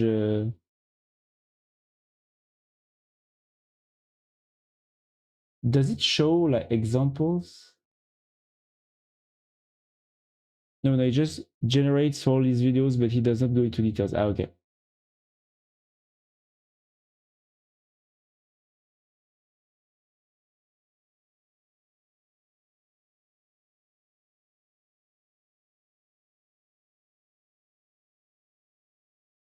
Hmm. Me with the credit card.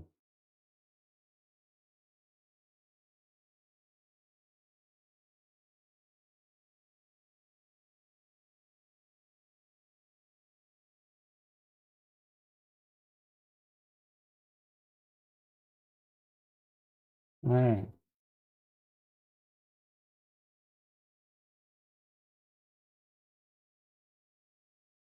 Euh,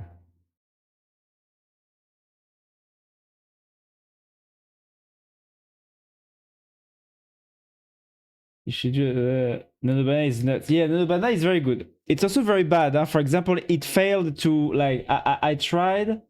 I can show you AI Studio. I tried to. Is it this one? No. I tried. Yeah. I tried to make an emote with Nano Banana Pro and it failed. So basically, I had this, but I wanted it to be, I don't know, is it like this? I wanted it to be more like another. Voilà. Voilà. Basically, I had this and I wanted it to look more like this, you know, because this is the canonical emoji that everyone is using. So I just wanted this to look more like this being, you know, a similar version. But it generated this, which is pretty good, but also not what I wanted, you know? So yeah. And so I tried to ask it to modify, but it was a bit weird, you know?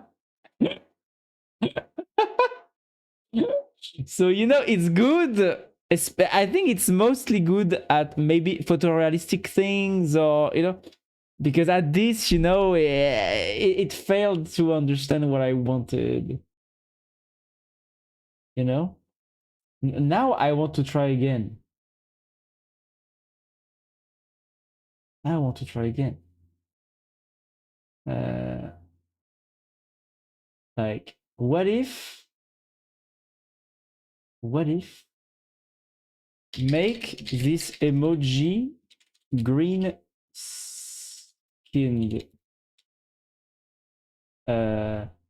What is my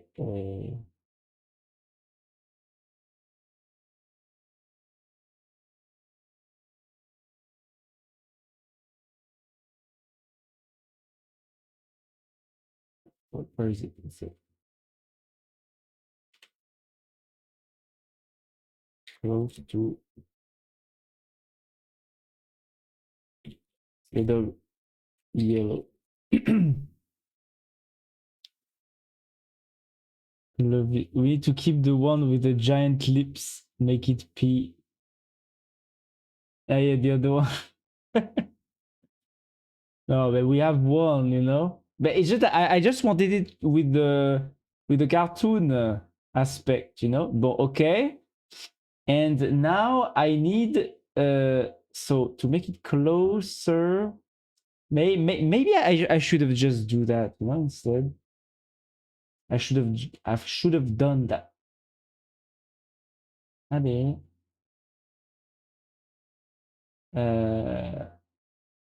So I need to. How do you call the this? Like it's the cheeks. Yeah, like pink cheeks, pink cheek, right? Pink cheek. Oula, maybe I shouldn't put that in Google. Uh, blush. Ah ouais, voilà, blush. Yeah, yeah, blush on the cheeks. Okay, add red. I mean pinkish, reddish. Ah no, fuck.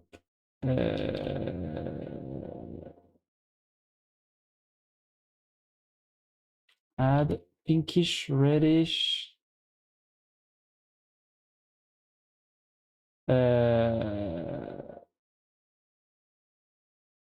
Dots on the cheeks. On the face cheeks. You can say, I have big cheeks. Come hug my big cheeks, guys. Ah no, fuck. What did I say? Blush dots. Add some blush below the eyes. Yeah, maybe. Dots. Yeah, I mean, because I want it to be like you know, the cartoon, but bon. Yeah, stuff. Yeah. Yeah. Shine. Look like freckles. I mean, it's okay. Just make the blush uh, wider.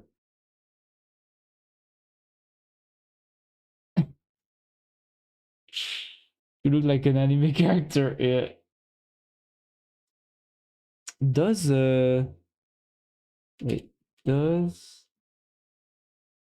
attends, let me gigantify the emotes to the base. It's this. That's the base. Oula. Well, a bit wider. Not.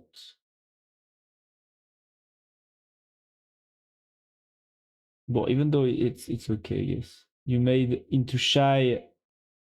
Ah, yeah, true. True, it looks shy now. Well, it's like sad shy. Is that shy? Oh, whoa.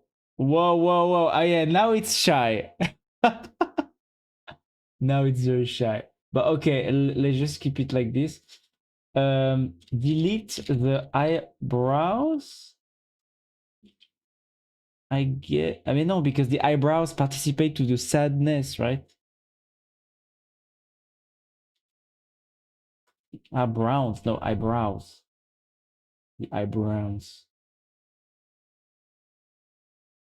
Delete the eyebrows.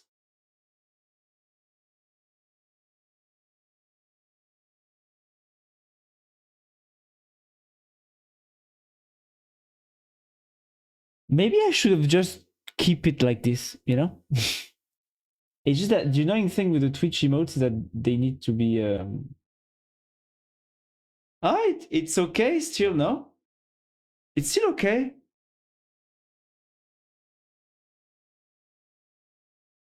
Hmm?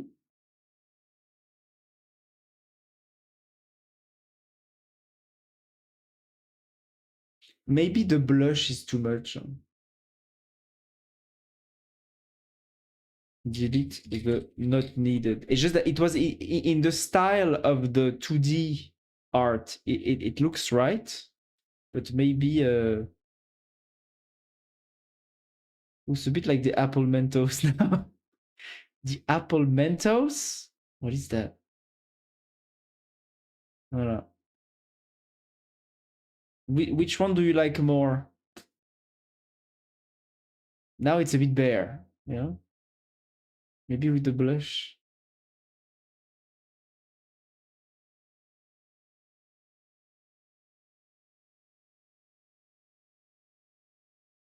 Maybe the eyebrows were okay, actually. Because now he looks like lost, you know, he's like watching, you know, into the emptiness, you know? He's not like sad. The eyebrows were good. Yeah, yeah, I agree. Blush eyebrows like this. Blush eyebrows or blush not eyebrows. Wait, I can do something now. Where do I do that? Fuck. Okay, blush. Which blush plus eyebrows?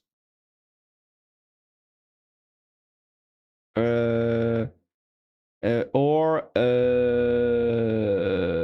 eyebrow blush, no eyebrows,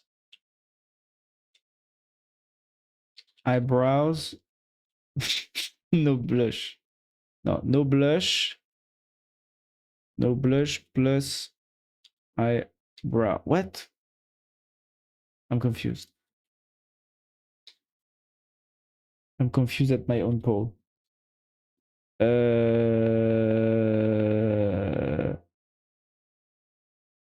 Okay. Is the poll on? I'm not sure. Blush eyebrows, blush, no eyebrows, no blush eyebrows. Make the eyebrows blush. Yes, right? You can vote now. Vote now. Vote now.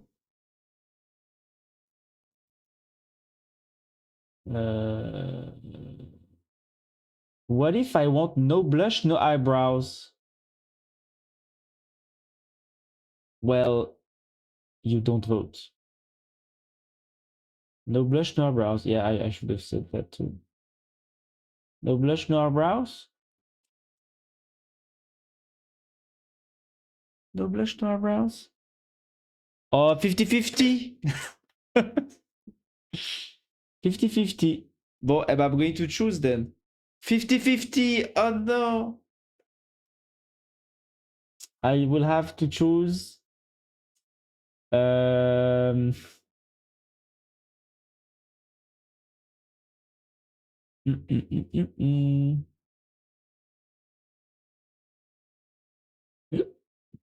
Mm.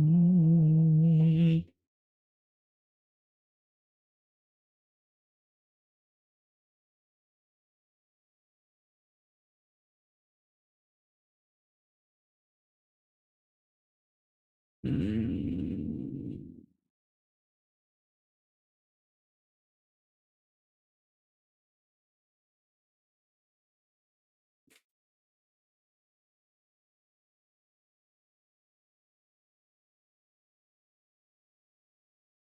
I would choose without blush, so without brow, just because it. Yeah, this one is more shy, right? And this one is sage. So yeah. And now I need to make it. I need to I need to resize JPEG.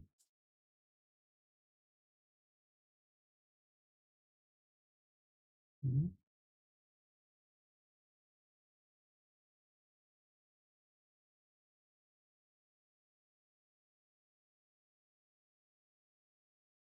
Generate.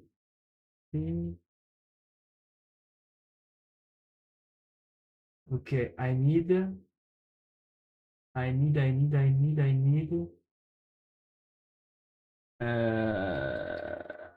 I need. Eh?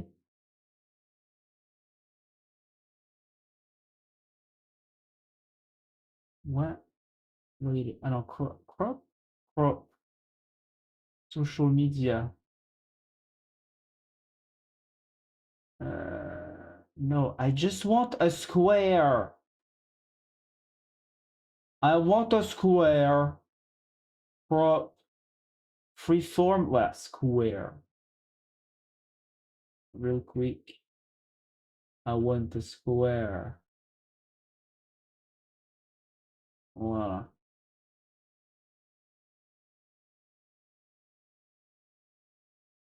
Hmm?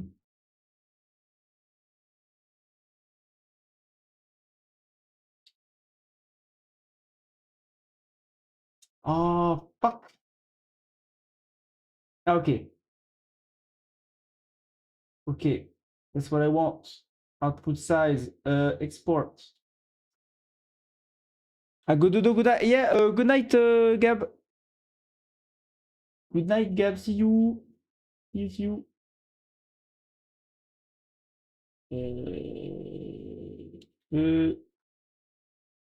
Name. Petit pot sage. Okay. New emote.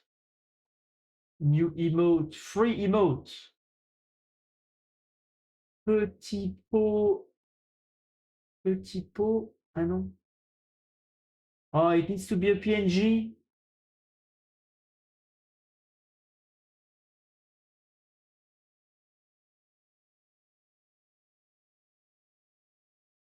Petit. Hein? We should do petit. Petit is for me. Yes. Wait, where is petit pot? Mais. Hmm? Petit pot. Petit high. Petit. What's that there?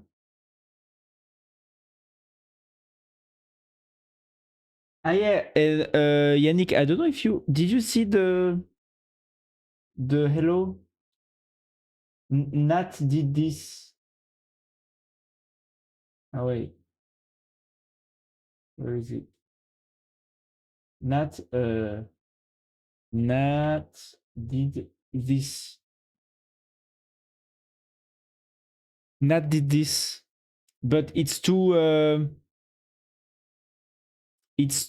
fast and it's not square, so it doesn't fit in Twitch. So I will have to to re-engineer it.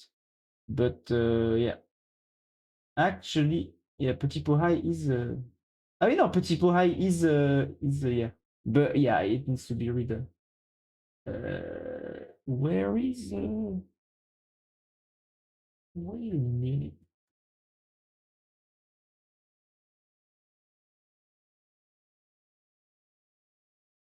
Petit pot sage.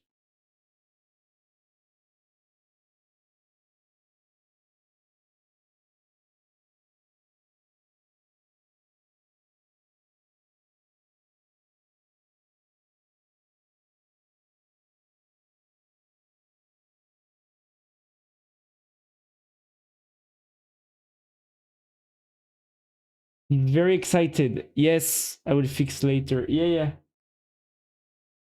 Yeah. Oh fuck. Now I need to do JPEG, PNG.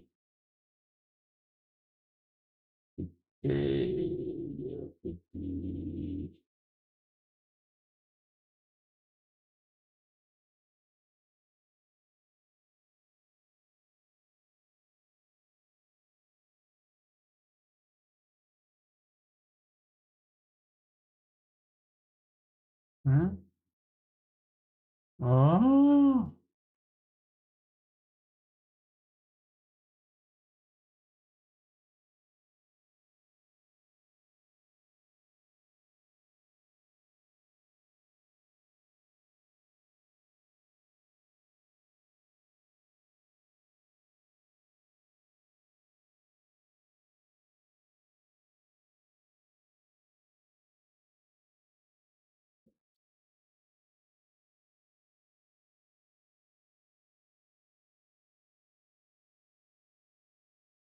Okay.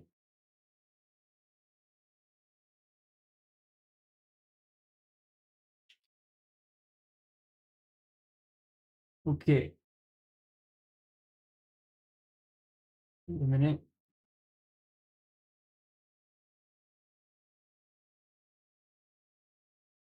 3, 2, 1. Allez. Ouais. Okay, successfully. Successful. So it should work. Petit pot sage. Voilà. Here it is. Petit pot sage. Petit pot sage. Here it is. It's there. I just changed the color after all. You know, I wanted to do something. Voilà. Voilà. So now we have the petit pot sage and the resting beach face too.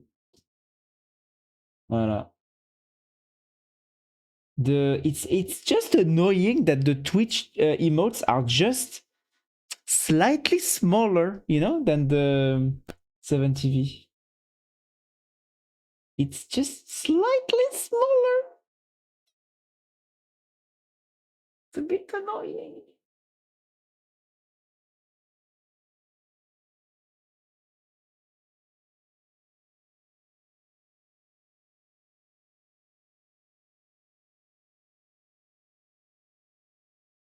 Maybe I should just even crop it for the sake.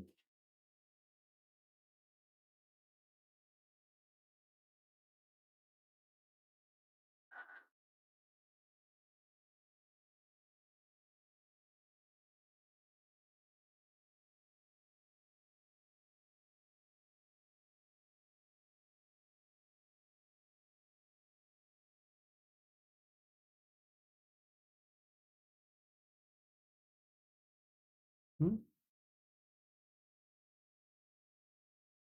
Oh.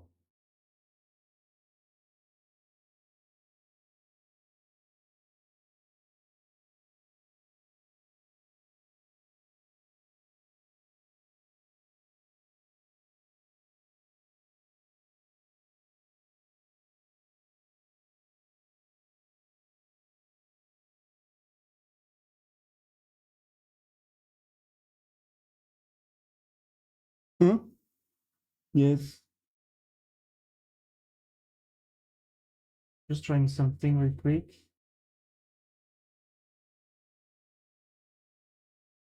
Just because it annoys me that it's so small.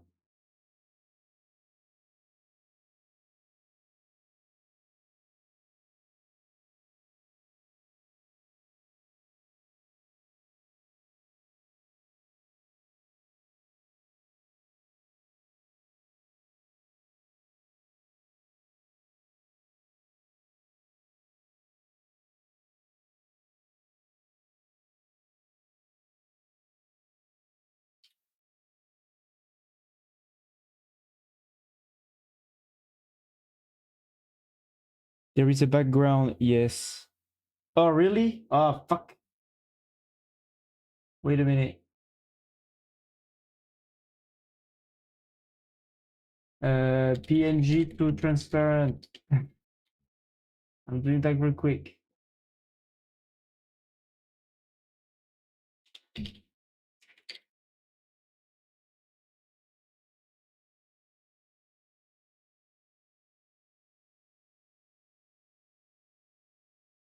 Uh,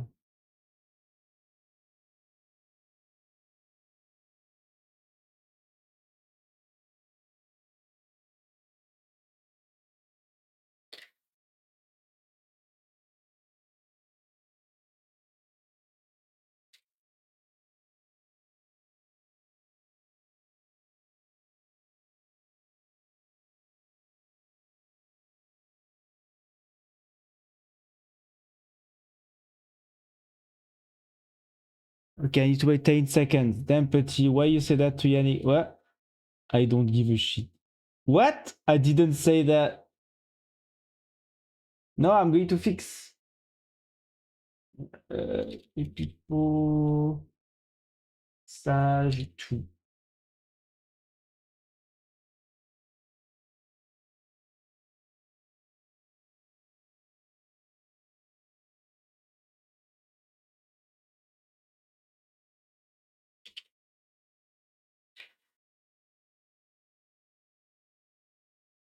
Okay, new one.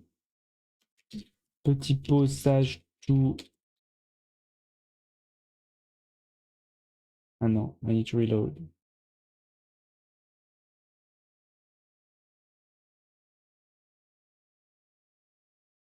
Voilà, this one is slightly. Where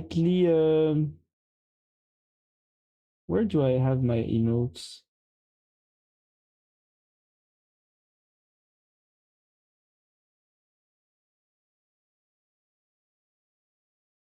My Twitch emotes, I don't have them here. Alright, there's so many 70 emotes.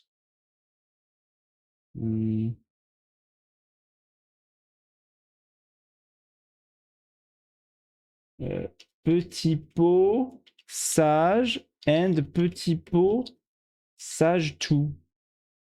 Voilà, and the second doesn't have the background. It's a bit better, no? Is it better? It's just that bon, the hands are a bit cropped, but you know, we didn't have a choice. It's slightly bigger. It's still not as big as the other one, huh? As the Sage. Sage. Now Yannick is mocking me. Ah, voilà. Now you are all using Petit pot Sage 2. Yeah, it's still bigger.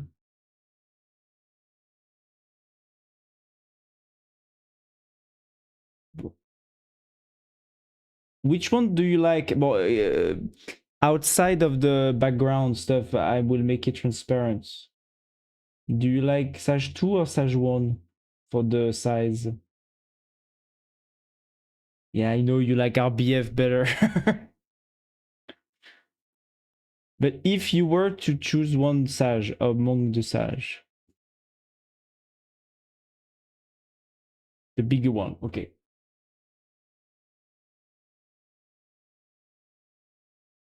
Can I rename it? No. Remote attribution.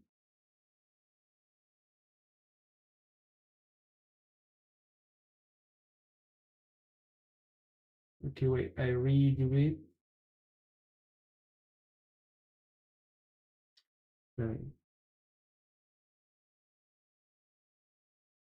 Hop, voilà. So now there's only one. Petit pot, Sage. Voilà. Voilà. Can if you want to see it. You really, I don't know. Oh, wait, no, wait, I need to reload.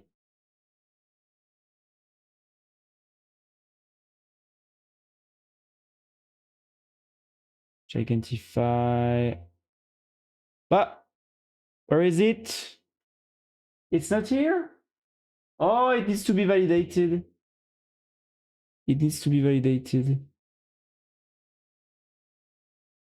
Now Yannick is mocking me and mugging me, petit poussage. Wait, it needs to be validated. Pending approval.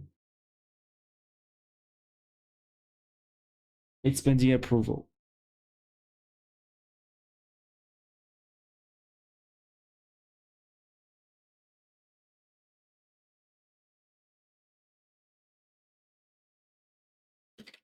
Petit pot, sage, satin. No. Pending approval. You can only do so much, I guess.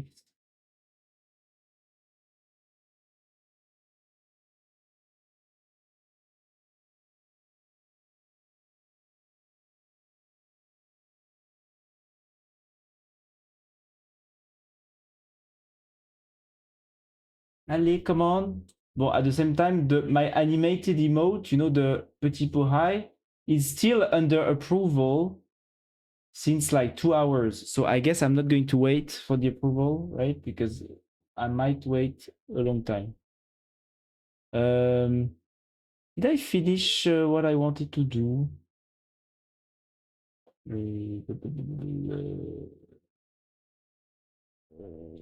Did I finish everything? I wanted this. Mais it's not.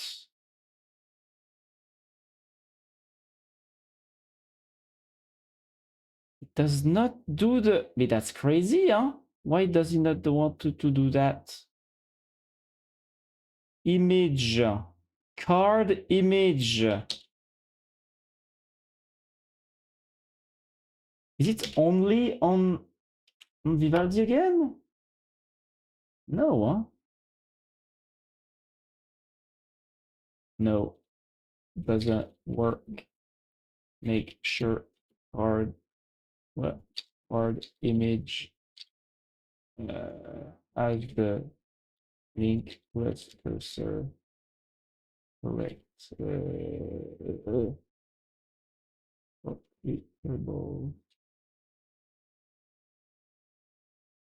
Petit pot sage. Yeah. It's petit pot sage that we can't do petit pot sage. It's pretty sage that we can't do petit pot sage.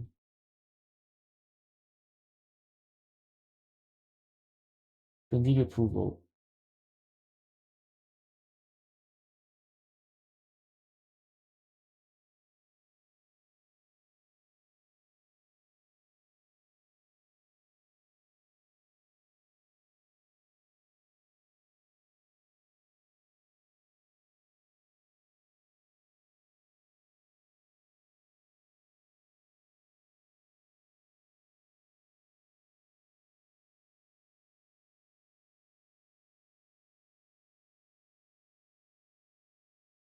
After that, I will leave because it's late. It's too late.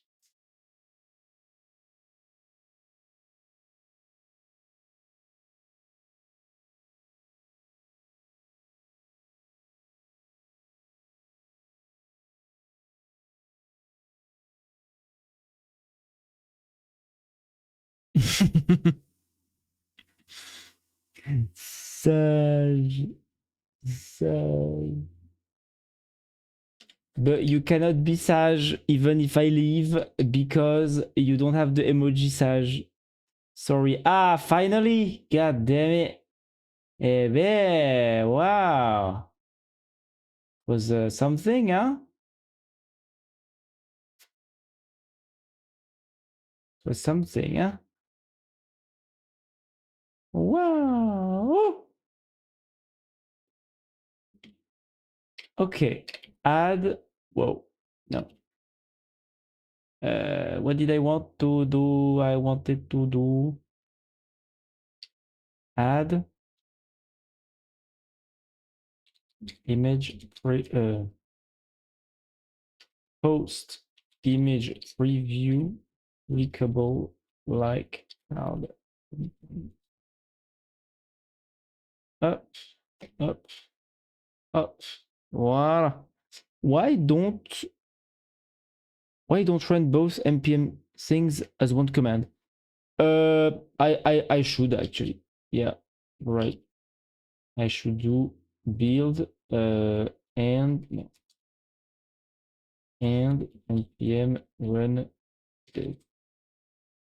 Yes, good. You know, sometimes you do things without thinking. So yeah. Wait a minute. But what the fuck? Oh, it's still there's a part of the card that's the for the love of God. Ah, wait. Is oui, maybe if I click oui. Yes or no? No, I guess it's okay. Yeah, for the tags. No, actually it's legit. Hmm. What is that?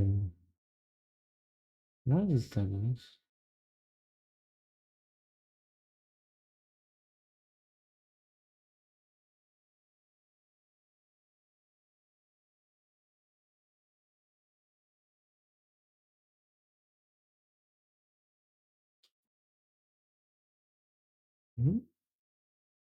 Wait a minute. Wait a minute. I like align the tag pages like and others with the main page when it comes to the design of the postcards with the image preview, etc. It should just be the same, basically. Also check the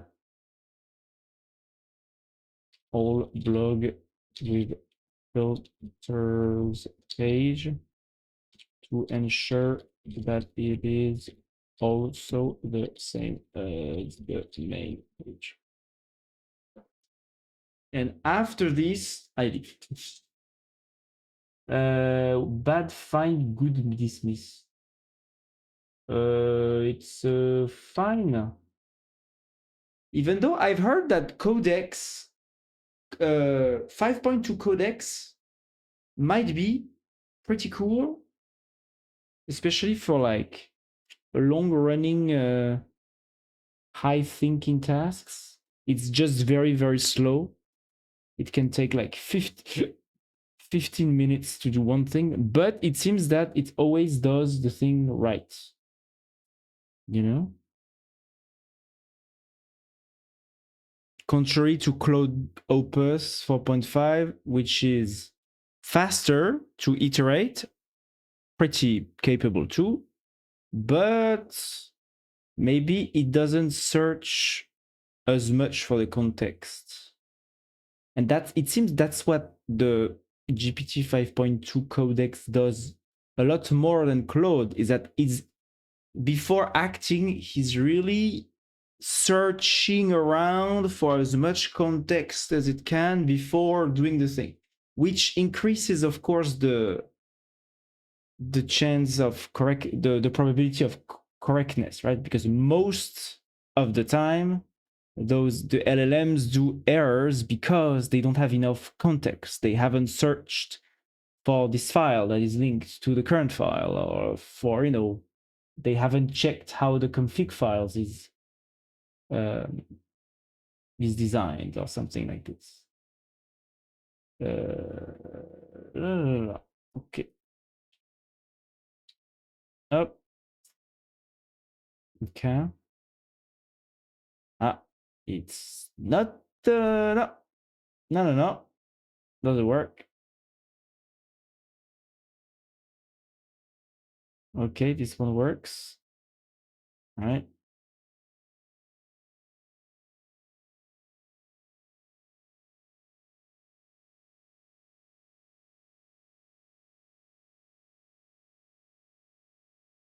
Hmm.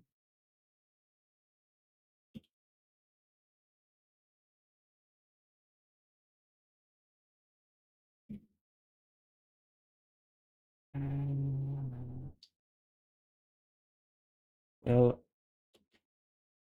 for example, has had no changes. Please align with the rest. Images, previews. And I've heard in the last few days that people have been complaining that Claude Opus is dumber than usual, and now getting this, maybe I agree now. You know, it's my blog will die again this month. To die, oui, Yannick. Zja. Zja. Is petit pot sage real? No. No. Come on, validate my fucking emote. Ah. I'm using free services. I just have 100 hours per month. Ah, yes, and you are pinging. You are pinging so that it's up, right? So it's not going. So because you are pinging, yeah, it eats the 100 hours, I guess. I see. Yeah. Bon, okay. God damn it! What's wrong with him? Is it stupid? Opus is stupid? No, still not. Investigate more. Ultra think. No longer does anything.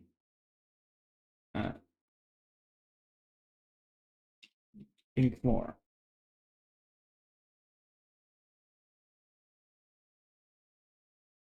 If I not ping, the website takes like 10 minutes to open. Yeah. I mean, yeah, yeah, I understand.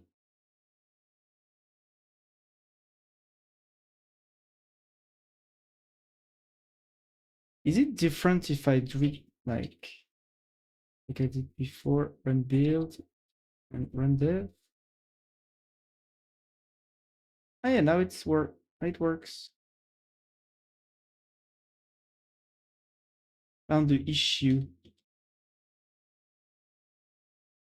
I guess it was a legitimate issue. Yeah. Yeah, it was a legitimate issue. Yeah. Well, this is the rest is Vivaldi. Yeah. Okay, good.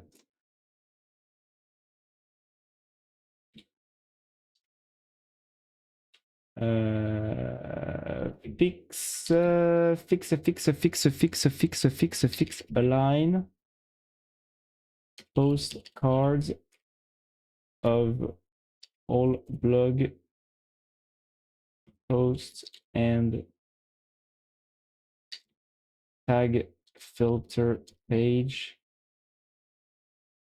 Mais why do I have separate pages?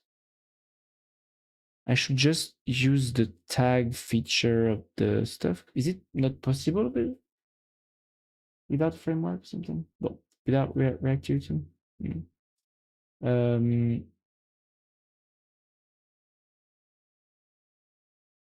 One main page.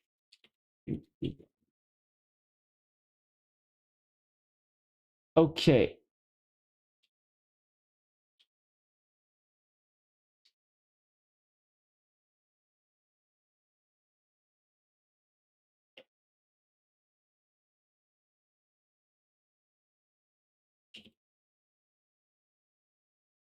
Okay, dash PDP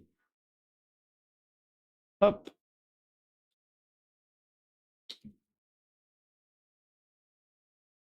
And I push. And I push and I push and I push. If I not ping the website, this is my OC what you get, Yannick. Look at this nice message ChatGPT wrote to me. Oh, whoa. Really?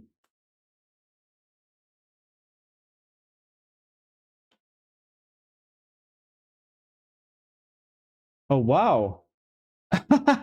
That's a very nice message. Is it like the ChatGPT 5? Is it the... It's the free version, right? Oh, hey, I've never seen ChatGPT do this before. Oh, except like the very, very, very early, I've never seen something like it's something that Mistral would do, like Mistral small, back in the day. But I've never seen ChatGPT do this. What the hell?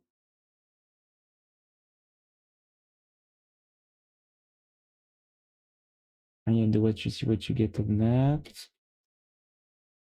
Ah, yeah, that's pretty cool. Yeah, that's pretty cool.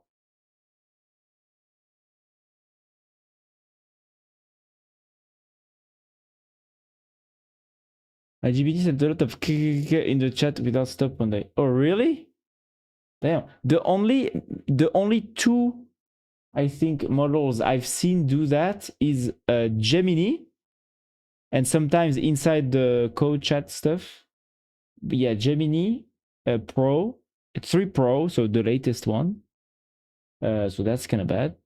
And Mistral Small, but the Mistral Small of way before, not the recent one. So that's weird.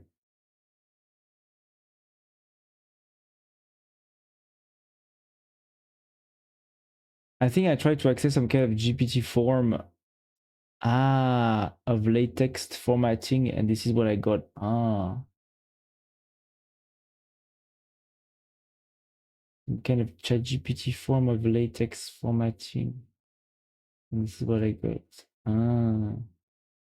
Yeah. Yeah, I mean, I remember once I tried to make it write latex, and it struggled, I remember. So maybe, yeah, the latex training data is not that good for the output. Yeah. Alors, petit pour.com. Ah, yeah, but I have the cache.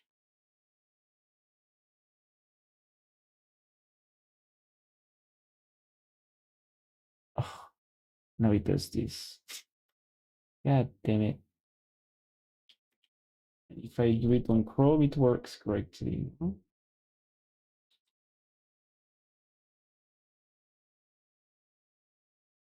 I mean, on Chrome, it's monochrome too. Oh. I mean, I think it's because it's the cache. Let me go on Cloudflare real quick.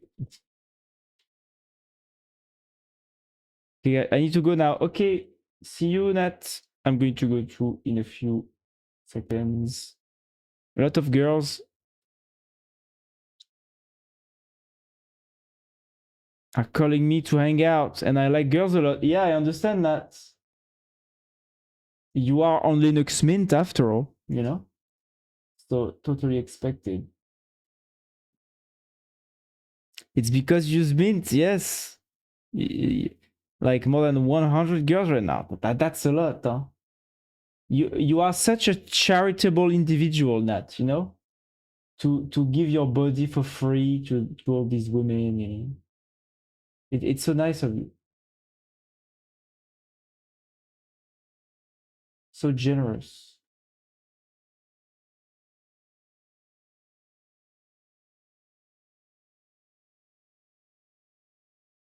Let me purge. Ah, okay, now it works. Okay. Oh, it's still not. Ah, no.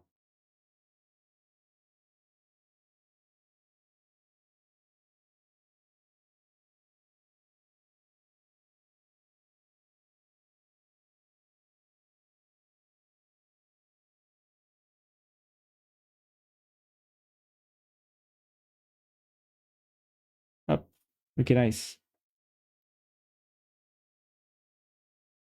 I know I'm. So it's not fanboy calling? Yes, Yannick, just girls, beautiful girls. I know I'm a philanthropist. Yeah.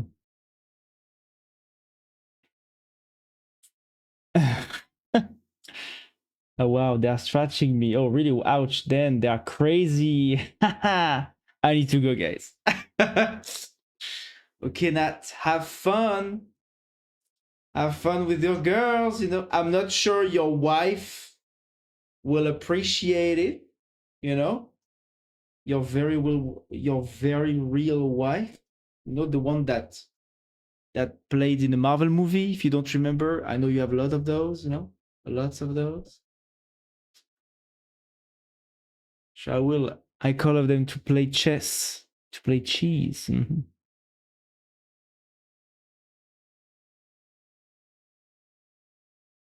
I will mess this girl right now. By the way, what is this, Alex?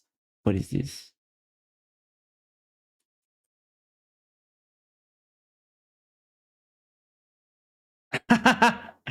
Yes. Um, yes. It turns out that I do want Hello Kitty Island Adventure. Okay. I just want this game. Okay.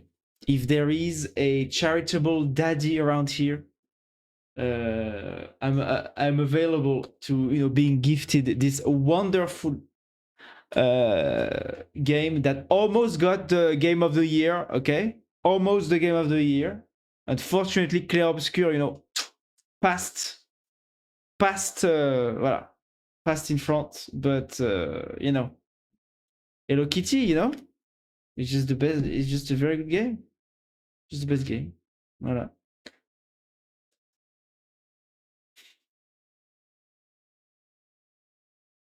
We'll go to a LAN house after the chess. Then they don't know what will happen after here. This is a really good game, though. Yeah. What is this emote? Cat arm. Cat arm.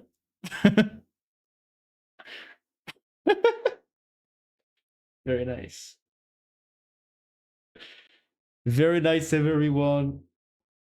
I will leave now. I will leave you. Go to sleep, of course. You all go to sleep now. You too? No, not me. I mean, I'm leaving. Yes, but I will not sleep with the girls. No. No. I don't do that. I am a pure individual. Okay. I keep myself until marriage. Okay. Voilà. So yeah, I'm waiting until I get marriage. I get to marriage. I'm getting married until you know. We should sleep. Night is a kid, bro. Night is a kid. What? Maybe Nat can invite you to his Nat Island. Wow. First the Epstein Island, then the Nat Island. Whoa. You know? Then Barba N-word. Barba N-word is going to come to Nat's Island with all the girls. I don't want to know what happens there. I will put these girls in her places. Is Bill Trump invited too? Bill Trump? Who is Bill Trump? Bill Trump?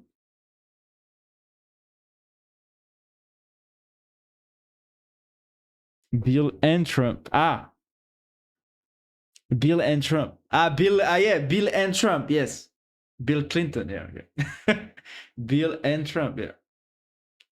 Of course. Of course. I'm saying that I will call a taxi for all these girls to get safe in her house. Okay. I see. I see. Very nice. Very nice. But good night. Ciao. See you. I'm a goodbying now. And for the goodbye, I will put maybe if the emote has been validated. No, it hasn't. So I will put the most wonderful emote I have except for Sage, which is this one. I can't send multiple, just one. Up. Why do you look like this guy? What? Hello, Nufik. I'm just leaving.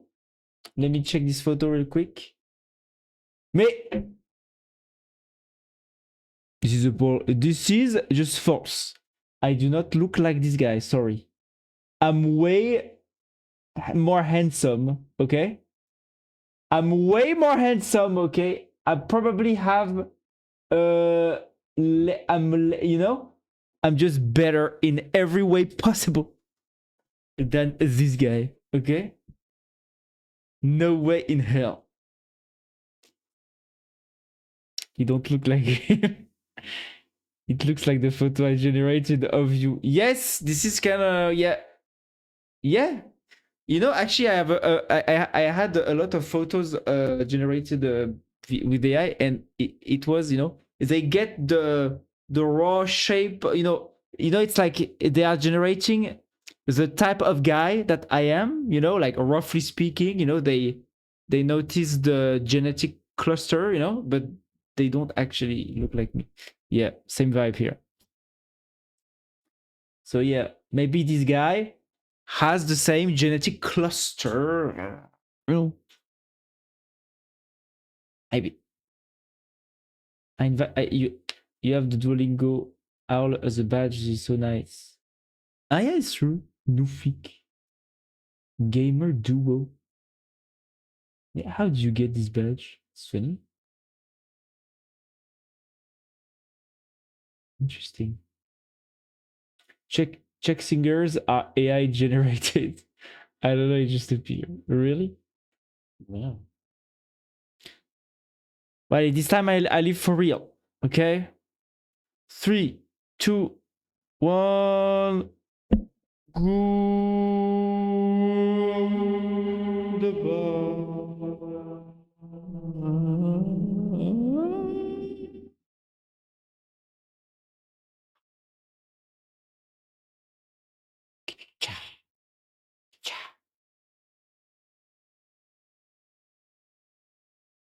And see you and goodbye, Nufik. See you. See you. Good night, good morning, and goodbye also. Voilà. And now I live for real. Oops, sorry. Use.